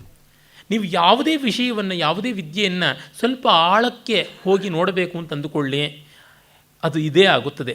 Any subject when treated in a deeper manner it becomes a philosophical issue ಅಂತಂತಾರಲ್ಲ. ಎಲ್ಲಿ ನೋಡಿದ್ರೂ ಬರ್ತದೆ, ಅದನ್ನು ತಪ್ಪಿಸ್ಕೊಳ್ಳೋಕ್ಕಾಗೋಲ್ಲ. ಘಟ್ಟಕುಟ್ಯಾಂ ಪ್ರಭಾತಾಯಿತಂ ಅಂತ ಒಂದು ಲೌಕಿಕ ನ್ಯಾಯ ಉಂಟು. ಒಬ್ಬ ಸುಂಕದ ಕಟ್ಟೆಯ ಪೀಡೆಯನ್ನು ತಪ್ಪಿಸಿಕೊಳ್ಳಬೇಕು ಅಂತ ರಾತ್ರಿಯೇ ಸುಂಕದ ಕಟ್ಟೆಯನ್ನು ಹಾದು ಬಿಡೋಣ ಅಡ್ಡದಾರಿಯಿಂದ ಅಂತ ಹೇಳಿ ಬಂಡಿಯನ್ನು ತಿರುಗಿಸಿಕೊಂಡು ಹೋದನಂತೆ. ಕಾಡಲ್ಲಿ ಎಲ್ಲ ದಿಕ್ಕೂ ಸುತ್ತಿ ಸುತ್ತಿ ಸುತ್ತಿ ದಾರಿ ತಪ್ಪಿ ಬಸವಳಿದಂತಹ ಎತ್ತುಗಳು ತಮಗೆ ಚಿರಪರಿಚಿತವಾದ ರಾಜಮಾರ್ಗದಲ್ಲಿ ಮತ್ತೆ ಬಂದುಬಿಟ್ವು. ಅವನು ಗೊತ್ತಾಗಲಿಲ್ಲ, ಸುಸ್ತಾಗಿ ನಿದ್ರೆ ಬಂತು. ಎತ್ತುಗಳು ಪಾಪ ಕಾಲಿಳಕೊಂಡು ಬೆಳಗಾಗೊತ್ತಿಗೆ ಸುಂಕದ ಕಟ್ಟೆಗೆ ಬಂದು ನಿಂತರಂತೆ. ಈ ರೀತಿಯಲ್ಲಿ ನಾವು ಅವಾಯ್ಡ್ ಮಾಡಬೇಕು ಅನ್ನೋದು ತತ್ಕ್ಷಣವೇ ಬರುತ್ತದೆ. ನಿರೂಪಯಿತು ಮಾರಬ್ಧೆ ನಿಖಿಲೈರಪಿ ಪಂಡಿತೈ ಅವಿದ್ಯಾ ಪುರತಸ್ತೇಷಾಂ ಭಾತಿ ಕಕ್ಷಾಸು ಕಾಸುಚಿತ್ ಅಂತ ಸುರೇಶ್ವರರು ಹೇಳ್ತಾರೆ ತಮ್ಮ ನಿಷ್ಕರ್ಮ್ಯ ಸಿದ್ಧಿಯಲ್ಲಿ. ಭಾಷ್ಯವಾರ್ತಿಕದಲ್ಲೂ ಬರುತ್ತದೆ. ಅದೇ ರೀತಿ ಈ ಮಾತನ್ನು ಪಂಚದಶಿಯಲ್ಲಿ ವಿದ್ಯಾರಣ್ಯ ಸ್ವಾಮಿಗಳು ಉಲ್ಲೇಖ ಮಾಡ್ತಾರೆ. ಹೀಗೆ ಅವಿದ್ಯೆ ಅಂತ ಅದನ್ನೊಂದು ಕಂಪಾರ್ಟ್ಮೆಂಟಲ್ಲಿಟ್ಟು ಅದನ್ನು ಜೋಪಾನ ಮಾಡೋಣ, ನಾವು ಅದನ್ನು ಅವಾಯ್ಡ್ ಮಾಡೋಣ ಅಂತಂದರೆ ಎಲ್ಲಿ ಹೋದರೂ ಅದಲ್ಲಿ ಬರ್ತಾ ಇರುತ್ತೆ ಅಂತ. ಈ ರೀತಿಯಲ್ಲಿ ಇದರಿಂದ ನಮಗೆ ಮುಕ್ತಿ ಬೇಕು ಅಂದರೆ ಹೇಗೆ? ತತ್ವಜಿಜ್ಞಾಸೆ ಅನ್ನುವುದು ಎಲ್ಲೆಲ್ಲಿಯೂ ಎದುರಾಗೋದ್ರಿಂದ we shall better face it now itself. ಮೊದಲಿಗೆ ನೋಡಿ ಅದನ್ನು ಸ್ಪಷ್ಟ ಮಾಡಿಕೊಂಡು ಬಿಟ್ಟರೆ ಎಲ್ಲ ವಿದ್ಯೆಗಳು ತಾನೇ ತಾನಾಗಿ ಬಿಟ್ಟುಕೊಡುತ್ತವೆ. ಉದಾಹರಣೆಗೆ ನೋಡಿ, ಭೌತಶಾಸ್ತ್ರವನ್ನೇ ಆಳವಾಗಿ ಅಭ್ಯಾಸ ಮಾಡಬೇಕು ಅಂದ್ಕೊಳ್ಳಿ. ದೇಶಕಾಲಗಳ ಬಗ್ಗೆ ಚಿಂತನೆ ಮಾಡದೆ ತಪ್ಪುವುದೇ ಇಲ್ಲ. ದೇಶಕಾಲಗಳ ಚಿಂತನೆ ಮಾಡುವಾಗ ವೇದಾಂತ ತಾನೇ ತಾನಾಗಿ ಬಂದು ಕೂತ್ಕೊಳ್ಳುತ್ತದೆ. ಇನ್ನು ಯಾವುದೇ ಒಂದು ಭೌತಶಾಸ್ತ್ರದ ಅಂಗವಾಗಿರುವಂಥದ್ದು ನೋಡಿ, ಅದು ರಸಾಯನಶಾಸ್ತ್ರ ಇರಬಹುದು. ಉದಾಹರಣೆಗೆ ಇನ್ಆರ್ಗ್ಯಾನಿಕ್ ಕೆಮಿಸ್ಟ್ರಿ, ಫಿಸಿಕಲ್ ಕೆಮಿಸ್ಟ್ರಿ, ಆ ಥರದ್ದೆಲ್ಲ ಭೌತಶಾಸ್ತ್ರಕ್ಕೆ ಬಂದು ನೆಲೆಯಾಗುತ್ತವೆ. What is matter, what is energy ಅನ್ನುವಾಗ ಮತ್ತೆ ಬಂದು ಕೂತ್ಕೊಳ್ತದೆ. ಇದೇ ವೇದಾಂತದ ಚಿಂತನೆ. ಇದು ಬೇಡ, ನಾವು ಬಯಾಲಜಿಗೆ ಹೊರಟೋಗ್ಬಿಡ್ತೀವಿ ಅಂದರೆ ವಾಟ್ ಈಸ್ ಲೈಫ್, ಯಾವುದು ಜೀವತ್ವ ಅಂದರೆ ಏನು ಅನ್ನುವಾಗ ಈ ಪ್ರಶ್ನೆ ಬಂದು ಕೂತ್ಕೊಳ್ಳುತ್ತದೆ. ಇನ್ನು ಸೈಕಾಲಜಿಗೆ ಬಂದುಬಿಡೋಣ. ಸೈಕಲಾಜಿಕಲ್ ಸೈನ್ಸಸ್ ಅಂತಂದರೆ ಮನಸ್ಸು ಅಂತಂದರೆ ಏನು, ಮತ್ತೆ ಬಂತು ಇದೇ ಪ್ರಶ್ನೆ. ಅಂತಃಕರಣ ಅಂತಂದರೆ ಏನು, ಭಾವನೆಗಳು ಅಂತಂದರೆ ಏನು, ಕಲ್ಪನೆಗಳು ಅಂತಂದರೆ ಏನು, ಭಾಷೆ ಅಂದರೆ ಏನು ಅಂತಂದರೆ ಇಲ್ಲಿಗೆ ಬಂತು. ಬೇಡ, ಕಲೆಯ ಬಗ್ಗೆ ನಾವು ಗಮನ ಹರಿಸೋಣ, ಅದಕ್ಕಿಂತ ಚೆನ್ನ ಯಾವುದೂ ಇಲ್ಲ. ಅದು ಬಹಿರಂತರಂಗ ಮಧುರವಾಗಿರುವಂಥದ್ದು ಅಂತಂದರೆ ಕಲೆಯಲ್ಲಿ ರಸ ಇಲ್ಲದೆ ಕಲೆ ಇಲ್ಲ. ರಸ ಅಂತಂದರೆ ಏನು ಬಂದೇ ಬಿಡುತ್ತದೆ ವೇದಾಂತ. ಅದು ಬಿಟ್ಟು ಬೇರೆ ದಾರಿಯೇ ಇಲ್ಲ. ಹೋಗಲಿ, ಕಲೆ ಬೇಡ, ಮತ್ತೊಂದು ಬೇಡ, ಈ ರಾಜಕೀಯ ಅದಕ್ಕೆ ಹೋಗೋಣ. ರಾಜನೀತಿ, ಅರ್ಥಶಾಸ್ತ್ರ, ಎಕನಾಮಿಕ್ಸು, ಪಾಲಿಟಿ, ಗವರ್ನೆನ್ಸ್, ಜೂರಿಸ್ಪ್ರುಡೆನ್ಸ್, ಹೀಗೆ ಲಾ ಅಂತೆಲ್ಲ ಹೋದರೆ ಅಲ್ಲಿ ರೈಟ್ ಅಂದರೆ ಯಾವುದು, ರಾಂಗ್ ಅಂದರೆ ಯಾವುದು, ಟ್ರೂತ್ ಅಂದರೆ ಯಾವುದು, ಫಾಲ್ಸ್ ಅಂದರೆ ಯಾವುದು, ಸತ್ಯ ಯಾವುದು, ಮಿಥ್ಯ ಯಾವುದು, ತಪ್ಪು ಯಾವುದು, ಸರಿ ಯಾವುದು, ಯುಕ್ತ ಯಾವುದು, ಅಯುಕ್ತ ಯಾವುದು, ನ್ಯಾಯ ಅನ್ಯಾಯ ಏನು ಅಂತ ಹೇಳಬೇಕು ಅಂದರೆ ಮತ್ತೆ ಫಿಲಸಾಫಿಕಲ್ ಇಶ್ಯೂಗೆ ಬರುತ್ತದೆ. ಹೀಗಾಗಿ ಯಾವ ವಿಷಯವನ್ನು ನಾವು ಹಿಂದಿಟ್ಟುಕೊಂಡು ಹೋದರೂ ತತ್ವ ಬಂದು ಕೂತ್ಕೊಳ್ಳೋದ್ರಿಂದ ಮೊದಲು ಅದನ್ನು ಪರಿಹಾರ ಮಾಡಿಕೊಂಡ್ರೆ ಒಳ್ಳೆಯದು. ಇಲ್ಲದರೆ ಆ ಕಡೆಯಿಂದ ಹೋದರೂ ಈ ಗಂಟು, ಈ ಕಡೆಯಿಂದ ಹೋದರೂ ಆ ಗಂಟು ಬರುತ್ತದೆ. ಅಂದರೆ ಗಂಟನ್ನು ಬಿಚ್ಚಿಟ್ಟು ಬಿಡೋದೇ ತುಂಬ ಒಳ್ಳೆಯ ನಂಟು. ಆ ದೃಷ್ಟಿಯನ್ನು ರಾಮನಿಗೆ ವಸಿಷ್ಠರು ಕೊಡ್ತಾರೆ. ಮತ್ತು ಈ ಸಂದರ್ಭದಲ್ಲಿ ಪೌರುಷದ ಮಹತ್ವ ಎಂಥದ್ದು, ಪೌರುಷ ಮಹಾತ್ಮೆ ಏನು ಅನ್ನೋದನ್ನು ಹೇಳ್ತಾರೆ. ಅತ್ರೈಕಂ ಪೌರುಷಂ ಯತ್ನಂ ವರ್ಜಯಿತ್ವ ಇತರ ಗತಿ ಸರ್ವ ದುಃಖ ಕ್ಷಯಪ್ರಾಪ್ತೌ ನ ಕಾಚಿದುಪಪದ್ಯತೆ. ನನಗೆ ತುಂಬ ಇಷ್ಟವಾದ ಮಾತಿದು. ಇಲ್ಲಿ ಪೌರುಷ ಬಿಟ್ಟು ಇನ್ಯಾವ ಗತಿಯೂ ಇಲ್ಲ ಅಂತ. ಪೌರುಷ ಮಾರ್ಗ ಅಂದರೆ ನಾವು ಪ್ರಯತ್ನ ಪಡಬೇಕು. ಯಾವುದೋ ಗುರು ತಲೆ ಮೇಲೆ ಕೈ ಇಟ್ಟ ಶಕ್ತಿಪಾತವಂತೆ, ಸನ್ನಿಪಾತವಂತೆ, ಪಿಂಡಪಾತವಂತೆ ಆಗುವುದೆಂಥದ್ದು ಅದೆಲ್ಲ ಅಲ್ಲ. ನಾವೇ ಪ್ರಯತ್ನ ಪಡಬೇಕು ಅಂತ. ಬುದ್ಧ ಏಕಾಯನ ಅಂತ ಹೇಳ್ದ. ತಾನು ಮಾತ್ರ ತೂರೋದಕ್ಕಿರುವ ದಾರಿ ಇನ್ಯಾರಿಗೂ ತೂರೋದಕ್ಕಾಗಲ್ಲ. ಹಿಂದೂ ಯಾರೂ ಇಲ್ಲ, ಮುಂದೂ ಯಾರೂ ಇಲ್ಲ, ಆ ರೀತಿಯಾದ ದಾರಿ ಅಂತಂದಂತೆ. ನತದಸ್ತಿ ಜಗತ್ಕೋಶೆ ಶುಭಕರ್ಮಾನುಪಾತಿನ ಯತ್ಪೌರುಷೇಣ ಶುದ್ಧೇನ ನ ಸಮಾಸಾಧ್ಯತೆ ಜನೈ. ಪೌರುಷ ಪ್ರಜ್ಞೆ ಇರ್ತಕ್ಕಂಥವ್ರು ಈ ಜಗತ್ತಿನಲ್ಲಿ ಕಾಣಬಲ್ಲಂಥದ್ದು ಎಲ್ಲ ಉಂಟು, ಕಾಣಲಾಗದ್ದು ಯಾವುದೂ ಇಲ್ಲ. ಎಷ್ಟು ಒಳ್ಳೆಯ ಕೆಲಸ ಬೇಕು ಅಂತಂದರೂ ಪೌರುಷ ಪ್ರಜ್ಞೆಯಿಂದ ಆಗುತ್ತದೆ ಅಂತ. ಅಂದರೆ ಆ ಮಾನುಷೋತ್ಸಾಹಕ್ಕೆ, ಈ ಪುರುಷಕಾರಕ್ಕೆ, ಅಂದರೆ ಹ್ಯೂಮನ್ ಎಫರ್ಟ್ಗೆ ಎಷ್ಟು ದೊಡ್ಡ ಬೆಲೆ ಇದೆ ಅಂತನ್ನುವಂಥದ್ದು. ಆಮೇಲೆ ಇದನ್ನು ಅನ್ವಯ ವ್ಯತಿರೇಕಗಳಿಂದ ಹೇಳುತ್ತದೆ. ಪರಾಯತ್ತತ್ವ ನಿಂದ ಅಂತ. ಯಾರಿಂದಲೂ ಆಗುತ್ತೆ, ಯಾರೋ ಬರ್ತಾರೆ, ಏನೋ ಮಾಡ್ತಾರೆ, ಅವು ಯಾವುದೂ ಕನಸು ಕಾಣಬೇಡ ಅಂತ. ಈಶ್ವರ ಪ್ರೇರಿತೋ ಗಚ್ಚೇತ್ ಸ್ವರ್ಗಂ ನರಕಮೇವವ ನ ಸದೈವ ಪರಾಧೀನಃ ಪಶುರೇವ ನ ಸಂಶಯ. ದೇವರ ಅನುಗ್ರಹ ಇದ್ದರೆ ಸ್ವರ್ಗಕ್ಕೆ ಹೋಗ್ತೀವಿ, ಇಲ್ಲಾಂದರೆ ನರಕಕ್ಕೆ ಹೋಗ್ತೀವಿ, ಹೀಗೆ ಅಂದುಕೊಂಡು ನೀನು ಪಶುವಾಗಿ ಪರಾಧೀನದಲ್ಲಿಯೇ ಇರ್ತೀಯ, ಇನ್ನೇನೂ ಆಗುವಂಥದ್ದಲ್ಲ. ಯೇ ಶೂರ ಯೇ ಚ ವಿಕ್ರಾಂತ ಯೇ ಪ್ರಜ್ಞಾ ಯೇ ಚ ಪಂಡಿತಾ ತೈಸ್ತೈ ಕಿಮಿವ ಲೋಕೆ ಅಸ್ಮಿನ್ ವದದೈವಂ ಪ್ರತೀಕ್ಷತೆ. ಯಾರು ಶೂರರು, ಯಾರು ಪರಾಕ್ರಮಿಗಳು, ಯಾರು ಧನಿಕರು, ಯಾರು ಸಾಧಕರು, ಯಾರು ವಿದ್ಯಾವಂತರು, ಯಾರು ಪಂಡಿತರು ಅಂತಿದ್ದಾರೆ, ಅವರೆಲ್ಲ ಪೌರುಷದಿಂದಲೇ ಬಂದಿರೋದು, ಇನ್ಯಾವುದೂ ಇಲ್ಲ. ದೈವಮಿತಿ ಕಾಪುರುಷ ವದಂತಿ ಅಂತನ್ನುವ ಮಾತು ಉಂಟಲ್ಲ, ಆ ರೀತಿಯಾಗಿ ದೈವಂ ನಾಮನ ಕಿಂಚನ ದೈವಂನ ವಿದ್ಯತೆ ಮೂಢೈ ಪ್ರಕಲ್ಪಿತಂ ದೈವಂ ತತ್ಪರಾಸ್ತೆ ಕ್ಷಯಂ ಗತಾಹ ಪ್ರಾಜ್ಞಾಸ್ತು ಪೌರುಷಾರ್ಥೇನ ಪದಮುತ್ತಮತಾಂ ಗತಾಹ. ಮೂಢರು ದೈವ ಅಂತಂದರೆ ಫೇಟ್ ಅಂತ ಕಲ್ಪಿಸಿಕೊಂಡಿದ್ದಾರೆ, ಅದನ್ನು ಅಂಟಿಕೊಂಡೇನೆ ವಿಧಿವಾದಿಗಳಾಗಿ ನಾಶವಾಗಿದ್ದಾರೆ. ಪ್ರಜ್ಞಾವಂತರು ಪೌರುಷವನ್ನು ಉಪಜೀವನ ಮಾಡಿಕೊಂಡು ಭವ್ಯವಾಗಿ ಬದುಕಿದ್ದಾರೆ, ಉತ್ತಮ ಪ್ರಾಪ್ತಿಯನ್ನು ಪಡೆದಿದ್ದಾರೆ, ಉತ್ತಮ ಲೋಕಗಳೂ ಸೇರಿದಂತೆ ಆತ್ಮಜ್ಞಾನವನ್ನು ಪಡ್ಕೊಂಡಿದ್ದಾರೆ ಅಂತ. ಸಾಮಾನ್ಯವಾಗಿ ನಮ್ಮನ್ನು ಫೆಟಲಿಸ್ಟಿಕ್ ಅಂತ ದೂಷಣೆ ಮಾಡ್ತಾರೆ ಬೇರೆಯವರು. ಈ ರೀತಿಯಾಗಿ ಪೌರುಷವನ್ನು ಕೊಂಡಾಡುವಂಥದ್ದು ನಮ್ಮ ಶಾಸ್ತ್ರಗಳಲ್ಲಿ ಎಷ್ಟೋ ಕಡೆ ಬರುತ್ತದೆ. ವೇದಾಂತಕ್ಕಿಂತ ಪೌರುಷ ಮತ ಮತ್ತೊಂದು ಇಲ್ಲ. ಅದನ್ನು ನೋಡಿ, ಯಹೈವ ಪರಿಮುಚ್ಯತೆ ಯಹೈವ ತೇರ್ಜಿತ ಸರ್ಗ ಅಂತನ್ನುವ ಮಾತುಗಳನ್ನು ಸಕಲತ್ರ ಕಾಣ್ತೀವಿ. ಅದು ಗೀತೆ ಇರಬಹುದು, ಇನ್ನು ಯಾವುದೇ ಗ್ರಂಥ ಇರಬಹುದು. ಅಂದರೆ ಈ ವ್ಯಕ್ತಿಗಳು ನಾವು ಇಲ್ಲಿ ಈಗ ಮಾಡಬಹುದು. ನೋವೇರ್ ಅಂತಂದರೆ ನೌ ಹಿಯರ್ ಅಂತ ಪದಚ್ಛೇದ ಮಾಡಿ ನೋವೇರ್ ಅನ್ನೋದಕ್ಕೆ ಒಂದು ಏಟ್ ಹಾಕಿ ಮಧ್ಯದಲ್ಲಿ NOWHER ಅಂತ ಅನ್ನೋದು NOWHER ಅನ್ನೋದು ನೌ ಹಿಯರ್ ಅಂತ ಆಗುತ್ತದೆ. ಅಂದರೆ ಈಗ ಇಲ್ಲಿ, ಅದು ಜೀವನ್ಮುಕ್ತಿಯ ಲಕ್ಷಣ ಅಂತ. ಹಾಗಾಗಿ ಸಾಯೋವರೆಗೂ ಕಾಯಬೇಕಾಗಿಲ್ಲ. ಸತ್ತ ಮೇಲಿನ ವಿದೇಹ ಮುಕ್ತಿ ಯಾರಿಗೂ ಗೊತ್ತಿಲ್ಲದೆ ಇರತಕ್ಕಂಥದ್ದು. ಅದು ಕೇವಲ ಭ್ರಮೆ, ಅದು ಕೇವಲ ನಂಬಿಕೆ, ಅಂಧವಿಶ್ವಾಸ ಅನ್ನುವ ಮಟ್ಟಕ್ಕೆ ಇದು ಹೋಗುತ್ತದೆ. ಸಿದ್ಧಸ್ಯ ಪೌರುಷೇಣೇಹ ಫಲಸ್ಯ ಫಲಶಾಲಿನ ಶುಭಾಶುಭಾರ್ಥ ಸಂಪತ್ತಿ ದೈವಶಬ್ದೇನ ಕಥ್ಯತೆ. ಹಾಗಾಗಿ ದೈವ ಅನ್ನುವಂಥದ್ದನ್ನು ನಾವು ಏನು ಹೇಳ್ತೀವಿ, ಪೌರುಷೇಣೇಹ ಫಲಸ್ಯ ಫಲಶಾಲಿನ, ಪೌರುಷದಿಂದ ಮಾಡಿಕೊಳ್ಳಬೇಕು. ಅದನ್ನು ನಾವು ಪೌರುಷಕ್ಕೇನೆ ದೈವ ಅನ್ನುವಂಥ ಪ್ರತ್ಯಾಮ್ನಾಯದ ವಿಶೇಷವನ್ನು ಕೊಡಬಹುದು, ಬೇರೆ ಯಾವುದೂ ಇಲ್ಲ. ಯದೇವ ತೀವ್ರ ಸಂವೇಗಾತ್ ದೃಢಂ ಕರ್ಮ ಕೃತಂ ಪುರಾ ತದೇವ ದೈವಶಬ್ದೇನ ಪರ್ಯಾಯೇಣೇಹ ಕಥ್ಯತೆ. ನಾವು ಮಾಡಿದ್ದೇ ವಿಧಿ ಅಂತ ಆಗುವಂಥದ್ದು. ನೆನ್ನೆಯ ನಮ್ಮ ಕೆಲಸ ಇವತ್ತು ನಮ್ಮ ಪಾಲಿಗೆ ವಿಧಿಯಾಗಿ ಬರುತ್ತದೆ. ಅದು ಬಿಟ್ಟು ಅದಕ್ಕಿಂತ ಬೇರೆಯಾದದ್ದೇನೂ ಇಲ್ಲ ಅಂತ. ನನ್ನ ಇವತ್ತಿನ ಇಚ್ಛಾ ಸ್ವಾತಂತ್ರ್ಯ ನಾಳೆ ನನಗೆ ವಿಧಿಯಾಗಿ ಪರಿಣಮಿಸುತ್ತದೆಯೇ ಹೊರತು ಅದಲ್ಲದೆ ಮತ್ಯಾವುದು ನನ್ನನ್ನು ಬಂದು ಕಾಡುವಂಥದ್ದಲ್ಲ. ಮತ್ತು ಒಳ್ಳೆಯ ಪೌರುಷ ಎಂಥದ್ದು? ಉಚ್ಛಾಸ್ತ್ರಂ ಶಾಸ್ತ್ರಿತಂ ಚೇತಿ ದ್ವಿವಿಧಂ ಪೌರುಷಂ ಸ್ಮೃತಂ ತತ್ರೋಚ್ಛಾಸ್ತ್ರ ಸಮರ್ಥನ ತತ್ರೋಚ್ಛಾಸ್ತ್ರಂ ಅನರ್ಥಾಯ ಪರಮಾರ್ಥಾಯ ಶಾಸ್ತ್ರಿತಂ. ಪೌರುಷದಲ್ಲಿ ಎರಡು ಬಗೆ. ಉಚ್ಛಾಸ್ತ್ರ ವಿವೇಕರಹಿತವಾದದ್ದು, ಜ್ಞಾನವನ್ನು, ಪಾರಂಪರಿಕವಾದ ಶಾಸ್ತ್ರಾದಿಗಳ ಜ್ಞಾನ ಯಾವುದನ್ನೂ ಲೆಕ್ಕಿಸದೆ ಅನುಭವಸ್ಥರ ಮಾತನ್ನು ಕೇಳದೆ ಮಾಡುವ ದುಡುಕುತನ, ಇನ್ನೊಂದು ಅನುಭವಸ್ಥರ ಮಾತುಗಳನ್ನು, ತಿಳುವಳಿಕೆಯನ್ನು ಇಟ್ಟುಕೊಂಡು ಮಾಡುವ ಪೌರುಷ. ಈ ಪೌರುಷ ಯಾವುದುಂಟು, ಸತ್ಪೌರುಷ ಅದು ಪರಮಾರ್ಥಕ್ಕೆ, ಅಸತ್ಪೌರುಷ ಅಂತ ಉಚ್ಛಾಸ್ತ್ರ ಪೌರುಷ ಅಂತ ಯಾವುದಿದೆ ಅದು ಅನರ್ಥಕ್ಕೆ ಕಾರಣವಾಗುತ್ತದೆ. ಇಲ್ಲಿ ನಾವು ಆಲಸ್ಯವಿಲ್ಲದೆ ವರ್ತಿಸಬೇಕು. ಆಲಸ್ಯಂ ಯದಿನ ಭವೇತ್ ಜಗತ್ಯನರ್ಥ ಕೋನ ಸ್ಯಾತ್ ಬಹುಧನಕೋ ಬಹುಶ್ರುತೋ ವ ಆಲಸ್ಯಾದ್ಯಮವನಿ ಸಸಾಗರಾಂತ ಸಂಪೂರ್ಣ ನರಪಶುಭಿಶ್ಚ ನಿರ್ಧನಿಶ್ಚ. ಆಲಸ್ಯ ಅನ್ನೋದು ಒಂದು ಇಲ್ಲದೆ ಇದ್ದಿದ್ದರೆ ಈ ಜಗತ್ತಿನಲ್ಲಿ ಯಾರು ಶ್ರೀಮಂತರಾಗ್ತಾ ಇರಲಿಲ್ಲ, ಯಾರು ವಿದ್ಯಾವಂತರಾಗ್ತಾ ಇರಲಿಲ್ಲ. ಈ ಆಲಸ್ಯ ಇದ್ದಿರೋದ್ರಿಂದ ಇಡೀ ಸಮುದ್ರಾಂತವಾದ ಭೂಮಿ ನರಪಶುಗಳಿಂದ ಕೂಡಿದೆ ಅಂತ ಅನ್ನುತ್ತೆ. ಎಷ್ಟು ಕಠೋರವಾದ ಸತ್ಯವನ್ನು ಹೇಳ್ತಾ ಇದೆ ನೋಡಿ.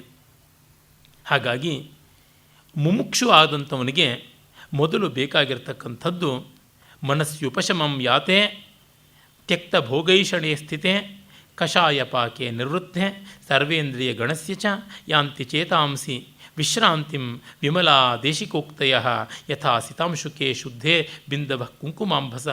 ಮೊದಲು ಶಮ ಬೇಕು, ಭೋಗತ್ಯಾಗ ಬೇಕು, ಸಮಾಧಾನ ಬೇಕು, ಶಾಂತಿ ಬೇಕು. ಆಗ ಬಿಳಿಯ ಬಟ್ಟೆಯಲ್ಲಿ ಕೆಂಪು ಬಣ್ಣ ಎದ್ದು ತೋರುವ ಹಾಗೆ ಗುರುಪದೇಶ ಚಿತ್ತದಲ್ಲಿ ಚೆನ್ನಾಗಿ ಬೆಳಗುತ್ತದೆ ಎನ್ನುವ ಮಾತನ್ನು ಹೇಳ್ತಾರೆ. ಸಂತೋಷ ಸಾಧುಸಂಗಶ್ಚ ವಿಚಾರೋ ಅಥ ಶಮಸ್ತಥಾ ಏತಯೇವ ಭವಾಂಬೋಧಾವ್ ಉಪಾಯಾಸ್ತರಣೆ ನೃಣಾಂ. ಭವಸಾಗರವನ್ನು ದಾಟುವುದಕ್ಕೆ ಸಂತೋಷ, ಸತ್ಸಂಗ, ವಿಚಾರ, ಸಮಾಧಾನ ಇವು ಬಹಳ ಮುಖ್ಯ ಅಂತ. ಸಂತೋಷ ಅಂತನ್ನುವಲ್ಲಿ ಸತ್ಕಲೆಗಳು ಅಥವಾ ಸಾತ್ವಿಕ ಸುಖ ಅಂತ ನಾವೇನಂತೀವಿ, ಕಾವ್ಯ, ಶಾಸ್ತ್ರ, ಗೀತ, ನೃತ್ಯ, ಪ್ರಕೃತಿ ನಿರೀಕ್ಷಣ ಇತ್ಯಾದಿಗಳು.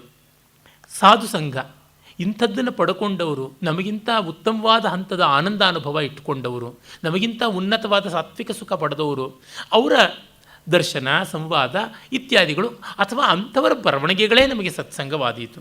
ಮತ್ತು ವಿಚಾರ, ನಿರಂತರವಾಗಿ ಶಾಸ್ತ್ರಜಾಗರೂಕವಾದ, ತರ್ಕ ಸುನಿಶ್ಚಿತವಾದ, ಸ್ವಾನುಭೂತಿ ಪ್ರವಣವಾದ ಸರ್ವಾತ್ಮಾನುಭವ ಅಂದರೆ ಸಾರ್ವತ್ರಿಕ ನಿರ್ವಿಶೇಷಾನುಭವದ ನೆಲೆಯಿಂದ ನೋಡಬಲ್ಲಂಥ ಒಂದು ವಿಚಾರ ಕ್ರಮ. ಮತ್ತು ಶಮ, ಸಮಾಧಾನದ ಗುಣ. ಆದದ್ದಕ್ಕಾಗಲಿ ಆಗದೇ ಇದ್ದದ್ದಕ್ಕಾಗಲಿ ಒಂದು ಯಾವ ನಿರ್ವೇದ ರಾಹಿತ್ಯ ಅಂತೀವಿ, ಅನಿರ್ವೇದ. ರಾಳ್ಳಪಲ್ಲಿಯವರು ಹೇಳ್ತಾರಲ್ಲ, ಅನಿರ್ವೇದ ಮಸಿದ್ಧೇಶು ಸಾಧಿತೇಶು ಅನಹಂಕೃತಿ, ಅನಹಂಕೃತಿಂ ಅನಾಲಸ್ಯಂಚ ಸಾಧ್ಯೇಶು ಕೃತ್ಯೇಶು ಅನುಗ್ರಹಾಣನಃ ಅಂತ ದೇವರನ್ನು ಬೆಳ್ಕೊಳ್ತಾರೆ ನ್ಯಾಸ ಕಳಾನಿಧಿ ಎನ್ನುವ ಸ್ತೋತ್ರದಲ್ಲಿ. ಆ ಬಗೆಯ ಒಂದು ಸಮಾಧಾನ ಗುಣವೇ ಶಮ. ಶಮಶಾಲಿನಿ ಸೌಹಾರ್ದವತಿ ಸರ್ವೇಷು ಜಂತುಷು ಸುಜನೇ ಪರಮಂ ತತ್ವಂ ಸ್ವಯಮೇವ ಪ್ರಸೀದತಿ. ಇಂಥ ಸಮಾಧಾನ ಗುಣವುಳ್ಳವನಲ್ಲಿ ಎಲ್ಲವೂ ತಾನಾಗಿ ಬಂದು ಸೇರಿಕೊಳ್ಳುತ್ತದೆ. ತುಷಾರ ಕರ ಬಿಂಬಾಭಂ ಮನೋ ಯಸ್ಯ ನಿರಾಕುಲಂ ಮರಣೋತ್ಸವ ಯುದ್ಧೇಶು ಸಶಾಂತ ಇತಿ ಕಥ್ಯತೆ. ಯಾವನ ಮನಸ್ಸು ಚಂದ್ರಬಿಂಬದ ಹಾಗೆ ಬೆಳಕಿದ್ದರೂ ಬಿಸಿಯಿಲ್ಲದೆ ಇರುತ್ತದೆಯೋ ಅವನಿಗೆ ಉತ್ಸವವಾಗಲಿ, ಮರಣವಾಗಲಿ, ಯುದ್ಧವಾಗಲಿ ಎಲ್ಲ ಕಾಲದಲ್ಲಿಯೂ ನೆಮ್ಮದಿ ಇರುತ್ತದೆ. ನ ಪಿಶಾಚ ನ ರಕ್ಷಾಂಸಿ ನ ದೈತ್ಯ ನಚ ಶತ್ರವಃ ನಚ ವ್ಯಾಘ್ರ ಭುಜಂಗಾವ ದ್ವಿಷಂತಿ ಶಮಶಾಲಿನಂ. ಈ ಸಮಾಧಾನ ಇದ್ದವನಿಗೆ ದೆವ್ವಭೂತಗಳು ಏನೂ ಮಾಡೋಲ್ಲ, ರಾಕ್ಷಸರು ಏನೂ ಮಾಡೋಲ್ಲ, ದೈತ್ಯ ವೇತಾಳಗಳು ಏನೂ ಮಾಡೋಲ್ಲ. ಇವನಿಗೆ ಶತ್ರುಗಳೇ ಇಲ್ಲ, ಅಜಾತಿ ಶತ್ರುವಾಗಿರ್ತಾನೆ. ಇನ್ನು ಸಂತೋಷ, ಸಂತೋಷ ಪುಷ್ಟ ಮನಸಂ ಭೃತ್ಯ ಇವ ಮಹರ್ಧಯ ರಾಜಾನಂ ಉಪತಿಷ್ಠಂತಿ ಕಿಂಕರತ್ವಮುಪಾಗತಾ. ಸಂತೋಷ ಇರ್ತಕ್ಕಂಥವನಿಗೆ ಎಲ್ಲ ಬೆಳವಣಿಗೆಗಳು ಸೇವಕರಂತೆ ಬಂದು ಸೇರಿಕೊಳ್ಳುತ್ತವೆ. ರಾಜನಿಗೆ ಸೇವಕರು ಹೇಗೋ ಹಾಗೆ ಸಂತೋಷ ಇದ್ದವನಿಗೆ ಎಲ್ಲವೂ ಬಂದು ಸೇರಿಕೊಳ್ಳುತ್ತದೆ ಅಂತ. ಅಂದರೆ ತೃಪ್ತಿಯ ಗುಣ ಒಂದು ಬೇಕು ಅಂತ. ಮತ್ತು ಸಾಧುಸಂಗ, ಯಸ್ನಾತಃ ಶೀತಸಿತಯ ಸಾಧುಸಂಗತಿ ಗಂಗಯ ಕಿಂ ತಸ್ಯ ದಾನೈ ಕಿಂ ತೀರ್ಥೈ ಕಿಂ ತಪೋಭಿ ಕಿಮಧ್ವರೈ. ಯಾರು ಸಜ್ಜನ ಸಂಘವೆನ್ನುವ ಗಂಗೆಯಲ್ಲಿ ಮಿಂದೆದ್ದಿದ್ದಾನೋ ಅವನಿಗೆ ಬೇರೆಯ ತೀರ್ಥ, ಬೇರೆಯ ಯಾತ್ರೆ, ಬೇರೆಯ ದಾನ ತಪಸ್ಸುಗಳು, ಬೇರೆಯ ಯಜ್ಞಾದಿಗಳು ಯಾವುದೂ ಬೇಕಿಲ್ಲ ಅಂತ. ಹೀಗೆ ಮೊದಲ ಒಂದು ಭಾಗದಲ್ಲಿ ನಾವು ಮೋಕ್ಷಾಧಿಕಾರಿಗೆ ಬೇಕಾಗಿರುವಂತಹ ಸಾಧನ ಸಾಮಗ್ರಿ ಏನು ಅನ್ನುವುದನ್ನು ನೋಡ್ತೀವಿ. ನಾಳೆ ಇನ್ನು ಮಿಕ್ಕದ್ದೆರಡು ನೋಡೋಣ. ನಮಸ್ಕಾರ.